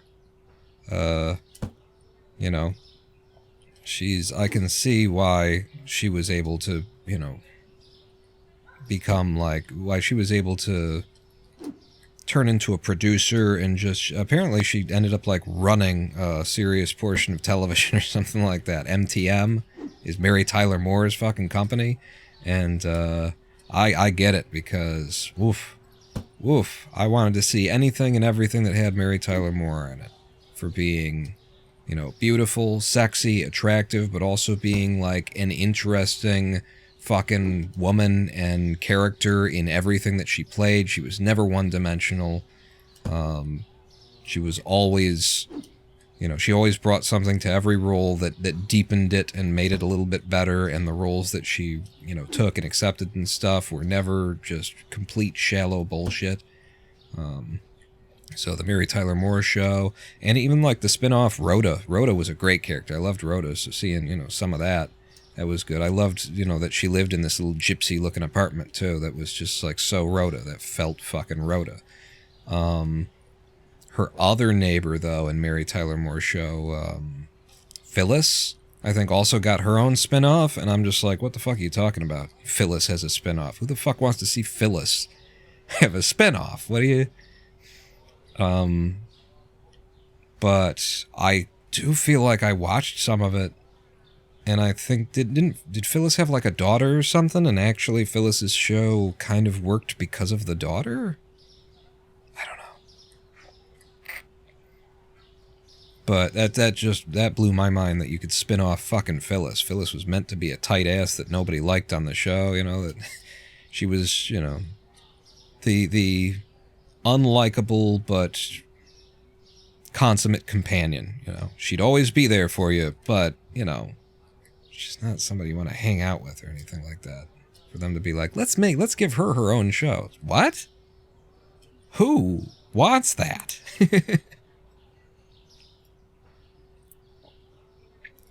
That feels like an executive decision, you know? They were like, did Mary Tyler Moore, it was a big hit. Somebody said, let's spin off Rhoda. People love Rhoda, and they made Rhoda, and it was a big hit, or, you know, made enough money anyway for some executive to be like, let's keep doing it. Let's spin off who else is that? Phyllis? And everybody was like, what? Nobody wants Phyllis. And then they called the actress up who did Phyllis, and they're like, do you want to do a spin-off? And they're like, as who? Phyllis? Nobody likes Phyllis. What do you... Even she's like, no. What? I mean, I'll take your money, but... What?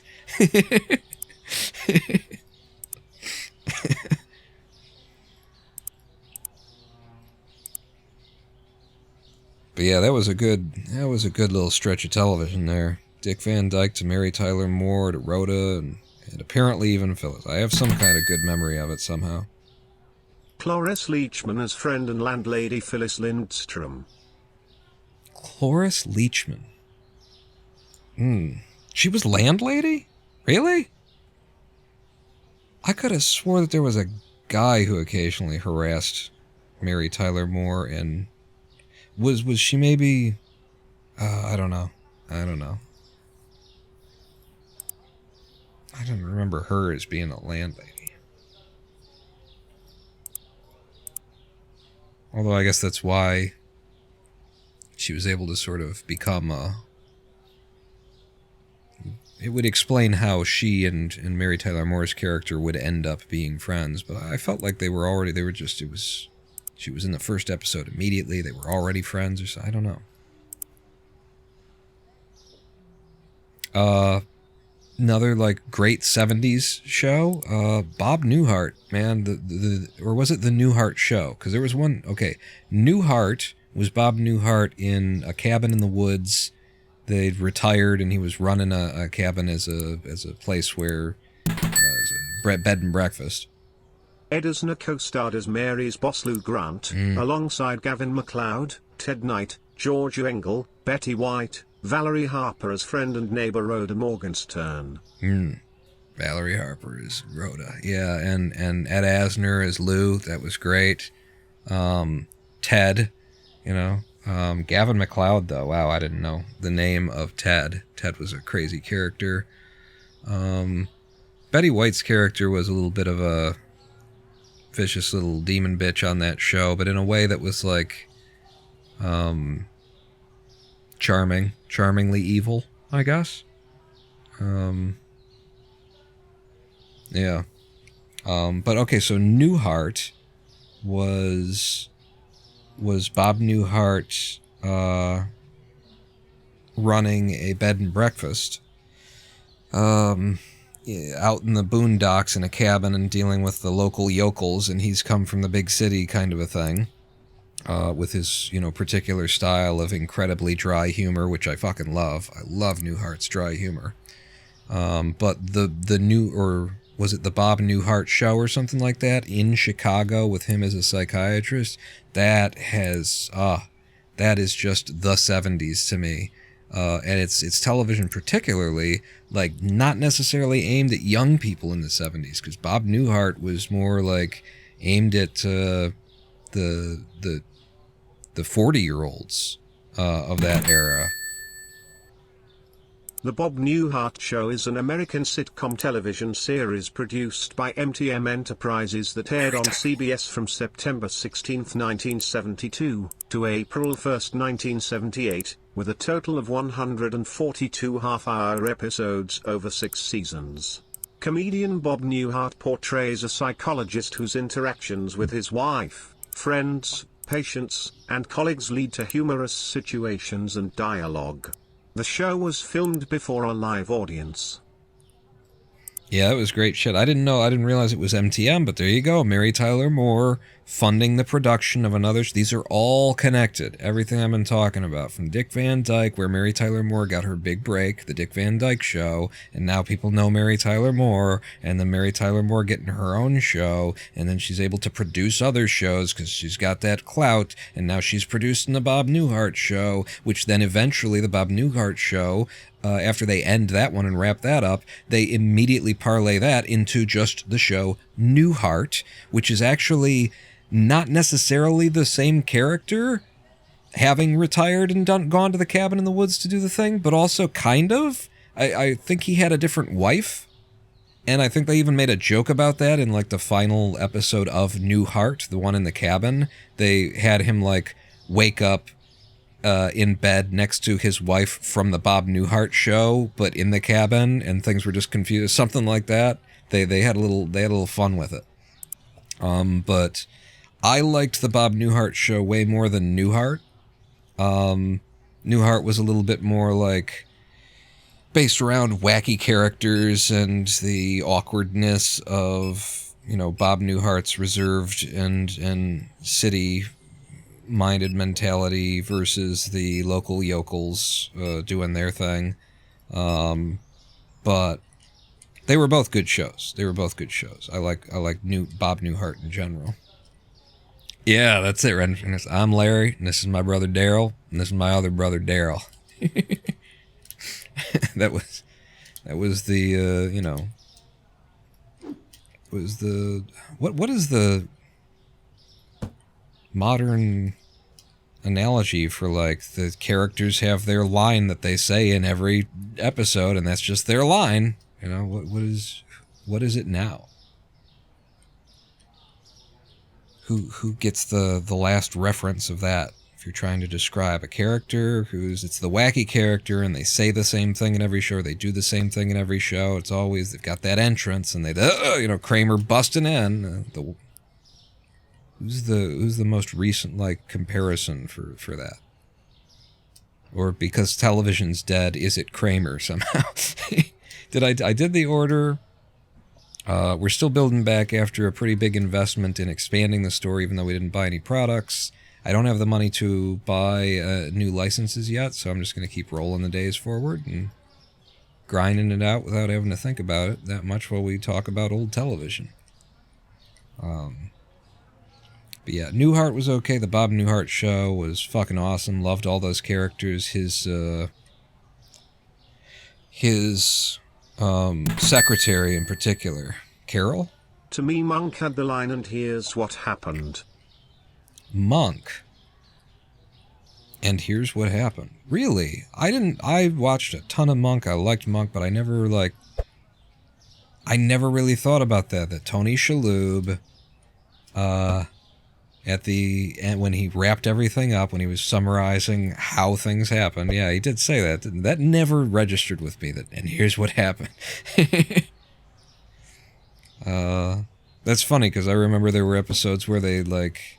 At least an episode where they turned it around and made Monk where he couldn't solve the case at all, or he couldn't... Well, actually, that was one episode, but I'm thinking of one where it was... They did a sort of turnabout as fair play, and they had the captain, or maybe even the wacky detective there, that was just a goofball. One of them solved the case, and they probably did the exact, like, reverse. They probably had them do the "and here's what happened" line, and it just completely flew over my head. But yeah, one of my favorite episodes of Monk was the one where the city is there's the garbage strike, and I think that might even be a two-parter or something like that. And the Monk can't think straight, so he can't solve the thing, and he's assuming like somebody murdered the mayor or something like that. He's like his ideas are borderline conspiracy theory nonsense. He can't think straight because of all the trash, and then the solution at the end of the episode is that the captain arranges for him to get like 2 hours in a white room where they work on hard drives or something like that. It's a perfectly clean environment where not even a flake of skin is allowed to... Yeah, the clean room. That's it. I really liked that.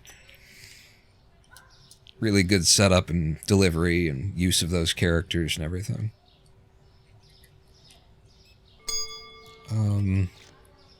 But to go further back, or to go back to the... Uh-oh! A little bit of lag there. Yeah, you got your ass kicked so bad it lagged the game.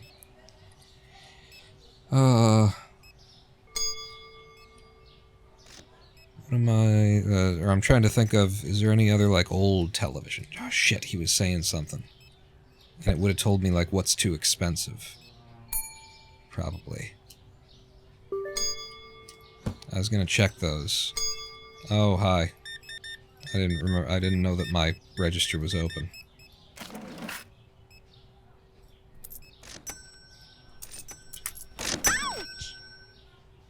Yeah, I'm gonna close my register down.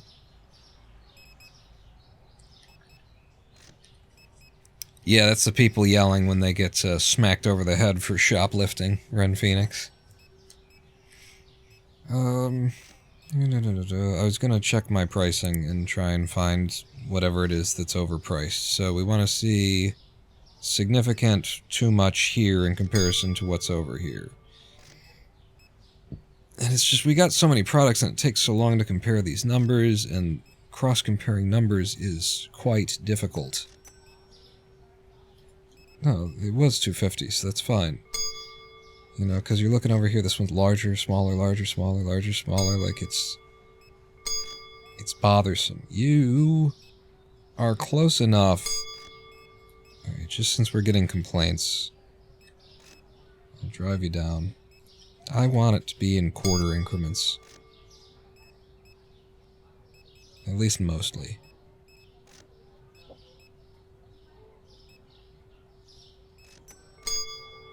Something, you know, probably slipped by us on one of the days where the prices changed and I didn't update them. This is why they really need to have, like, a different column here that lets you see the kind of information that would help. Hey, here we go.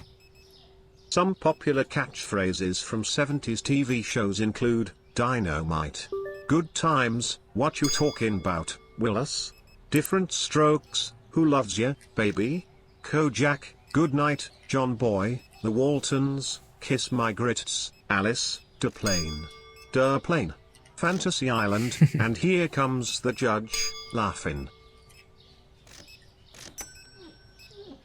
Did you know what you remind me of with the last one there? Actually, was Night Court. Oh, Night Court was so good. Night Court. We need to spin off some characters from Night Court and keep that going.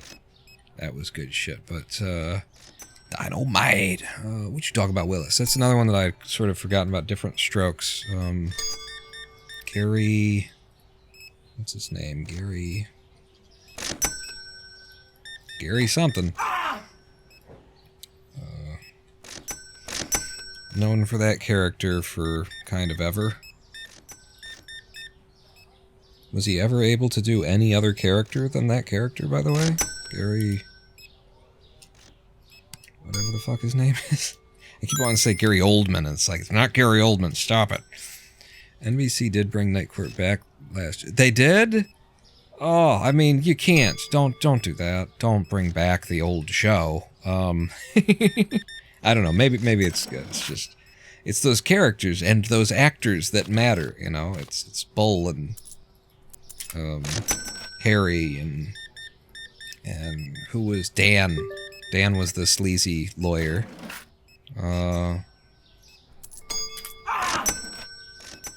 Who else was? I mean, there was a female interest on that show. I can't remember her, though. Wow, I can't remember her at all. Who was it? I remember it was like her and Judge Harry had an occasional fling, I feel like, right? But I can't remember who the hell she was. Different actors become some have passed away. Yeah, I would imagine. Like, I'm surprised that there would be any who would be still around. I mean, Night Court would have been like, what? Mid-80s? Well, when it comes to people's safety, money, it really wins out every time. We got the Gil Scott Heron. All right, thank you. Oprah Basin? What's going on in the game? $10. And leave. Gil Scott Heron, he rarely slips in. I made that clip from a performance, a local performance of the local artist Gil Scott Heron, although he's very well known in musical history. Unfortunately, I feel like he gets associated with rap for the reason that all of the rappers after he died, like, tried to sort of pin him as, you know, said, I was so inspired by Gil Scott Heron and that kind of stuff, and it was like, sure, you can be inspired by Gil Scott Heron, but Gil Scott Heron wasn't, like, it wasn't rap, like, that just wasn't what he was doing, you know? Not for nothing, I'm just saying, that wasn't what Gil Scott Heron was doing. He was like a beatnik jazz poet, you know? And there may be some related limbs on that sort of artistic genetic tree, but I feel like people hung the, like, a rap identity onto Gil Scott Heron's legacy posthumously that I don't think Gil Scott Heron would have been very happy with. I feel like that's not what I did.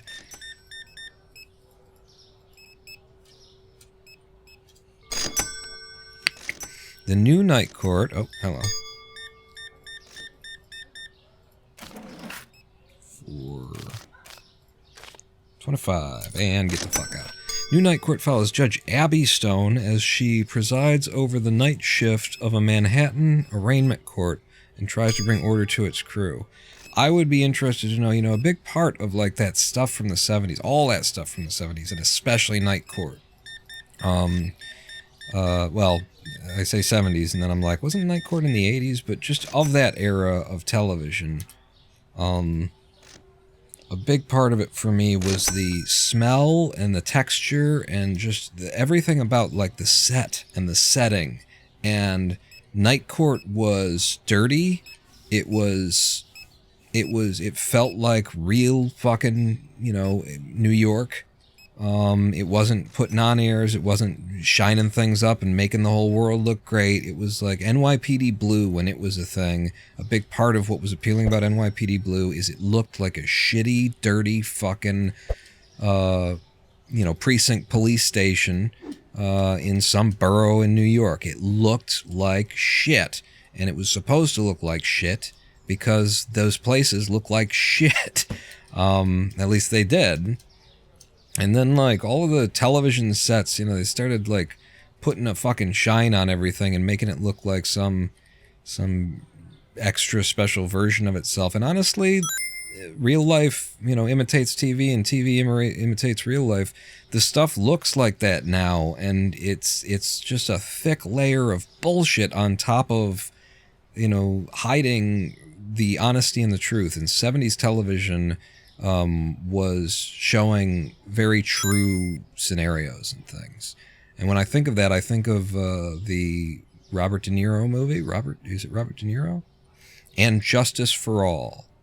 It's not Robert De Niro. It's Al Pacino. Is it Al Pacino? It's Al Pacino and Justice for All. Another thing that, like, it's incredibly important that it's in these settings, and these settings are dirty, and they are gritty, and they are fucking real, and they're not trying to pretend like things are nice in these places. And they can't, because they weren't nice in those places. They didn't look that way. But they just were so much more representative of the reality that you were living in than the way things look today. Which, you know, they pay the money to put the coat of paint over the top of the same old shit that's just as broken as it was when it looked like shit. And I preferred it when it was at least honest. Holy shit, zucchini!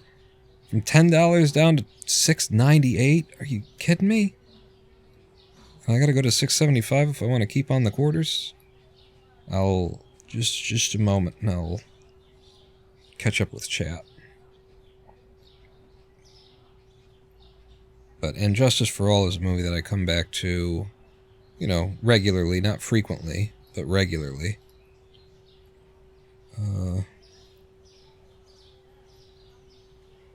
It's just so fucking good, and so real, and so right. John Larroquette as Dan Fielding and Marsha Warfield as Roz, the only original regulars. Oh, really? And so they're still around. I could see John Larroquette lasting forever.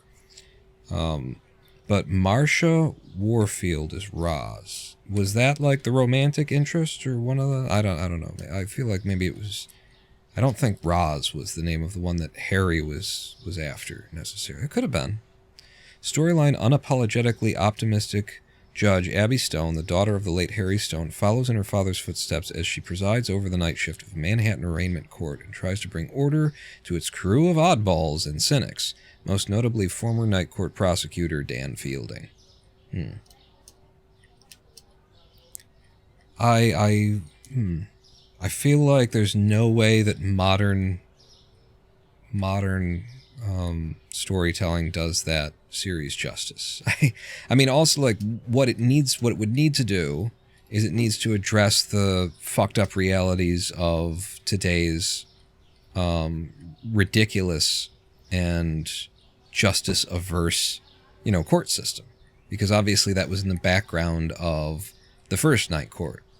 And so you would have to talk about how the prosecutor just lives in a world where they just prosecute everything all the time, always now, because if the clerk puts it on the register, then they're always going to prosecute it because that's just what they do, and they're under the political pressure of, and it's still got to be comedy, but you still got to have this, like, fucked up nastiness of today, and so that's why I don't know if it even works, because how can you make that into a comedy? It's a tragedy. The modern legal system, criminal legal system, is a tragedy, not a comedy. But I guess, you know, it was probably just as much a tragedy when they were making the first one, so if you write it well.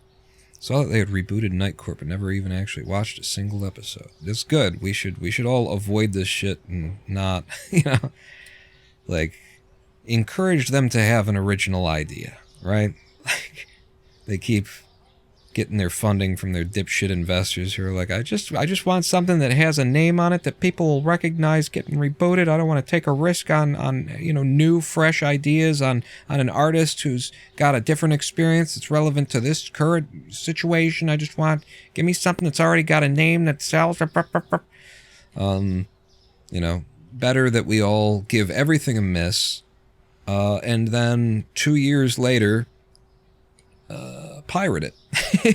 See if it was any good. See if it was any good. Hello, El Gavo. Kind of the reason they stopped making Brooklyn Nine-Nine. Really, it was just too fucked up of a situation, you know, in the real world. So how do we keep making this tragedy into a comedy? How do we keep doing television on this situation? Dan Fielding is now the defense attorney. Ah. So he's just... Is he a public defender, though?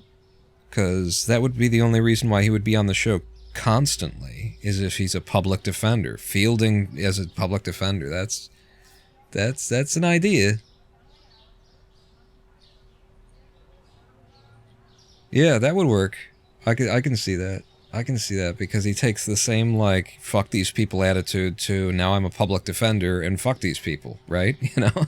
Like, these people are the scum of the earth and I have to defend them. These people are the scum of the earth and I have to prosecute them. It works. Dan Fielding is Dan Fielding regardless of what the, the circumstances. How are we doing on the money? You have to place your order. I'm not going to have enough. Yeah, we just need to keep grinding out a couple of days here before we call it, you know. If I'm going to get to the point where I can buy into a new set of product licenses, we just got to play the game. I mean, I could also take a loan, but I'm pretty happy that after a certain point here, we stopped taking loans, stopped subjecting ourselves to the Wall Street economic system, tearing down this country from the inside. Fucking.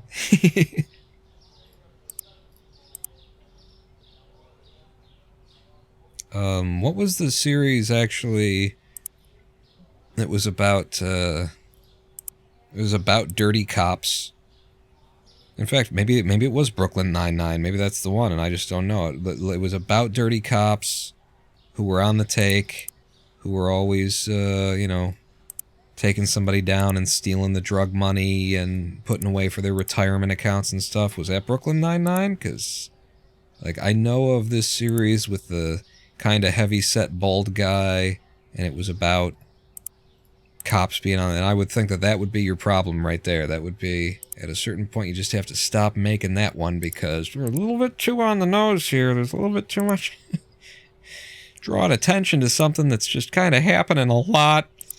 I don't know if we can laugh about this at this point. You got the police shooting people in the back for selling loose cigarettes, and this just, you know, choking people out, crushing people's windpipes for doing just for being black and on the fucking street. You know, black while existing. I don't know if we can continue making some of these series, guys. Brent Spiner did reprise his role as Bob Wheeler. Bob Wheeler. Was Brent Spiner on fucking Night Court? There, I mean, it was a bunch of wacky oddballs, and Brent Spiner is definitely the guy you call for wacky oddballs. The one with the red-haired guy that later was on CSI Miami? I don't know. I actually don't know.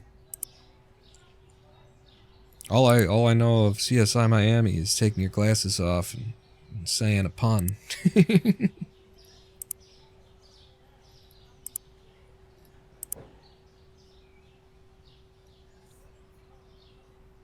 Wow, I didn't, yeah, you know, you say that, and now, like, I can almost remember him.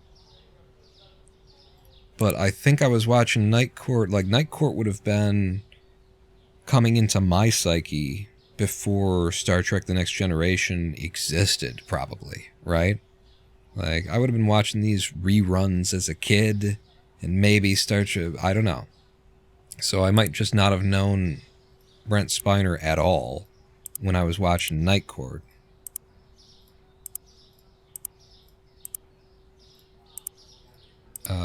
So I just never made the association. No, now you're doing this, and the melons and stuff we fill up on completely. Night Court was before STN. Yeah, I would assumed. I definitely guessed at that. No, you full shelves of that, and you're just one that we need. 1, 2, 1, 1. But I could imagine though that Night Court and Star Trek Next Generation had an overlap. That's my hesitation, is that I could have imagined that there was like a moment in time where for a year. And so then that excuse wouldn't have held. But whenever I was watching whenever I was exposed to Night Court, I feel like it was pre-Star Trek Next Generation. For me, my personal experience with it. Which, you know, we're sitting here, we're talking about All in the Family and all Bob Newhart, the Newhart Show at 78. This is all stuff that was before I was born. I was watching it as reruns when I was, I don't know, whatever age I was, when I was 10 or something, or probably earlier, you know. I was a latchkey kid in a yeah, I'm not going to leave the light on. It's nicer in here when it's dim. Latchkey kid in a divorced family kind of a thing, and so there was a lot of TV. And honestly, it was good for me as a creative and an artist and a writer and all of those things to be exposed on a regular basis to all this art and all this storytelling and all these people and actors and all that kind of stuff. Gave me a great appreciation for the spectrum of performance art. NYPD Blue had David Caruso. That's right. It's crazy the people who were on NYPD Blue. Like, you obviously remember like what's his name and what's his name. But the other people who happened to be on NYPD Blue, and not even necessarily as like one-off characters on an episode or two, but recurring characters who came around frequently, and you're like, oh yeah, they were on that show. NYPD Blue, I think, was a little bit too adult for the time that I would have been around watching it, or I don't think anybody was telling me that I couldn't watch NYPD Blue, but that I watched some of it and it was I have mixed feelings about it, I guess. I remember liking it, but I feel like it also had a tendency to get way up its own ass, way into its own like fucked up weird stories with these characters, you know? Like, NYPD Blue was best when it was just doing these are police, and they're doing their jobs as police and detectives, and everything that happens in a thing is happening, and there's these sort of awkward overlaps and moments of, you know, tricky situations that arise and stuff like that. It was at its best when it was just living in the skin of the set that it had created with those characters, but it would spin off into crazy fucking realms of, you know, deep storylines with these individuals having their own, you know, mini arcs that are just like, this to me is filler. I know that this is supposed to be like the main drama and everything like that, but this is the stuff that I could have less of and just keep doing the show. Jimmy Smits and Dennis Franz, there you go.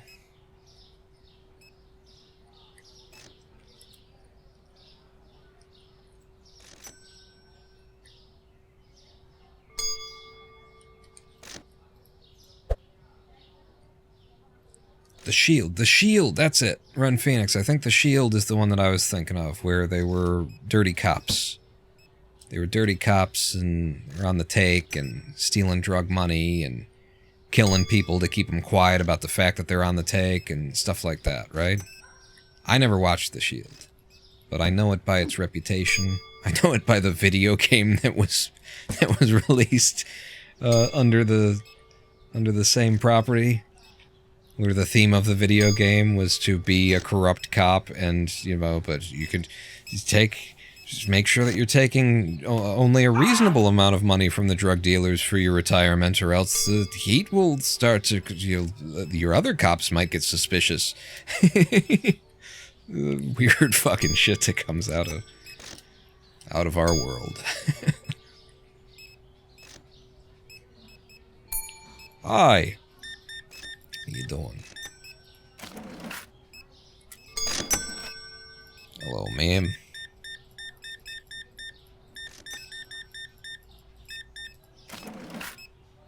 What else we got? We talked about, like, eras of good television. Taxi, oh my god.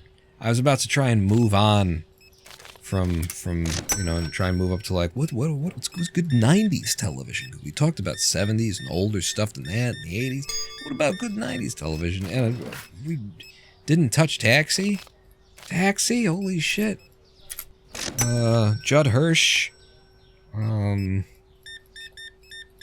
Andy Kaufman.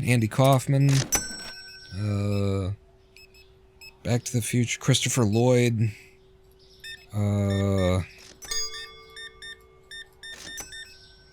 Not Tony Danza, but the guy who was it? It wasn't Tony Danza, but it was a Tony Danza adjacent character. Am I crazy here? What am I? the Italian. It was Tony Danza? I mean, Tony Danza, who's the boss? But was it Tony Danza on Taxi?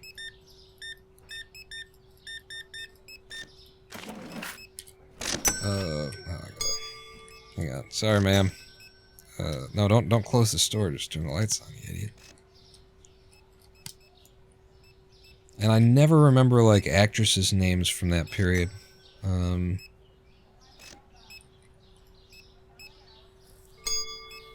just have a big blind spot for that. So I can't remember her name, you know, the lead female character from that. I can't remember the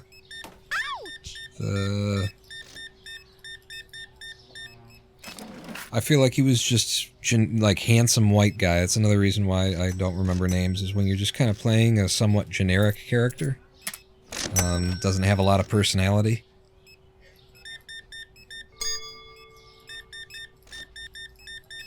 Oh, and then Louis De Palmer, who played Louis? What's his name?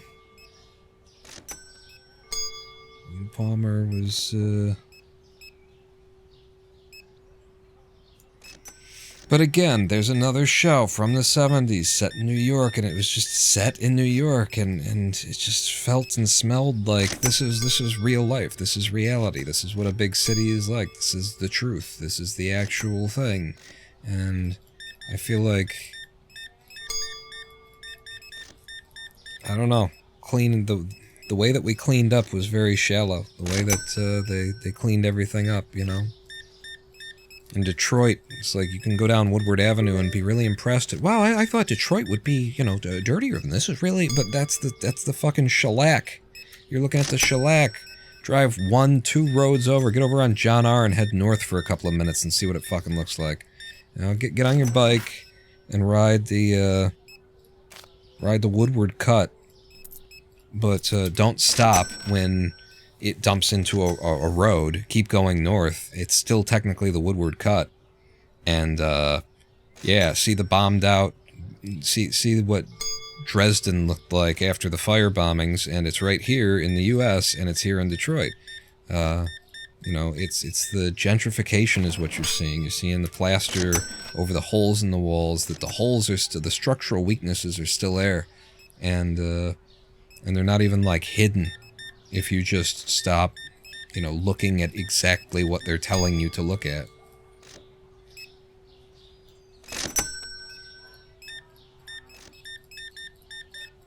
Move the problems around, put a coat of paint on them. Judd Hirsch, Jeff Conaway, Danny DeVito, thank you Danny DeVito, Mary Lou Henner, Tony Danza, Andy Kaufman. So that makes Jeff Conaway the generic character then, I guess. The guy who, I don't know his name or remember his name because he was nobody. He was everybody and he was nobody.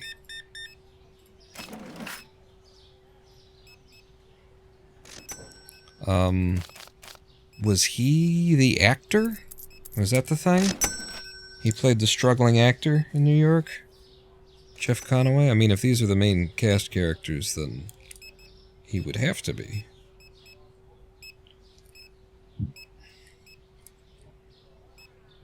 Those shows, you always had to have a struggling actor. And then you start thinking about Judd Hirsch, and then there's Dear John. Dear John comes to mind. Now we're getting into, you know, some more... I feel like Dear John would have been early 90s. You know? And we're finally getting into 90s television in our reminiscings. Dear John was, I thought it was good. I mean, I like Judd Hirsch. Judd Hirsch in general, it's hard to argue. He's on camera, he's doing his thing. I like it. That series had a very weird smell to it, very downer note, very depressing kind of understory to everything that was going on the screen. And also had a very, like, AA kind of feel to it, you know? Kind of, people supporting each other through shit that they're half embarrassed about. The funny story is that Jeff Conway's character's name was Bob Wheeler, the name of the character on Night Court. Ah.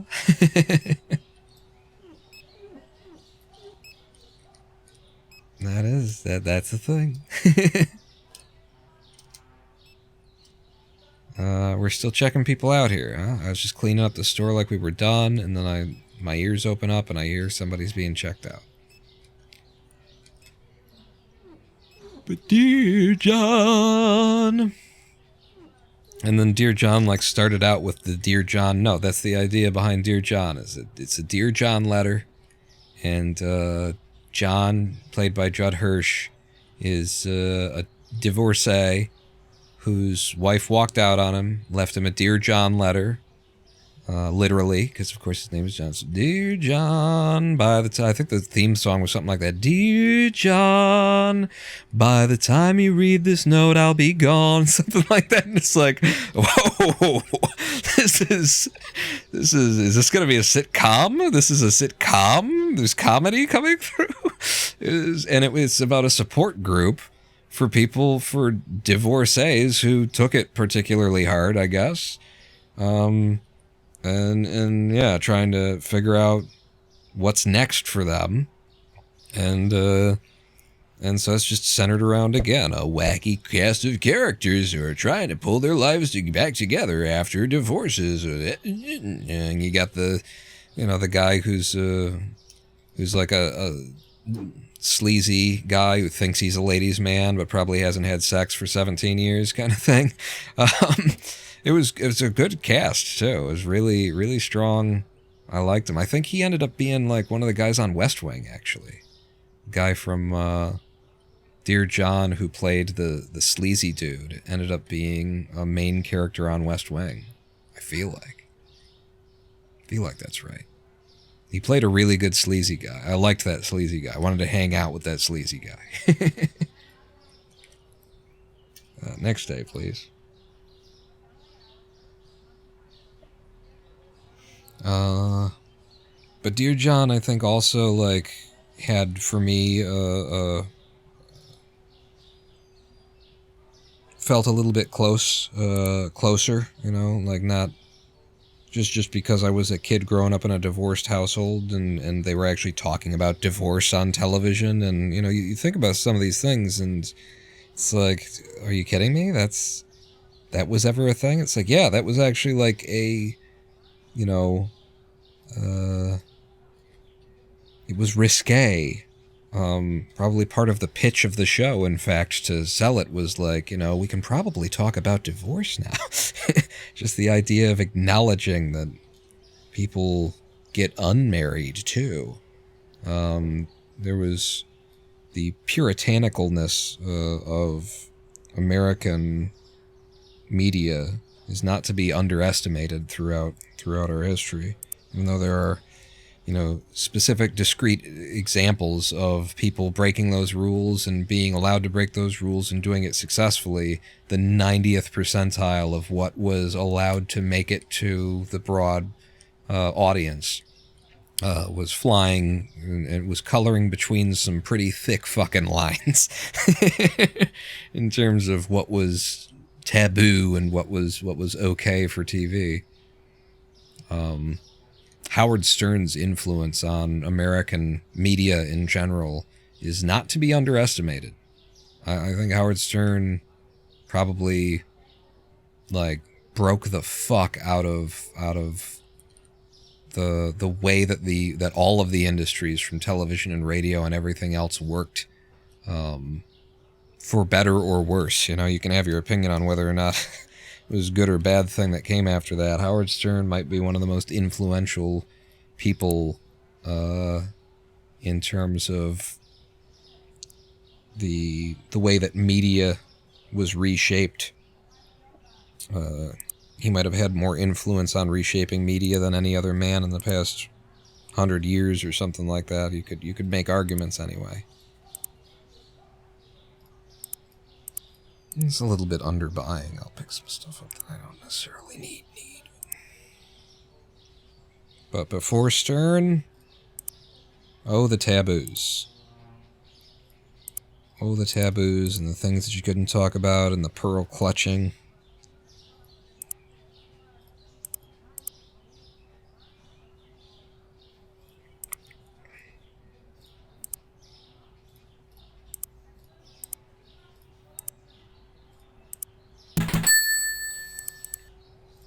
'90s show, flash forward, the famous Jet Jackson, Moshe, So Weird, Keenan, and Kel, Sister, Salute Your Shorts, Party of Five, The Secret World of Alex Mack, Clueless, Brotherly Love, Dawson's Creek.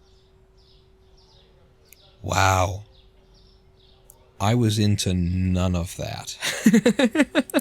That's just crazy. You just did a whole big list of shit, and I just realized that, like, that was my era, and I was not into. I was watching the reruns for the 90s, apparently. Flash for the famous Jet Jackson, Moesha, So Weird, Keenan and Kel, Sister, Salute Your Shorts, Party of Five, The Secret World of Alex Mack, Clueless, Brotherly Love, Dawson's Creek. Not a fucking one of those was something that I watched. I feel like out of all of them, Moesha I probably saw the most of. Maybe I watched Salute Your Shorts and just completely forgotten. But yeah, did I just not watch 90s? No, there's gotta be... I mean, Friends was 90s television, right? Full House was 90s television. Family Matters was 90s television. These are things that I watched.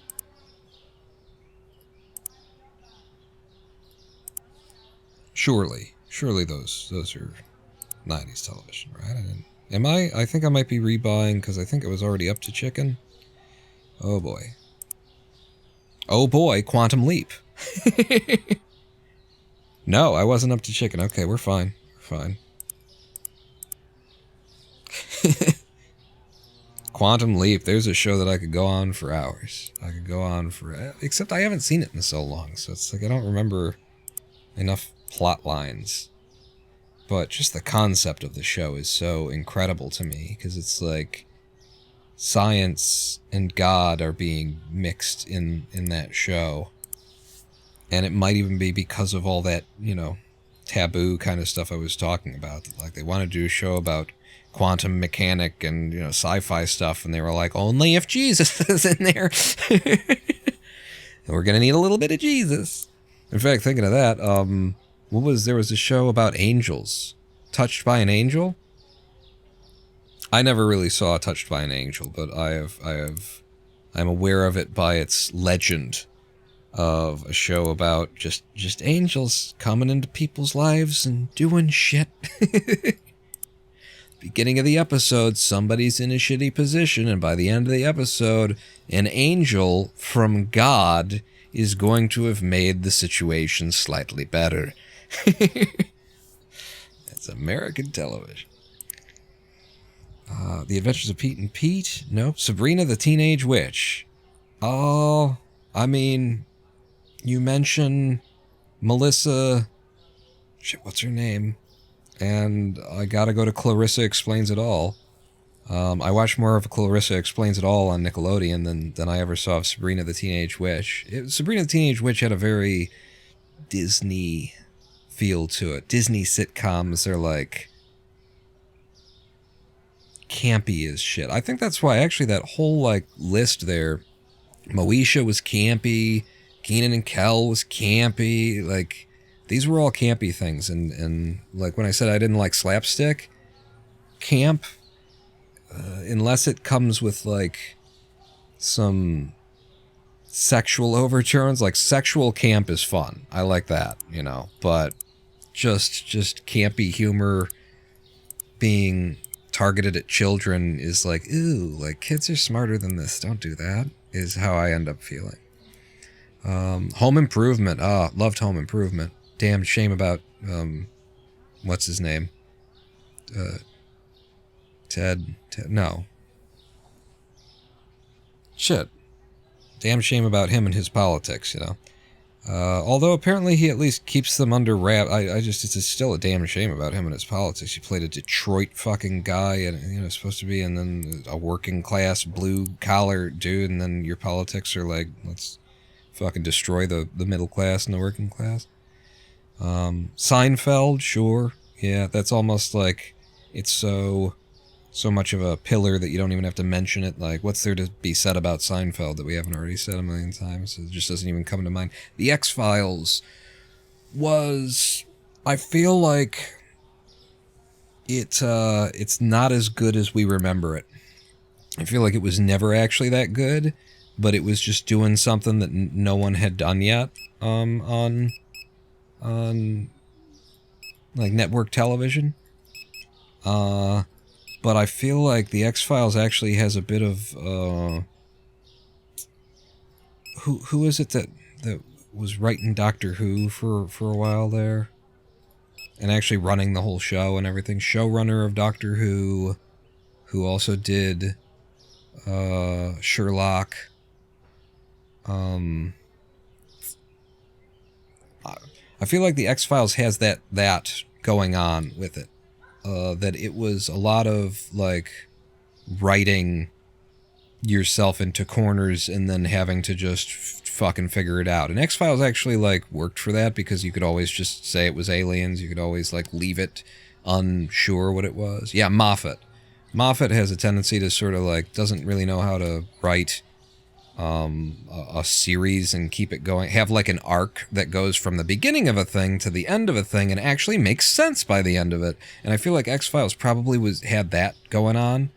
When it was telling individual little stories, it had that Twilight Zone, you know, thing, but it was always like quirky, and when it tried to string together its own like overarching plot, I think it got goofier and goofier, maybe. I just feel like if we went back and watched it today, we would have to acknowledge this is not exactly how I remember it. I remember it being really cool, and this is not really cool. Saved by the Bell. What is it? Just Zach Morris is trash. Lady Pawn introduced me to like some YouTube series of a guy who just basically reviews episodes of Saved by the Bell and ends them all with a little stinger that they recorded that goes, Zach Morris is trash, because he's a horrible human being. He is the most disgusting motherfucker that you never really thought about it, but he's horrible. He's awful. Jennifer Love Hewitt show, and the one right after that, she plays a hooker. So I like to combine the two, Touched by a Prostitute instead of Touched by an Angel. The Wonder Years! Oh, The Wonder Years. Again, probably not as good as we remember it, but oh, I remember it so good. I remember it so good. And of course, Joe Cocker with "Hell lived up from my friend, gonna need some help out there." Just that rendition of that song is like makes the Beatles look like the fucking monkeys. Like, good God, Joe Cocker, you killed it. Family Matters, yep, and then Full House, the Wayans Brothers. Wayans Brothers was also had that goofiness to it. I think I watched a bit of it, but Steve Harvey show, missed that. A Different World was great, so much better than like I watched a ton of the Cosby Show, but I loved A Different World. Like it had just that smell. It had that right smell to it, and what's her name? Oh. She can put. I'll smell her anytime, any day of the week. What's her name? You know who I'm talking about from a different world? Oh my god. Who was also the interim love interest in the John Cusack film High Fidelity. Oh my god, that woman. Yes, please. May I have another? Thank you, sir. May I have another? Oh my god. That's the way that people talk about women. I never talk about it because I just don't really have that experience with, like, objectifying women in movies and television, being like, oh my god, Jennifer Love Hewitt Aniston, whatever the fuck. I never, that's not me. But oh my god. Whatever her name is from a different world. Lisa Bonet. Lisa Bonet. Oh my fucking god. I will objectify her all day, because it's not just about that she's sexy as hell and attractive as fuck, which she is, but it's also the characters that she played, and she plays them with such suave, you know? You don't usually use the word suave for, but she plays her characters with such suave. She's just so fucking smooth, and she's so real. Just, yes. Ellen, yeah, that was a groundbreaker for, you know, her acknowledging eventually, like, writing into her own character that she was a lesbian, and by the way, immediately getting canceled. Having just a fine sitcom, and then she wrote into the sitcom that I'm a lesbian, and they were like, and you're done. That was okay. I was talking about the prudish pearl clutching of American television. Ellen's a prime example. Angel? You mentioned Angel, but not Buffy? You're talking about Angel as in the spin-off of Buffy the Vampire Slayer, right? Which, okay, not quite as much as Lisa Bonet, but Willow? Oh my god, Willow? Oh my god.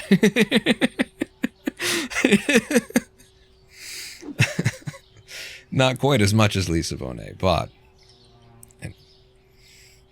what am I doing with this? I don't fucking care about it.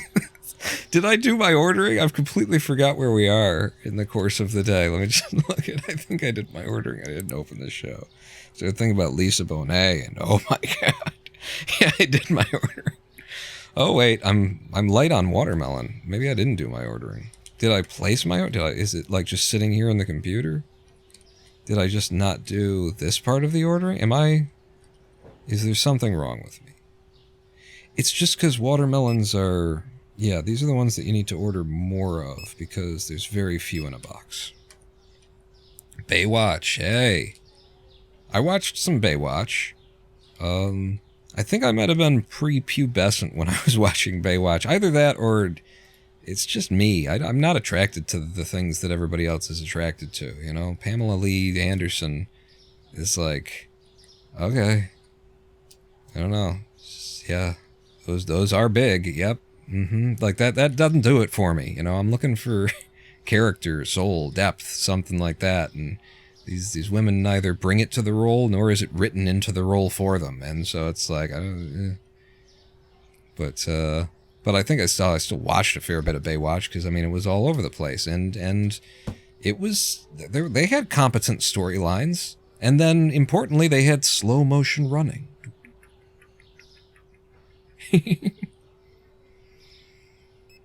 Fresh Prince of Bel-Air, sure. Watched probably every episode of Fresh Prince of Bel-Air. I don't remember most of them, but surely I did. Boy Meets World. What the fuck was Boy Meets World? I feel like I watched the hell out of it, but I can't remember it. The Wonder Years, that's another one, actually. The Wonder Years, because that was probably, I was watching that, you know, at the appropriate age for identifying with the main character, kind of a thing. Winnie from Boy Meets World, she was definitely like, oh my god, for, you know, young, pubescent me. You know, Winnie, oh, I fucking get it. Oh, I fucking get it. So much so that it really just kind of pissed me off that they got the two together in the storyline and then broke them up, and it was like, I don't I think I would have preferred this if it was a everlasting Sam and Diane thing. Just never have them get together because number one, I want Winnie. He doesn't get to have her. Number two, if he does get to have her, I don't want her to ever like be recontextualized as someone who's been mean. She's Winnie. She's Topanga wasn't. Oh, Topanga. No, she was fine. She was definitely like a bit of a yeah. But she was more of a, I'm in puberty, so yeah, kind of a thing. I just don't think that her character was written, you know, super great, but she was, yeah. So that's Boy Meets World. That was, yeah, I definitely watched a bunch of that in Topanga.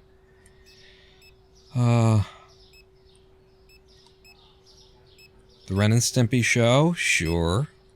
Sure. I wasn't even thinking really in terms of animation, but yeah. Beavis and Butthead, yeah.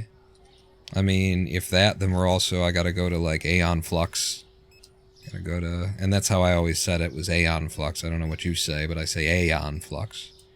And the Max. I liked the other things, the weird offbeat things from MTV's Oddities. The Head. Lady Pawn and I recently rewatched The Head from MTV's Oddities, which is, like, some dude's crayon drawings in terms of like animation and storytelling and stuff, but it's so like real and genuine, and it's everything that MTV was, you know. It was people without $1 million. It was individuals like getting opportunities. MTV was so had that public access vibe because it wasn't the establishment. It wasn't somebody selling you things that you already knew and had affinity for. It was new. And it was unique, and it was good, and that was the main thing. I didn't realize my counter was open here. For how long they've been waiting. It'll be too long. Inside Herman's Head. I don't... that sounds so familiar. But that also reminds me of Pee Wee Herman. Pee Wee Herman. That was, I watched a bunch of Pee Wee Herman. Both his HBO specials and his, you know, television show, because my parents were pretty cool about, I was so into comedy from a young age that they let me, you know, watch a bunch of things that, maybe were a bit adult, you know. I was exposed young. My dad actually, at some point, sat me down and showed me heavy metal when even I was sitting there going, I think I'm a little young for this. And also feel a little uncomfortable seeing cartoon boobs for the first time with my dad, but okay. It's happening. Open that up, turn the lights on.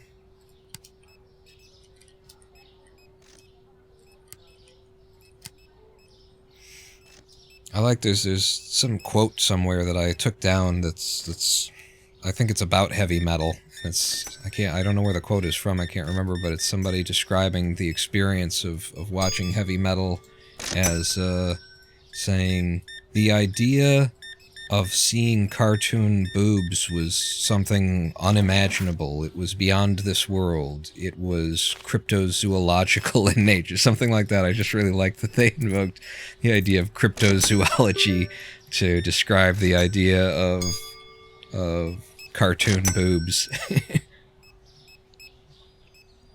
You know, the pre-internet reality was that these things just didn't, like, if they existed in porn shops, like kids, pubescent or otherwise kids weren't going to get access to cartoon boobs. I feel like there was something else that was very, like, adult and risque that was called... Maybe it wasn't Felix the Cat, but it was riffing on Felix the Cat? I feel like Felix the Cat was, you've got a heart of gold, Felix.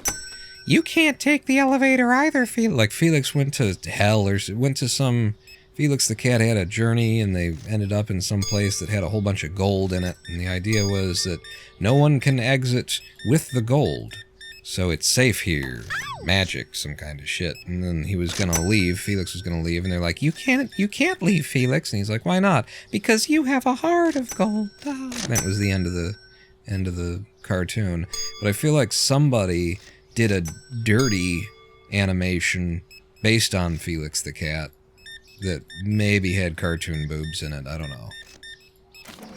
Very vaguely, I remember this. I can close this up now. Feels like I haven't had to worry about my stalkers since we hired in a fourth guy, so that worked. That worked very well.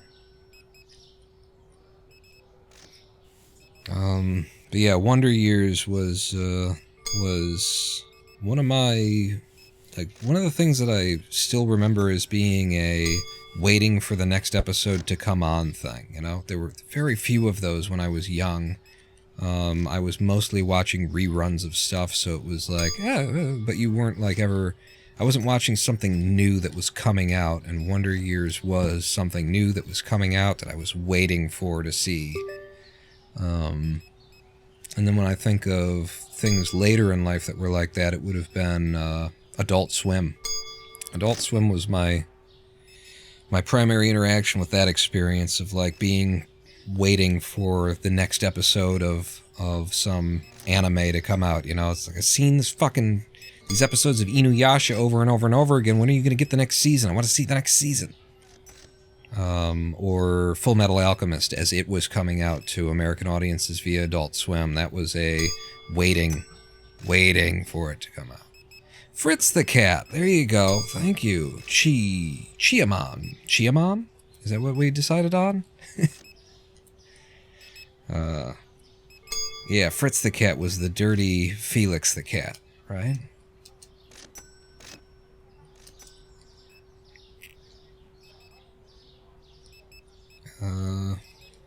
But then, you know, like so much of media after that became, I could just fucking torrent it. I could just get a hold of that, you know? Like I think, did they run Bleach on Adult Swim? I feel like they ran Bleach on Adult Swim, and maybe that's where I first had contact with it, and I was like, okay, I'm liking this, but I wasn't going to wait for them to put out more Bleach, so I just torrented 500 episodes of Bleach and watched them all. Toonami. There you go. Yeah, that would have been it. So I was watching Inuyasha and Bleach, and I don't know, did I pick up Naruto on that stuff too? I know they played Naruto on late night adults or Cartoon Network, whether it was Adult Swim or Toonami at that point. I know they did, but I feel like, I feel like I came to Naruto on my own terms, and started watching it from the very beginning. Yeah, because I hated the voice acting. The voice acting in Naruto is awful. I hate it. I hate all of it. But I could tell that I liked the story that was being told, so I abandoned watching it on television at all, and I torrented the dubs, and that was some pretty important media for me, for, you know, at that time when I was that person before Zen. Pretty wild. It's like Naruto was just, it was so the antidote to everything that was wrong with American storytelling. That's why it meant so much to so much of us, I think. Is that in a culture of chicken legs and flour, that's what I need to change the price of, so I have to say it out loud. Oh no, chicken legs. $5.25. And flour. After these messages, we'll be right back. They're kind of okay. Yeah, they're okay. I think we're not going to have another live stream break. I think we're just going to end the stream, you know, after a little bit more here. We'll just end it whenever we end it. No more breaks. Naruto was the antidote to everything that was wrong with American storytelling, in that American storytelling was so goddamn fucking just enamored with and obsessed with and overridden with the one.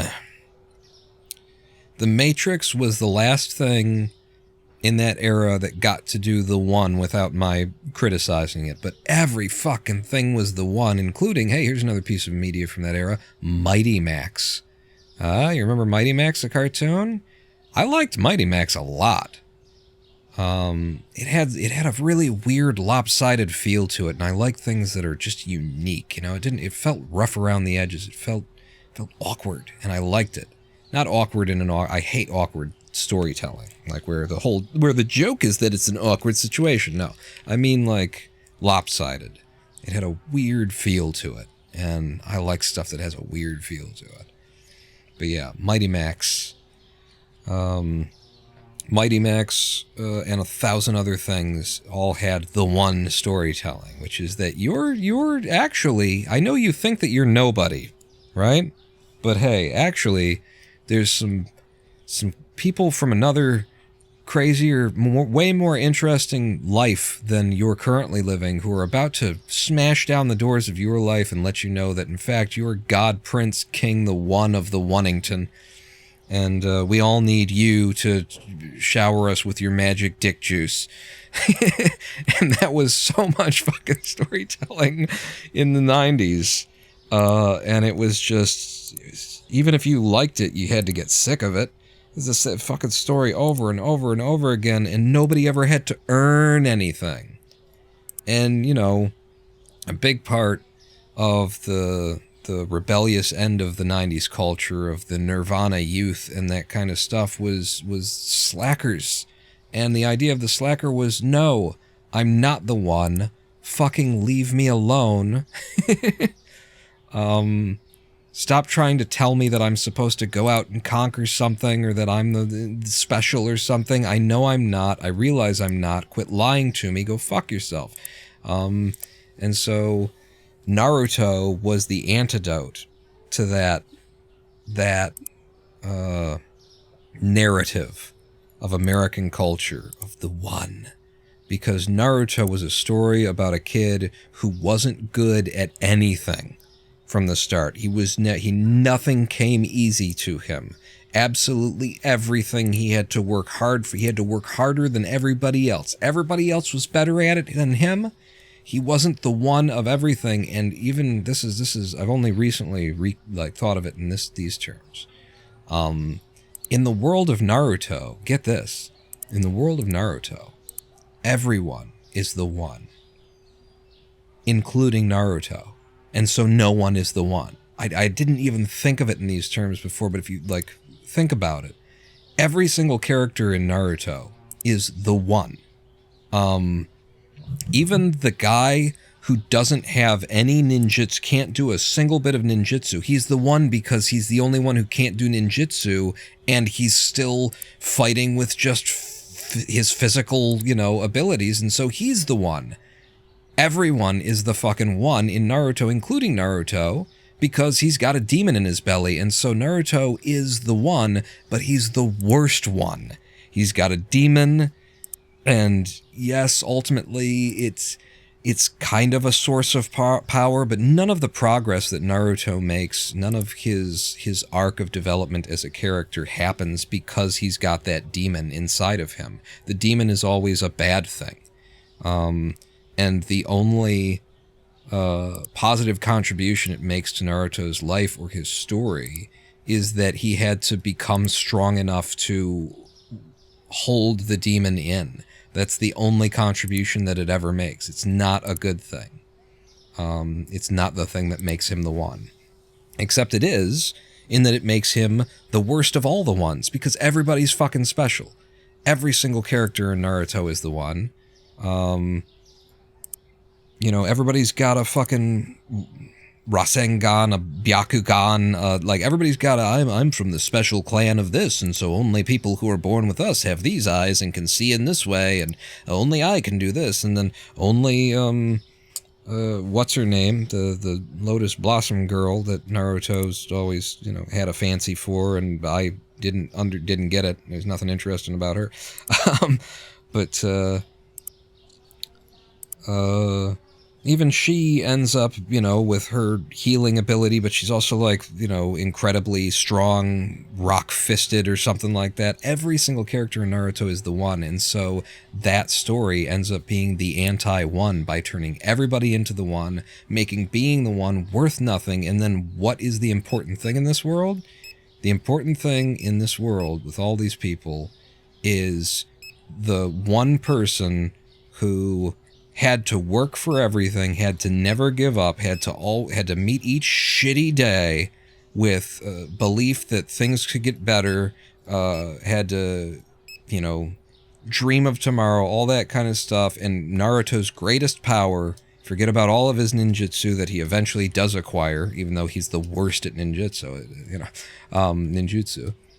His greatest power is just inspiring other people. Naruto's great power isn't being the one. His greatest fucking power is the opposite of being the one. He's the one who unites everyone else. He's the one who inspires the group to come together and conquer the thing that threatens them all. That's his one. That's his power. And it's like just such the anti-fucking chosen one story. It is the... Oh, thanks, guys. I just got it out of the road. The antidote to 90s storytelling. Chosen one and the prophecy and the, yeah, all that. You of the, and the prophecy is foretold of the coming of the blah, blah, blah, blah, blah, blah, blah. And I'm to the point where the only time that I'm willing to even tolerate those stories now is when it's a subversion of expectation. You know? When there's a chosen one and a prophecy, and then it turns out that the person who's it looks like is the prophecy and the chosen one, nope, it's the person standing next to him the whole time, and you didn't notice because you fucking dummy. You didn't think about it, did you? I've got the money now to buy into our new license, so we're going to do it. We're going to do it right here, right now. Management, license, and what is it? It's cleaning supplies. $5,600 purchased. $1,800 more. Now I scroll to the bottom, and we've got a new kind of bleach, new kind of cleaner. Actually, I'm gonna need like 4 of those. 2 for the shelves, 2 for in the back. 2 of these would be fine. Maybe 3. Dishwasher tablets, they were so expensive in the first place. Now I've got 2 types of them to buy every day. Cleaner. Dish soap durian.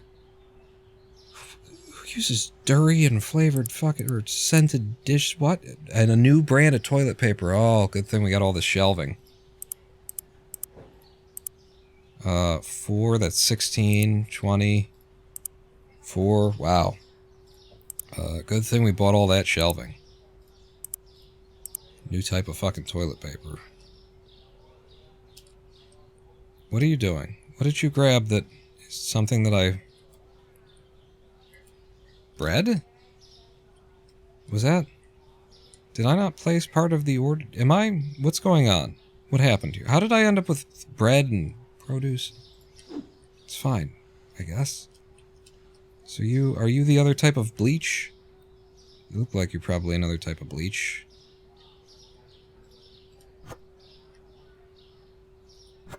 Or like laundry detergent. I don't know what this is. And I can't tell. It says eco. I gotta look on the computer again. Dish soap. It's just called cleaner. Okay. Alright, well, we're going to be rearranging things, definitely. If we've got multiple types of bleach and dishwasher soaps and things like that, then, yeah. Now we've got bidet toilet paper. We had doo-doo, and now we'll have bidet.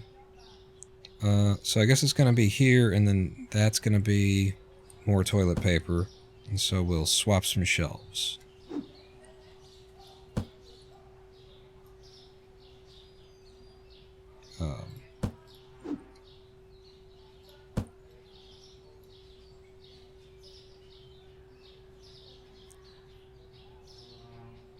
sure where the hell it ends. Some of these things too, you like, I remember them, I think about them, Night Court and stuff like that. It's like, because it's not even the show necessarily. It's like the time, the era, everything. It's an experience, and you can just never have that experience again, you know? You can never be in that mindset and in that time and all of that. It just... And so it's like you remember it and you're like, oh, that's great, but you know that you can't really go back and like watch it and reconnect or something. It's like, no, that's not what it was. It was like it was that, but it wasn't just that. And what it was, I can't get back.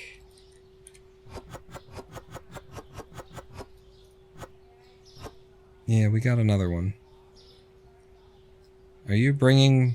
Okay, no, you're bringing doo-doo or bidet. You're bringing bidet. Okay, that's the other one. I'll go in the back. You're that cleaner again. I didn't even put any up front there because I don't know where you... Wait, more cleaner? Oh yeah, I did buy like 3 of everything, didn't I? Are you bleach?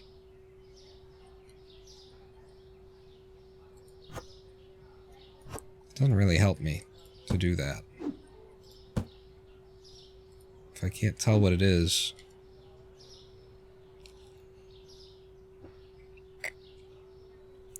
It says Bo F. And it's got a picture of a house on it, so I don't fucking know.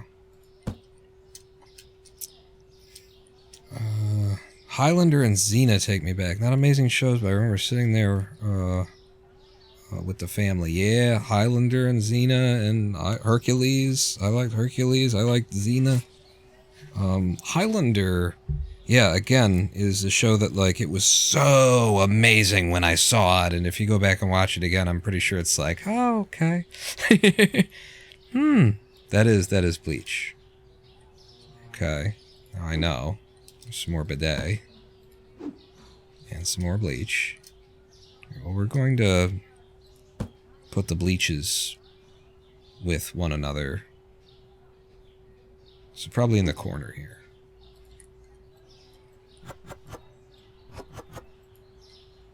Here! Here! Yeah, we might need more room for Bleach, actually. Is there only 6? Duncan MacLeod. I've been Duncan MacLeod.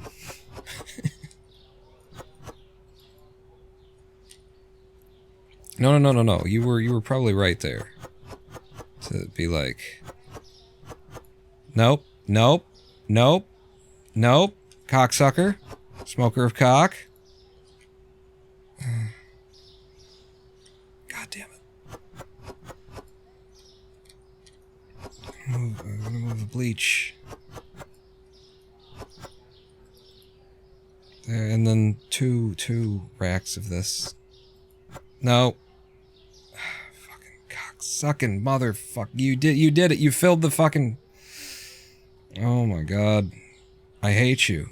Have I mentioned lately that I'm gonna kill you? Have I told you soon you will be dead? This isn't fucking... All of it on the floor, and then this. You were supposed to go there. And then on the floor. Oh no. Get it out. Drop it. Before the fuckers show up. Yeah, here they come. All the fuckers are like, they come to fuck up your day. Everything that you've carefully planned is going to go away. For every bear that ever there was gathered there together because today's the day the teddy bears grab their pig. If you didn't know where I was borrowing my tune from. Now you do. What the fuck is this shit? I don't know. This is dish soap, maybe? Did we buy dish soap? Do we have dish soap? We have clean dish. It's 2 shelves there, and then 2 shelves for clean dish there, and then... I don't know what you've given me. I don't... And you've made my life a living hell, so there's that too. There, okay? Look, see that? That's what I was thinking with the bleach. Big bleach, little bleach. And then it's not enough room for like 2 clean dishes. So clean dish, clean dish. Or clean dish, yeah. You, and then the new one underneath. And then that would mean that you would come over here, I guess. And we get spray bottles. Maybe the spray bottles go over here as cleansers. Bleach, and then cleanser, cleanser.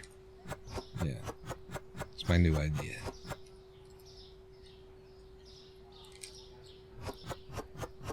You go into the woods today, you better go in disguise. If you go into the woods today, you're in for a big surprise. For every bear that ever there was is gathered there together because today's the day the teddy bears have the picnic. And whatever the fuck this is, it goes over here. Maybe it's a shampoo or something. I don't fucking know. I like that then somebody does have to like go and pick it up for me. What is this?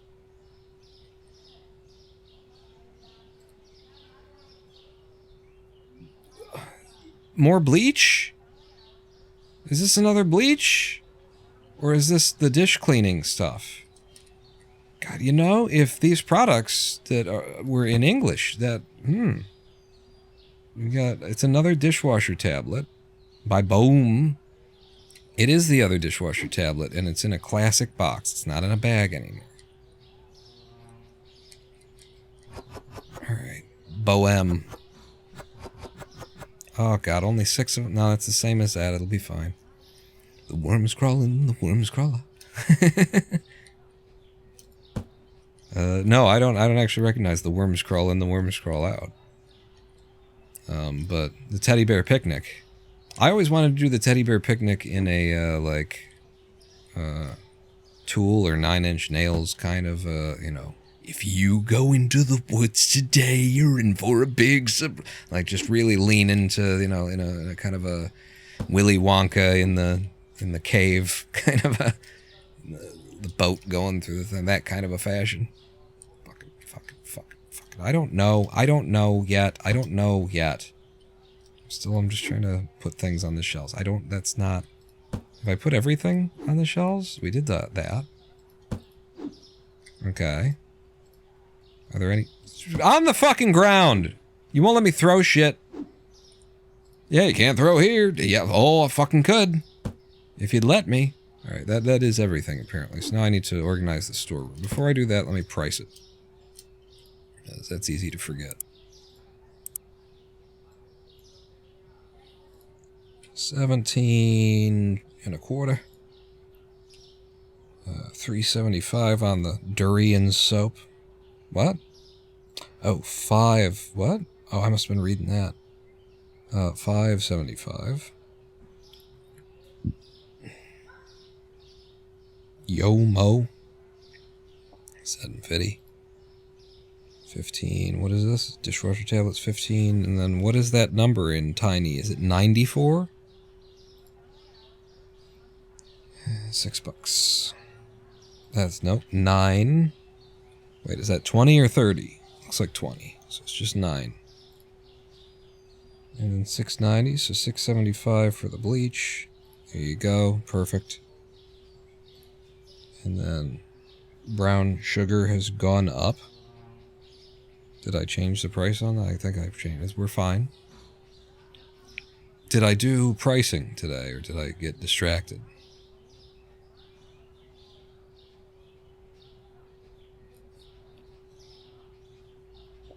It looks like I did pricing.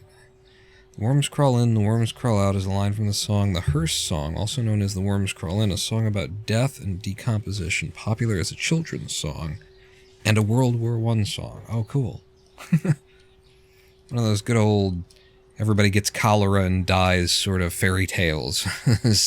The war and the bridge is falling down. The Nazis are bombing us. Oh shit, we're all dead. One of those. One of those lovely British Same melody as the one I was singing? Really? If you go into the woods today, you're in for a big surprise. If you go into the woods today, better go in disguise. For every bear that ever there was is gathered there together because today's the day the teddy bears have their picnic. So it's the worms crawl in, the worms crawl out, the hearse is coming for you. Into the anus, out through the mouth, oh shit, it tastes like poo. I don't... So I need to, there's some reorganizationals that need to happen. And this could be the back wall. Now. This shelving could be the back wall. Except that I've got a bunch of shit in my way. A bunch of shit in my way. Okay. Alright.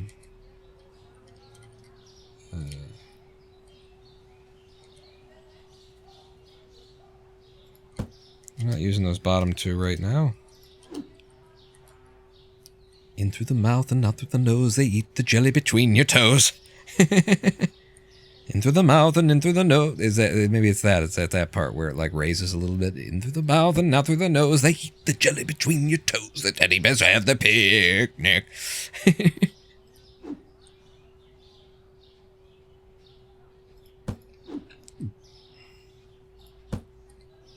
Alright. So, how does this go? Doo-doo first, then bidet. So doo-doo on top and bidet below. We're gonna do this. Yep. Yep. You're nailing it. So doo-doo. Go over here. Fucking cocksucker.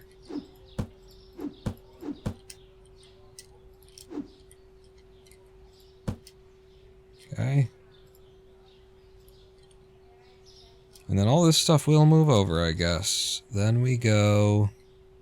clean dish and the soaps and the whatever the fuck that's supposed to be.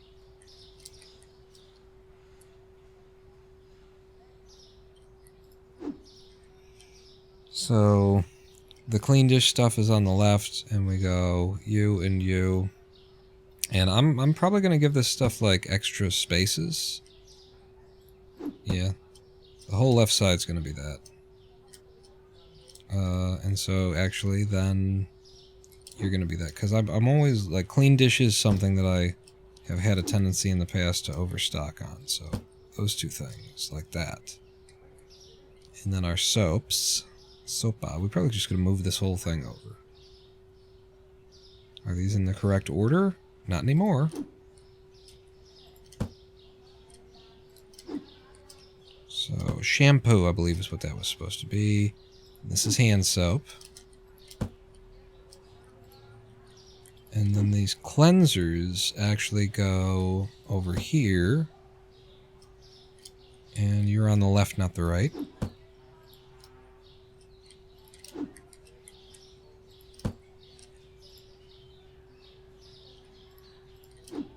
And then the bleach is like that.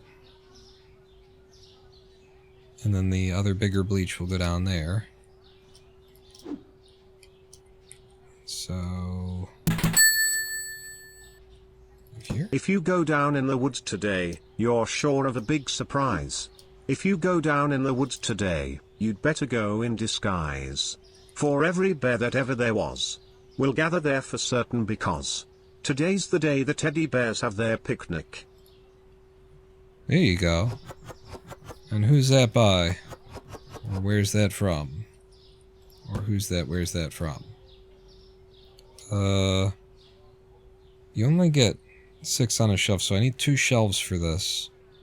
I don't fully understand what it is. It's just called cleaner, I think, so, I need at least 2 shelves for this.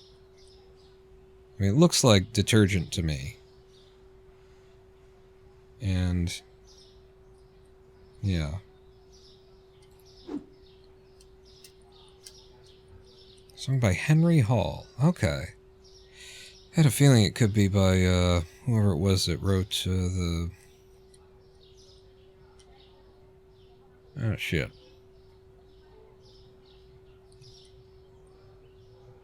whoever it was that wrote Dental Floss Tycoon. Moving to Montana soon, gonna be a dental floss tycoon. I guess I can just shove it down here for now, and then the other bleach. No, that's alright. Some more of this. Yeah, that's a big old box. What's the big bleach? Did I put it all? I must have put it all on the shelves. That's not good. I don't have a room for it back here. And also, there's a bit of product on the floors, if you hadn't noticed.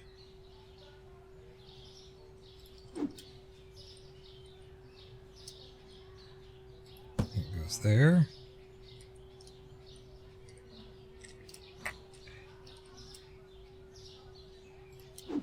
The rest of this apparently just doesn't have room. Overordered. Picnic time for teddy bears. The little teddy bears are having a lovely picnic today. Watch them, catch them unawares, and see them picnic on their holiday. See them gaily gad about. They love to dance and shout, they never have any cares. At 6 o'clock their mummies and daddies will take them home to bed because they're tired little teddy bears. That's how I know it anyway. I might be off on a couple of words. But that's how that comes together at the end.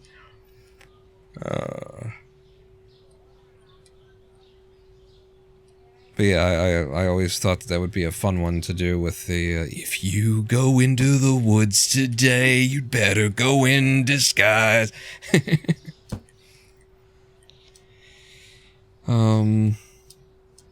Is that it? I've priced it all. I've shelved it all. I've made a mess. I need a box of this size. Okay, just hold it. Oh, that's as much. I need many boxes of it. No, I need one box of this size. And the size we're talking about is...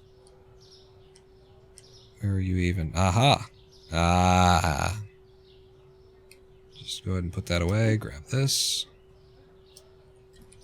And then pull you off the shelf. Set you down. Shelve this.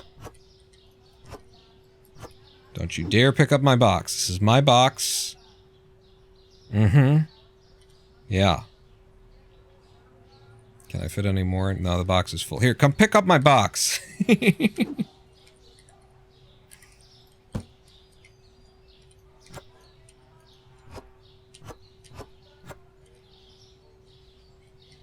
Okay. Is there any, like, exploded somewhere? It's on top of shit? No. Yeah, okay. I'll have to get those out of my inventory at some point. So, it's all shelved. It's organized. It's pretty. We've got a cleaning department area here. I don't love that you're living over there on your own. You've got an empty space there. But these things apparently go together, and it would just be too few of you on a shelf alone if I didn't have doubles. So it's got to be doubles. Clean dish, yeah. Yeah, it's fine. Alright, I'm opening the store. Hopefully I ordered the rest of everything that we needed and didn't forget. Yeah, it looks like we did. Okay. And I priced it all before I shelved it all. Right?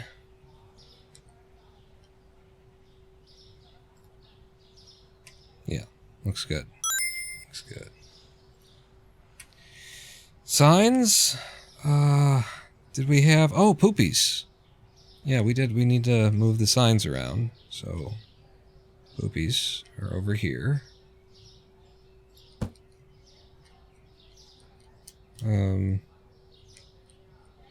It would be better if I could put it the other way, but I don't know that it's possible. I suppose I could do this.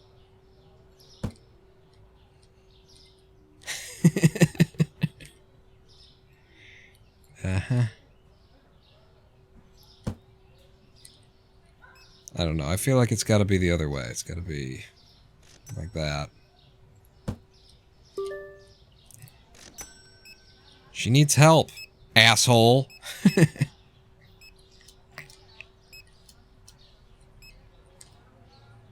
So we could use at least one more sign for, like, the cleanies. And we could rename these. These are boring. That's right.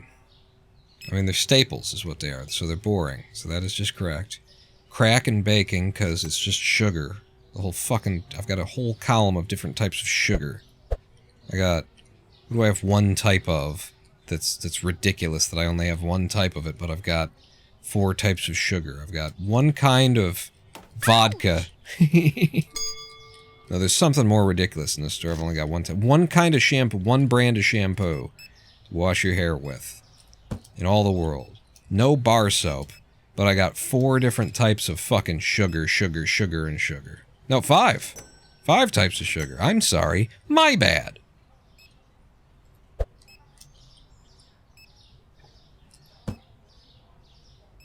So this might be the last day of the live stream. The way that I say that, it's like, and I'm never coming back to Twitch. The last day that we do in the live stream, because we've just bought a new product thing, we did a reorganization, we've done kind of all the things, and we've been here for 6 goddamned hours. We've reviewed every television show that existed.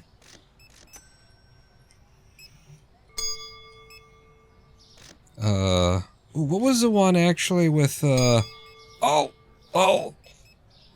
heart, I'm coming to see it. Oh, like he was always gonna die. Sanford and Son. Sanford and Son was a good one. I liked Sanford and Son. With Red Skelton? Was that his name? It was Red. It was something Red or Red something, but was it Red Skelton? Playing the old man who was always gonna die. Who was it he was coming to see? I can't remember the name.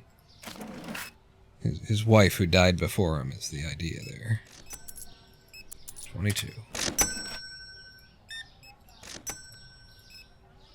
14.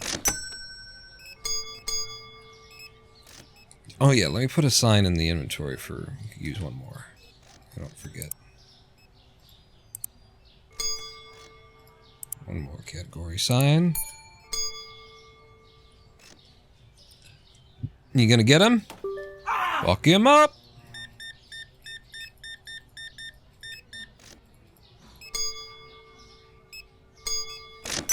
What I want to understand is, who in the hell is ever buying 2 peppers? Who would ever buy 2 peppers in the same visit? And it's not just one person who's come through here with pepper. With like multiple peppers. People buying 4 peppers and stuff like that. Like you gotta be running a restaurant and your distributor didn't, you know, bring you the pepper or something like that, and yet these people bring tons of fucking pepper to the counter. It's pepper. It's like salt and pepper. You don't buy 2 of these things. You buy 1 and it's gonna last quite a while. 55. As soon as I can read it, I can make the change. But first I have to be able to read the fucking tiny numbers.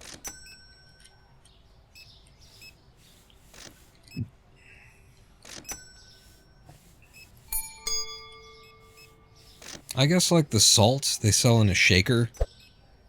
Which is like, maybe you'd buy 2 of those because it's just a shaker's worth of salt. But honestly, I wouldn't buy a shaker's worth of salt. Officer Swanhoser, was the suspect colored? Fred Sanford, yeah, white.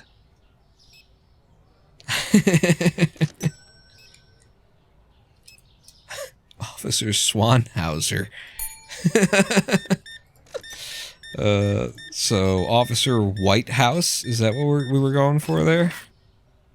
36, the sun has gone down. Swanhauser. Swanhauser. I mean, swan isn't, like, white, but it just makes you think of white, so... The color white. Red Fox. Ah, who's Red Skelton? Red Skelton's the name, right? But he was Red Fox. Cutting the fentanyl with pepper.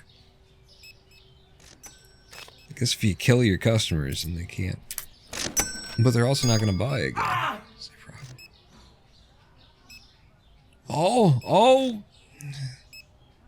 Oh, Dolores, I'm coming to see you now. Oh, Velma. Oh, I'm coming to see you. Can't remember who it was. Oh, with the sushi. Fine, upstanding sushi citizen.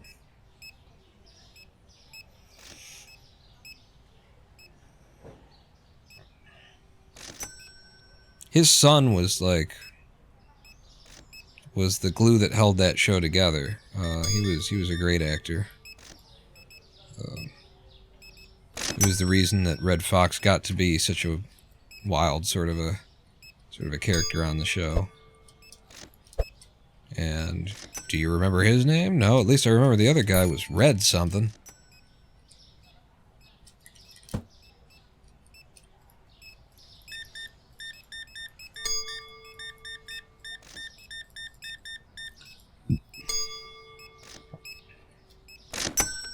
Thank you very much.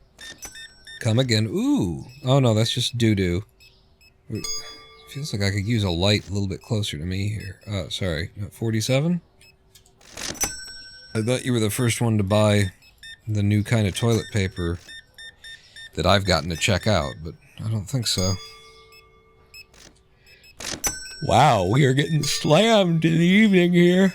Look at everybody lining up. Either that or they're just randomly choosing my aisle a lot. Oh yeah, sushi. I got a feeling this isn't for you, fat boy. I don't... If you ate more sushi, there'd be a little bit less around the waistline there. I don't...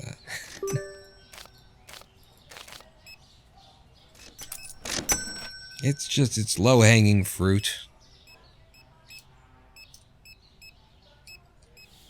We've been here for 6 hours and 20 minutes. Don't get on my case. Don't get on my case.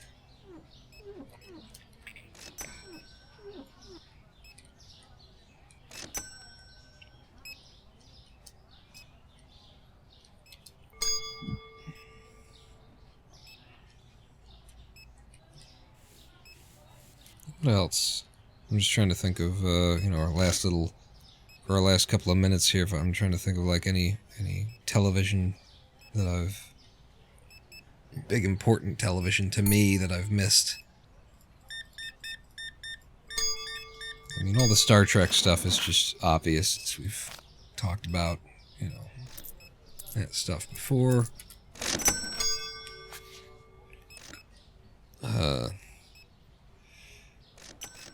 I think Deep Space Nine was probably my... I mean, The Next Generation is like the Bible. It's like, if you give a damn about, it's like the teachings of Jesus in the Bible. It doesn't... You don't even mention it when you're trying to think of what's your favorite because it's the best. So you don't even bring it up.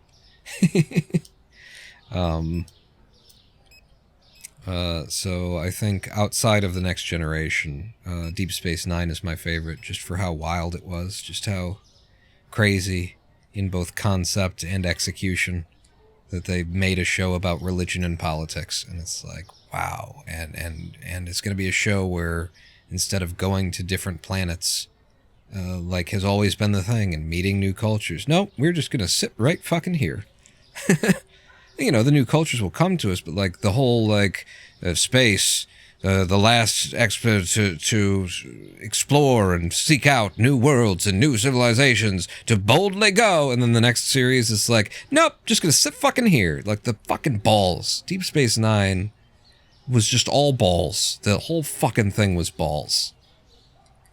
Hairy fucking balls too. Deep Space Nine would never shave its testicles. It's like, boom. These are balls. They're real balls. Deal with them. Babylon 5? I never got into Babylon 5. It was with the, armored man robot race, right? Cylons? Or is that a Doctor Who thing? I get all of that confused.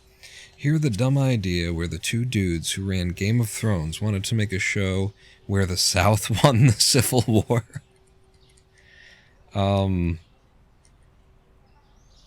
wait a second though, because isn't there some crossover there with the?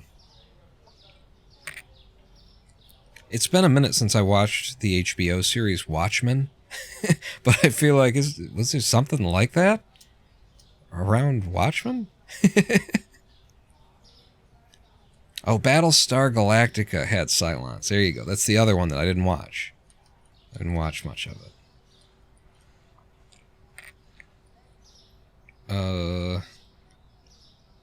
We have come to the end of this live stream. How did we do today on our first day with new stuff? 83 products sold. One of them was too expensive, apparently. Spent a whole bunch of money, but we went from... Well, we made $5,101. Total profit, $53.06. Okay, $53.06. Let's do all the things to prep for the next live stream. Pizza and powdered sugar. De Niro pizza. Changed in price. Is that $4.58? You're killing me with these prices. And powdered sugar. Is that just regular old Susu then? Are you powdered sugar? Wow, that... If it isn't, then I've been overpricing the shit out of this shit. And then your brown sugar, and your sugar, and this is Pablo sugar. They're not even like, they don't even fucking say, oh, this is powdered sugar as well. Yeah, that's fine.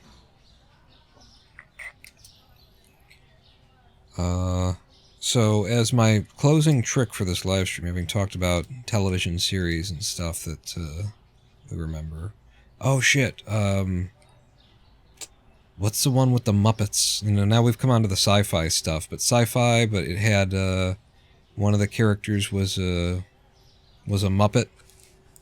And it had Claudia Black. Claudia Black. Not nowhere near. I just want to say nowhere near as much as the girl from Cosby Show and It's a Different World, rather, whose name I've already forgotten. Nowhere near, but Claudia Black. Because of the characters she plays, you know, because of the characters she plays, they're always like these. It's not like just a sex pot. She doesn't play a sex pot. She plays a fucking RPG thief. She's always playing like a sexy RPG thief. No matter what the role is, that's who she is in her character, right? Like if you got Claudia Black sitting down at a role-playing table game, she's a fucking thief. That's what she does. Farscape. Yes, Farscape. Yes. Farscape. But the other one that had, I'm pretty sure, yeah, it did eventually have Claudia Black. She wasn't part of the main cast, I don't think. But this other one, meow, meow, this other one that was also a sci-fi thing that also had Claudia Black eventually, near the end of it, and it got canceled when it never should have been canceled. Should have had as many seasons as it fucking wanted. I can't remember what it was. So we're going to save the game. We're going to quit to the desktop. We're going to go over here, and I'm going to open up the browser, and we're going to figure it out. I always have to look this back up. I've talked about it on the live stream at least once before. I'm sure we've gone through but we haven't necessarily, gone finding it before. So it had Claudia Black in it. It's sci-fi. Crew can't remember who they were. And eventually Claudia Black is in it, but I don't feel like she's one of the main characters. Not Pitch, that's a movie, right? Farscape. City, maybe she wasn't in it. Dark Matter. Is it Dark Matter? It's like Dark Matter. TV series. Well, that's 2024. That's too new. Wasn't Claudia Black, though? I feel like she showed up right at the end of the series and made, like, a couple of cameos. Like, I kept saying she wasn't in it, but I feel like she was in it. There it is. Dark Matter TV series. Yep. There you go. There you go. I feel like the last couple episodes before they got canceled or went out the air or whatever, they were on, like, a certain space station ship, and I could have swore that she had a role as somebody in the last couple. Yeah, this fucking cyborg or whatever she is, this lady, she's an AI. She's not a such. She's an AI, and this is a great show. This is an great underrated show that for whatever reason didn't last. Like, I would want to know how this got canceled, why this got canceled. Anyone who likes science fiction would have loved Dark Matter. What the fuck happened that it only ran from 2015 to 2017? What the fuck happened? Yeah, that's right. They call each other by their numbers because they couldn't remember anybody. They couldn't remember who they were. Yeah, it was good. The android was also on the one with Succubus. All these characters were good. The story was great. I loved the idea of the technology that they were, like the premises of this science fiction universe were super interesting, a little bit different than anything that you'd ever seen before. It was brilliant. It was brilliant. It had all of the underlying politics and that you want. Fucking awesome. And it had that kind of cinematic style. You can see just in these shots as well that it was one of those television series that was blending cinematic shooting with television shooting, and doing it very well also. But no, shut up, stop, never. Firefox isn't supposed to automatically roll media. And before the Killjoys. I don't recognize that either. But yeah, this was a great series. Now I'm gonna go back and watch Dark Matter again from the start, probably. I should. Whenever I think of it, I say, oh, I'm gonna probably do that, and then I don't do it. But this was fucking awesome. And I came upon it late, probably, I don't know. Maybe I was there I don't know. But yeah, that's a great show. Science fiction, like good science fiction in television series kind of stuff is it doesn't come along every day. And this might piss some of you off. I prefer Dark Matter to Firefly. There you go. Well, Firefly had some genius moments. Firefly has moments. Dark Matter is solid writing from the beginning to end. Firefly is like, when the woman, has tricked Captain whatever his name is by sexing him by getting naked and giving him a kiss, and he's that kind of thing, and then he wakes up and they're like, you did what? And he's like, you would have kissed her too. She was all naked and articulate. Like, it had great lines, it had great moments, it had some underlying cool shit, but it also had a lot of shit that was like, I don't know about this. Firefly, I don't know about that. I don't know where you're going with that. Doesn't seem like there is anywhere to go with that. I don't know. Dark Matter was fucking just every character. There wasn't a wasted character in this thing. I prefer Dark Matter to Firefly. Chew on that. On that, you bunch of Joss Whedon nerds. Wait, who's Firefly? Who wrote Firefly? Who wrote Firefly? It is Joss Whedon. Okay.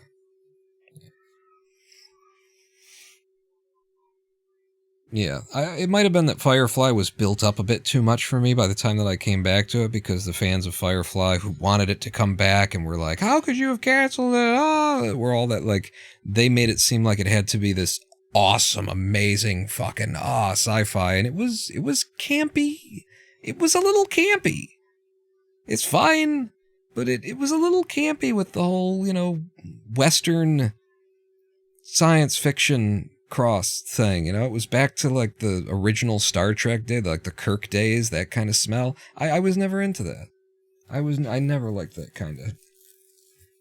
I never liked Star Trek the original series at the TOS. It again had moments. It did interesting things with themes. It pushed the culture of the time, and it established some neat things for the next generation to then turn into something that was really good. But the original series was campy, and yeah, I didn't. I like Jane. He reminded me of Crichton when he named his guns. I don't remember the actual characters though, you know. But yeah. Thank you all for joining me. I am the Ronin Pawn. Whiplash.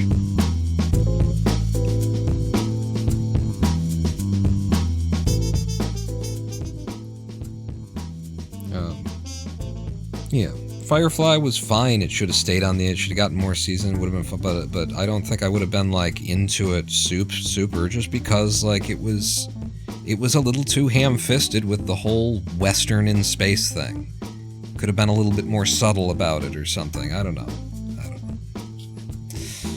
Thanks everybody for joining me today here. I would like to give a special and big and incredible thank you to Jermacian for a number worth of donations that we've simply lost track of.